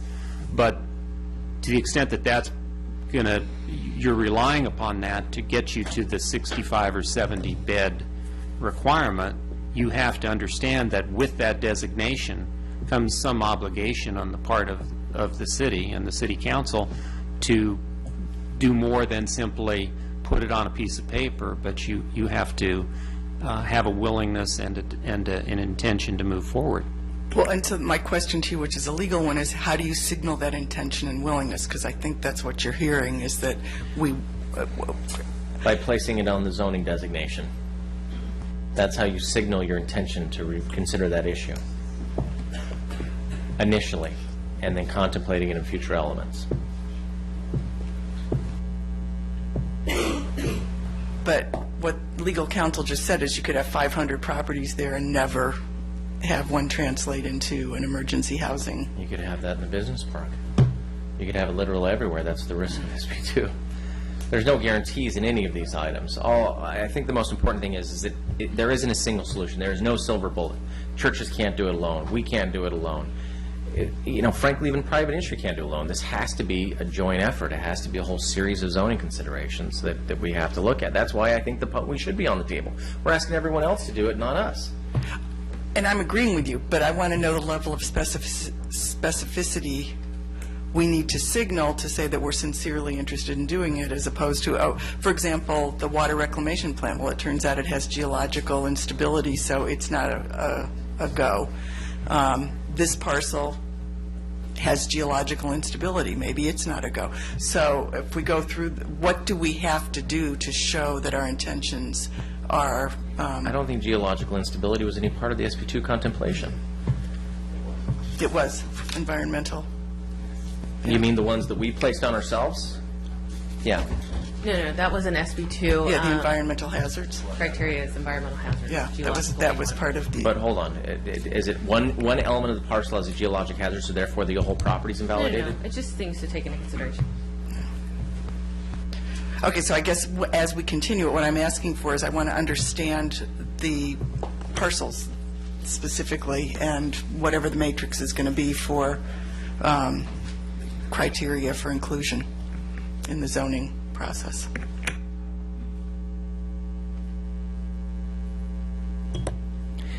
It is clear to me that we've got a little more work to do here. And it's believe me, staff and planning commission have done what they need to do to provide the information. I think we just need to clarify our intent and how we're going to adhere to SB2. I think we need to continue this hearing. I think that we need to re-notify for the public zone properties in our city, removing schools from consideration, and then we can have more information to work with on this next meeting as to what it takes in stated intent. Jeff, do you see a concern with that approach and what we have to do to make that continuance happen? No. Should we remove the SDG&E properties as well? I wouldn't. Okay. So I need to reopen the public hearing, and we can vote on the continuance. Chris, do you have something to say? Yeah, I just have a real quick question for Amber. Why was the Talega Business Park not included with Rancho San Clemente? It was looked at, but because there's no public transportation that goes out to Talega Business Park, it was removed from consideration. So you'll have to have a date certain for the continuance of the public hearing. That's our next meeting. Excuse me. Yeah, that's our next meeting, is the second meeting in August, unless you wanted to do something. It's 19th. We're basically shut down for the first one, and I know certain council members have vacations planned, so I know you don't want to reestablish that one unless you wanted to do it just a different date. But I don't think there's any, and I'm asking Amber, I don't think there's any urgency at this point. I mean, if it's August 19th? No, and that gives staff a limited amount of time to even get the information together for you in order to meet that. And the notification requirement? Yes. And the notification Yeah. requirement, right. Yeah, that probably will be a big meeting. That's kind of why I was suggesting perhaps another meeting, but as the city clerk is pointing out. Well, we I know- deserve it. But that's right. Yeah, we deserve it. We can break our, well, it's only 10 to 11. So. Could we also ask that the ordinance and the resolution get cleaned up to be 10 beds for faith-based institutions and 20 beds as the maximum size for, because we can get that cleaned up. So the intent of the council for the. Right, Yeah. we have agreement on that, so that when we come back Good to direction. deliberate. Okay, I'm going to reopen the public hearing. I'm going to move that we continue this item to the August 19th meeting under the criteria that we just established. Motion by Brown, second by Everett. All those in favor? Aye. All those opposed? Passes 5-0. Folks, I'm sorry this is not a satisfying end of the evening, but we hope to get this right. Measure twice, cut once. Thanks.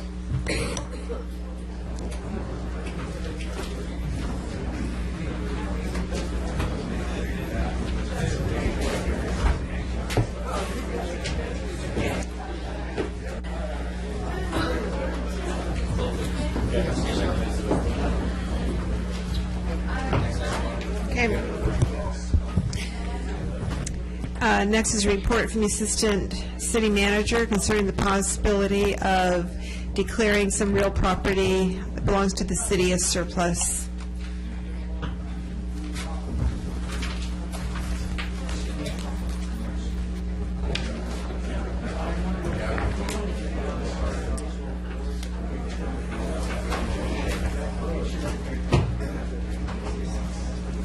Go ahead, Eric. We can hear you.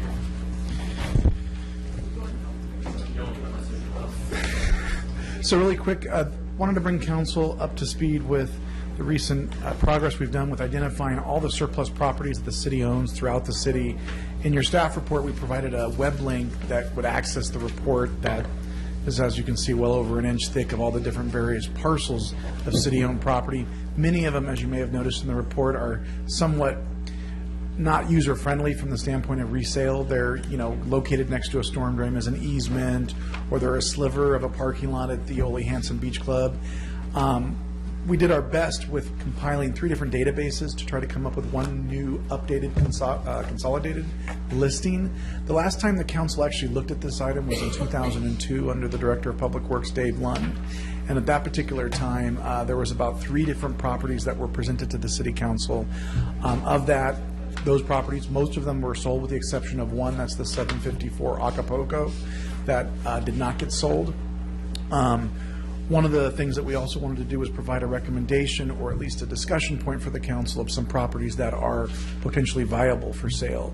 As you can see in the staff report, we recommend the lot on corner of La Plata and Vista Hermosa, as well as there is the property at 1030 Kaya Negotia, the former fire station. I want to make a caveat that we've talked to FAM, who's the current leaseholders. Council declaring surplus is just the first step. There are other steps that would need to occur and additional council approvals that would be necessary. Obviously, we have no intentions of, dealing with a current leaseholder, but I think it's important from a due diligence is to present to council some of these properties that are potentially in our portfolio that may be possible. We did receive some different questions with regards to other properties that were listed in the book. As Councilmember Donchek mentioned earlier, there is a 1-acre parcel next to CASA. I need to apologize. There was some incorrect information with regards to some information. Really quickly, just for the council's benefit, this land is directly, as you can see here on the screen, here's the CASA building, and then the 1-acre parcel, give or take, it's about 0.99, is flat graded land. And it's currently in zone for like light industrial and some other uses. It could potentially also be an applicable location. The confusion was that we kind of mixed it up with the Steed Park, which is further down the hill, and there's some areas that are currently being discussed with the Soccer Institute and some other things. This land doesn't have any strings attached to it, so to speak, currently, other than the zoning designation as light industrial.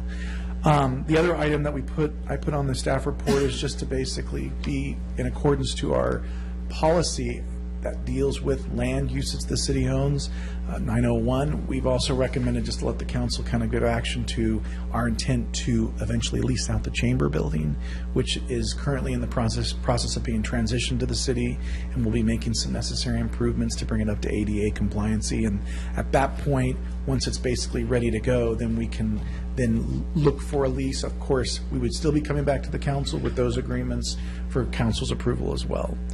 And so with that, I kind of conclude my report, but I'm open to any questions and further research that you may want me or city staff to do. Eric, an awful lot of the properties that were identified in that book there were little slivers of land that looked like in people's backyards right on the bluff. Why don't we sell those to the people that own the properties? Why is the city keeping that little sliver of land? There could be a lot of answers to that question, and we can definitely take some of these themes that you're presenting to us tonight and go specifically and pull all of those properties and vet them with Public Works. There could be an easement from the 1940s potentially. There could be other unusual parameters that maybe preclude us from doing that, but there could be some that are actually viable to turn around and offer those appropriate residents the potential of buying it. And I think we did a little bit of that last time when we did this, and some people, did buy little slivers, but a lot of people just kind of assumed, what's the city going to do with it? So, why write a check when it's going to sit? It's going to sit there anyway, and they use it anyway. Yeah, sure. So that's part of the problem. The other thing we learned is that it triggers a real estate assessment in some cases, and so if you have a really low tax base, and then all of a sudden you're annexing on, 40 linear feet or something like that, your taxes could go up. So what seems like a good deal all of a sudden has repercussions. So. That seemed to be issued an easement that they could build on top of it. I had a question. I thought the whole program was intended to fund beaches, parks, and recreation, but that's not true, right? I thought all the money from surplus real estate went into beaches, parks, and recreation, but it sounds like the sale of property may provide revenues necessary for public facilities or other qualified purposes. You're referring to the policy, Councilmember Donchek? Yeah, because I thought the original policy for surplus was, am I remembering incorrectly? I think, or is that another? I believe that if the property was, if it was purchased using parks funds, out of the park acquisition fund, for example, then the money would go back to that fund. But if it was purchased out of the general fund, for example, or somehow we ended up with it, then it went into the general fund. But the council would always have the choice of where to put the funds. Yeah, you don't have, for example, if it was general fund money and you wanted to put it in Parks Act, you could certainly do that. That would be your choice. Okay, I have a few opinions about this policy. Number one is we live in a coastal real estate town, and these assets, generally speaking, are incredibly valuable and only get more valuable time. The idea of us selling land because we don't want to be in the real estate business, to me, is ridiculous. And so if we have the opportunity to lease and gain income off them, in the interim basis, then that is exactly what we should do. I think the one exception to this policy is land where there is a good use commercially that we could sell and provide a necessary service to our residents while also giving us a goose to our tax base. For example, the property that I'm thinking is the corner of La Plata, Vista Hermosa. We need a gas station in Talega. We have one that services that entire side of the freeway. And I would like to see us sell that to a company that could develop a gas station in that area with a convenience store of some type so that we could provide that service to Talega residents. Any potential benefit we could derive from holding the property for a longer period of time is offset by the fact that our residents don't have a place to gas up. And so I could see that as almost a community get combined with a benefit, and then we sell the property. As to the rest of our property, frankly, even if we sold that corner piece, we probably ought to buy another piece of property somewhere else that we would hold on to with at least a portion of the proceeds. But I would rather see us grow our surplus property portfolio as opposed to shrink it. Understood. And to your point with regards to the corner lot, we have received numerous calls since this item was agendized, as well as ongoing calls prior to this, wanting to know when that corner lot would be available. It's incredibly valuable. No, it's insanely valuable. One of the comments, to your point, just to clarify, we've had one developer from an ARCO, gas station standpoint, who feels the property is too big for just a gas station and a car wash. It is too big. And that there was potential for subdivision of another retail pad as well. Perfect. But that would be an instance where, and I've said this before, I know I've said it very inarticulately when we had our long-term financial planning meeting, but when the opportunities exist for us to acquire property that is for public good, and we can effectively hold on to it for whatever, pocket parks in the future, surplus land, then I think we ought to take advantage of those opportunities. Particularly considering the fact that, we would never have that sports park today if we didn't somehow end up with the land across the street. We would, part of this is that we have done a good job strategically acquiring properties over the year when the opportunity present themselves. I think this council ought to have a policy to be able to take advantage of those opportunities when they're afforded to us.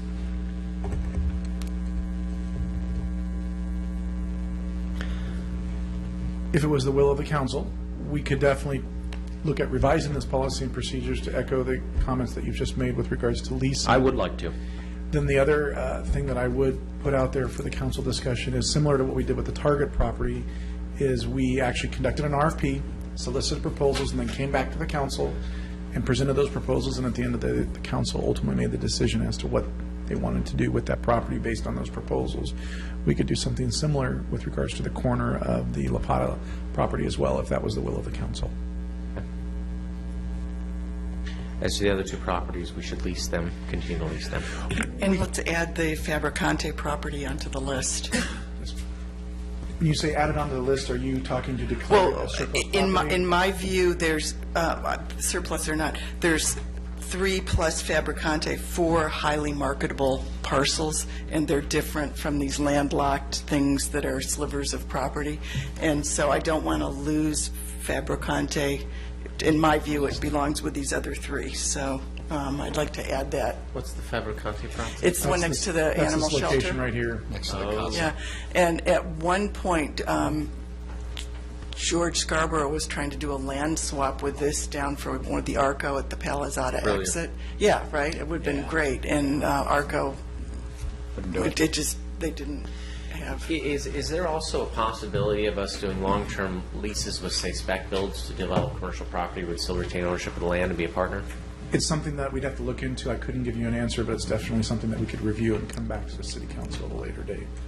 Similar to, like, for example, you take a transitional housing facility where they have 50 years, they derive all the benefit, and then they retain, that type of thing. I just, unless we absolutely have to, I don't think we ought to sell a piece of property if we own it. Understood. As a matter of fact, I think we ought to acquire Bob's house. Is it for sale? What is the current zoning on the La Plata Vista Hermosa parcel? That is currently not subdivided at this point. The subdividing process, it's still part of the sports park. However, in talking to Bill Cameron, our Public Works Director, there are some options that can make it somewhat easier to subdivide.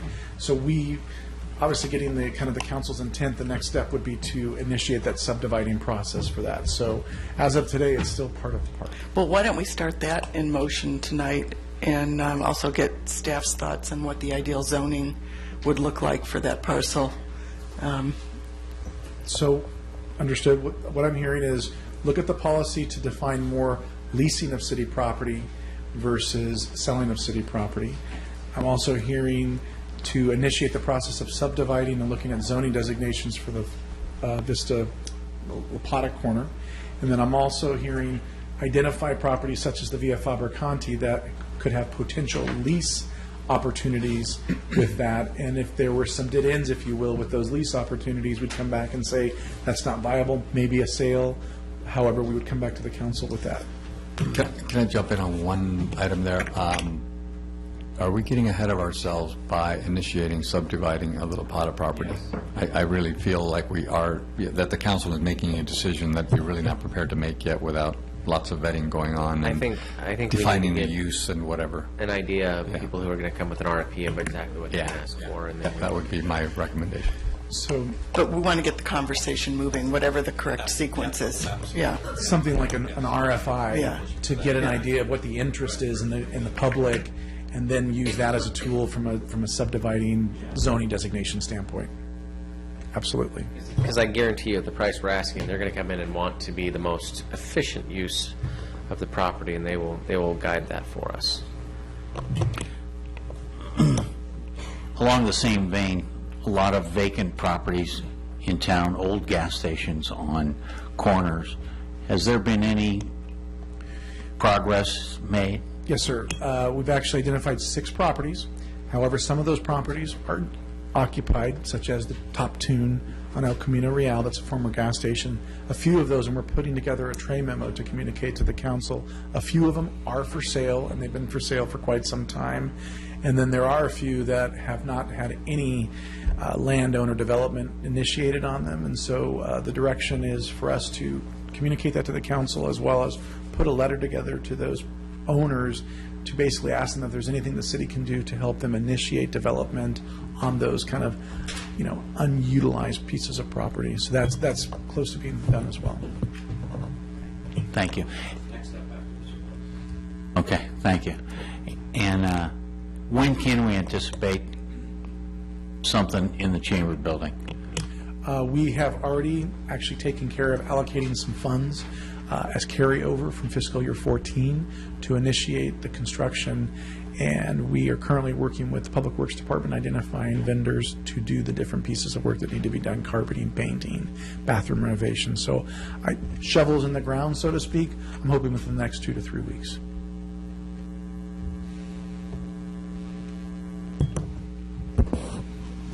When we revisit this policy, one of the things I did state when we were doing long-term financial plan is that we have surpluses we maintain in all our accounts, including a fairly healthy contingency.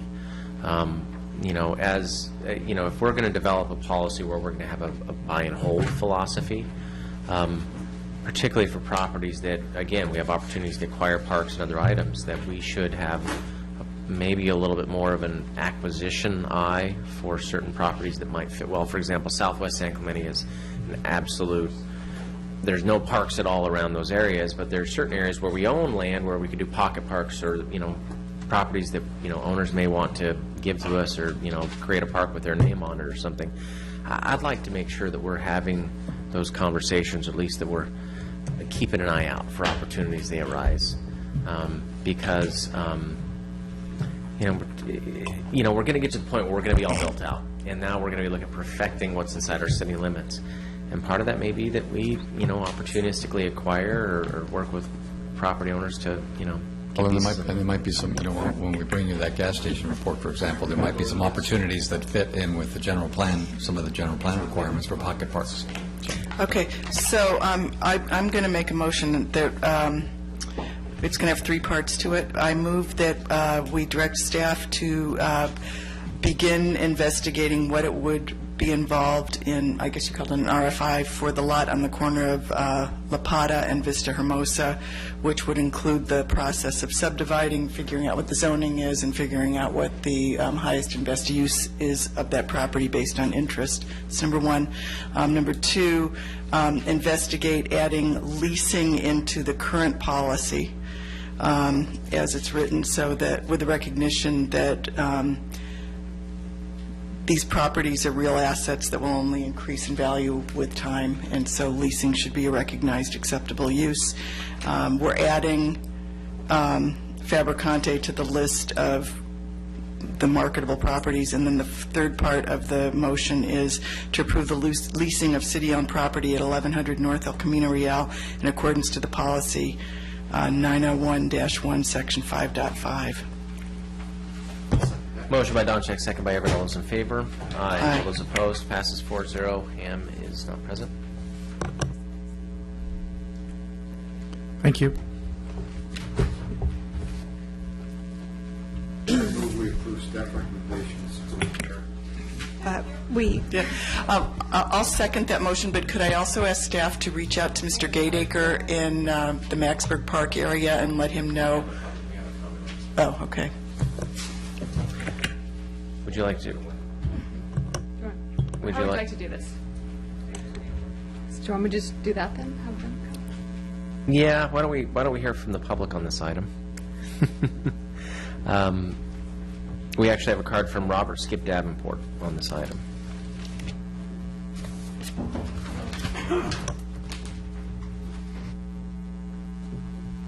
Hi, Skip. Hi, Thanks how for are your you? patience. I did.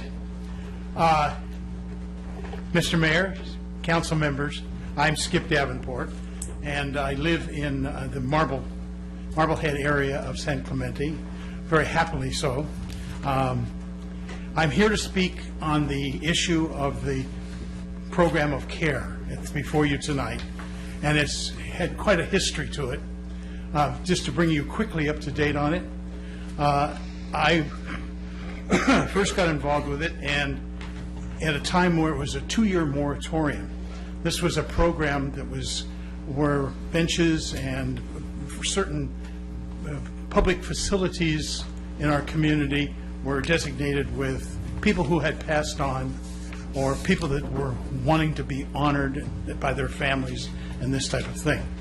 So there were a number of things that needed to be taken care of, and I think they have been. I've been privileged to follow and participate in many of the commission meetings, 2 of the city council meetings, and a lot of discussions of just private people. You're talking here about 150 people maybe that have a passion for this, but it is a very emotional thing because, number one, it talks about, first, a loved one that's passed on, and second, about home. San Clemente is their home. It's recognized. So that's the common bond that brings everybody together. And it talks about the character of San Clemente, that we're a community that cares about people. And you can't beat those 2 combinations. Tonight you have a chance to win-win. I've seen us go through the whole process, and it's almost a model of how do you involve your city residents in making good programs that the city is responsible for. And this is a good one. I mean, every detail the staff has had such attention to, and everyone's comment has been included. I just think you should be proud of your staff for doing such a great job, and I'm urging you that now's the time to take a stand. We've waited 2 years to have any progress in this thing, and we don't want to have paralysis by analysis. And so I'm calling for the city council to vote positively and let this program go forward, and let's salute the people that still need to be saluted. Thank you. Any other cards on the side? No. Okay. Anything, Pam? Anything else to add? I've got a question. You have a question? I got a question about, I got a question about benches. Okay, 1 person per bench? correct. Why is that? Why don't we have, you can buy this arm, you can put a plaque on that side, you can put a name on the top, we can put a name on the front? We looked at the subcommittee, the Beaches Parks and Recreation Commission subcommittee. We talked about a lot of different options. And one of the things that we had heard at the public meetings beforehand was that they didn't want to make it so that it was cluttered. And having one bench with something that's tasteful, and the Vista Hermosa Sports Park has very nice plaques and they're tasteful, and most people don't even notice them. And when they do, they're small and something that they can see. And so the subcommittee did not recommend doing something where it was plastered. Well, no, I'm just talking about the plaques that you've outlined in the staff report. I'm just talking about, like the Bob Baker plaque on one side, and then the Tim Brown plaque on the other side, and then the, did we 50-50 on the benches or anything like that, or no? We did not, and nobody came forward with that idea. So the public didn't come forward and say, we want to share a bench. The people that came forward is that we want to be able to have a bench for my family or to celebrate. Bob, she's not saying it's a bad idea. She's just saying it's not a good one either. We're trying to serve some people here. I mean, to me, that's part of this program. That's part of that's part of what we should be doing here, is serving more people rather than fewer people. So I'm surprised that we can't double our inventory of places to honor a loved one. Well, the Stair Risers does that for you, because every other stair riser has. No, I mean, I get it. There's opportunities out there. I thought it was I'm surprised at the answer, that's all. And it's something that we can consider, but it wasn't something that came forward. I don't see that one. You know what? If I've got a loved one, You want your own bench. I want my own. You want your own bench. If my All right. family is so cheap, they're going to make me share a bench after I die. Thank you. I mean, I don't get my own damn bench. In the interest of moving this along, first of all, I'd like to compliment staff and the committee that was involved on this. Second of all, because we shortchanged you in your presentation, I would recommend that a press release be put out that really showcases the quality of thinking here and the options that are available to the community to celebrate, people that we all care about.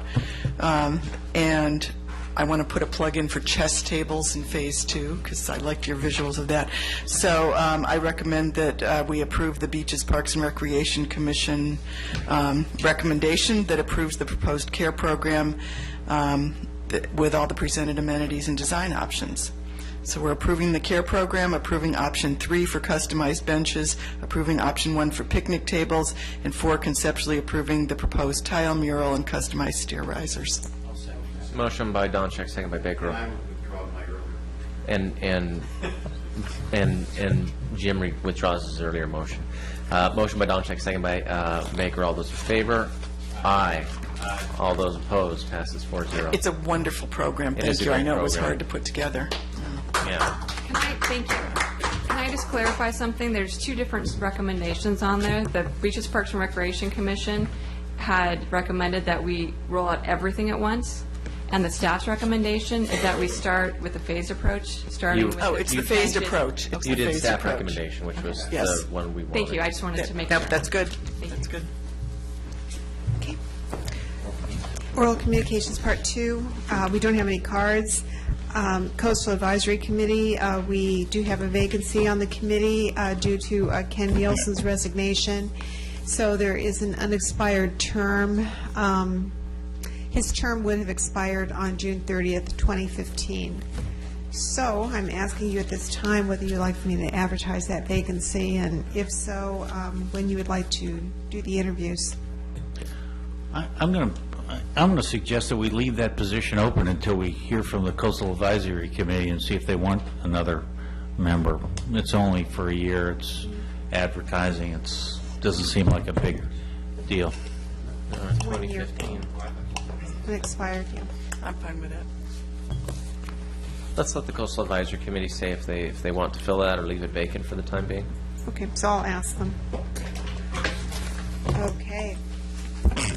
City Manager? No reports. There's only one member left. Remember, it's a commission of 5 people, because you bring somebody in from... Yeah, we approved McMain and, Yes, and Kenny is gone, and one of the people we appointed, I'm just trying to think of who's remaining, the 5 people that were on the previous committee. 3 yeah, ones. and one's a returning member, and then we'll have a new planning commissioner Kenny replacing Mike. resigned. So you basically are going to wind up having 1 returning member And 3 new ones. and 3 new ones. So you're going to ask a committee that's basically brand new with 1 returning member if they want to add a 5th member. They were very good. I mean, frankly, I think they'll step in and make it. I mean, this isn't a situation of our choosing, Yeah. you know. So let's ask for direction Well, from them. actually, it is. We will agree to disagree. Okay, city attorney, No report. council members? I have an OCTA update, a couple of things. On the fun side, the OC Fair Express is running every hour on the hour, Saturday and Sunday from San Juan Capistrano. There's a bus that goes express to the Orange County Fair, and it is a sweet deal. I have brochures for anyone who is interested. But basically, it takes the toll road, it's air-conditioned, it drops you off at the gate. You save about $20 a person between your bus deal, and you get a $3 discount on fare and no parking. So anyway, I've got that. At our OCTA meeting on Monday, the acting CEO of the Toll Road Communications, Michael Kramen, spoke, and this was in the context of the long-term regional planning that's going on. We had an overview of the transportation network in South Orange County, and some of you are on the toll road, and you may already know this, but he indicated, first of all, that San Diego County is keeping a toll road alignment in their long-term plan, which was a reversal from where they were about 6 months ago. So Sandag is keeping that in there. He's saying that in the next 1 to 2 years, they expect to find and vet alignments that finish the 241 from Cow Camp down to San Diego County, and then those options will be put into a new CEQA process, EIR process, that could last about 5 to 7 years. So in his mind, the toll road extension is still very much alive and needs to be part of the long-term planning for infrastructure in the city. So I wanted to share that, and that was it.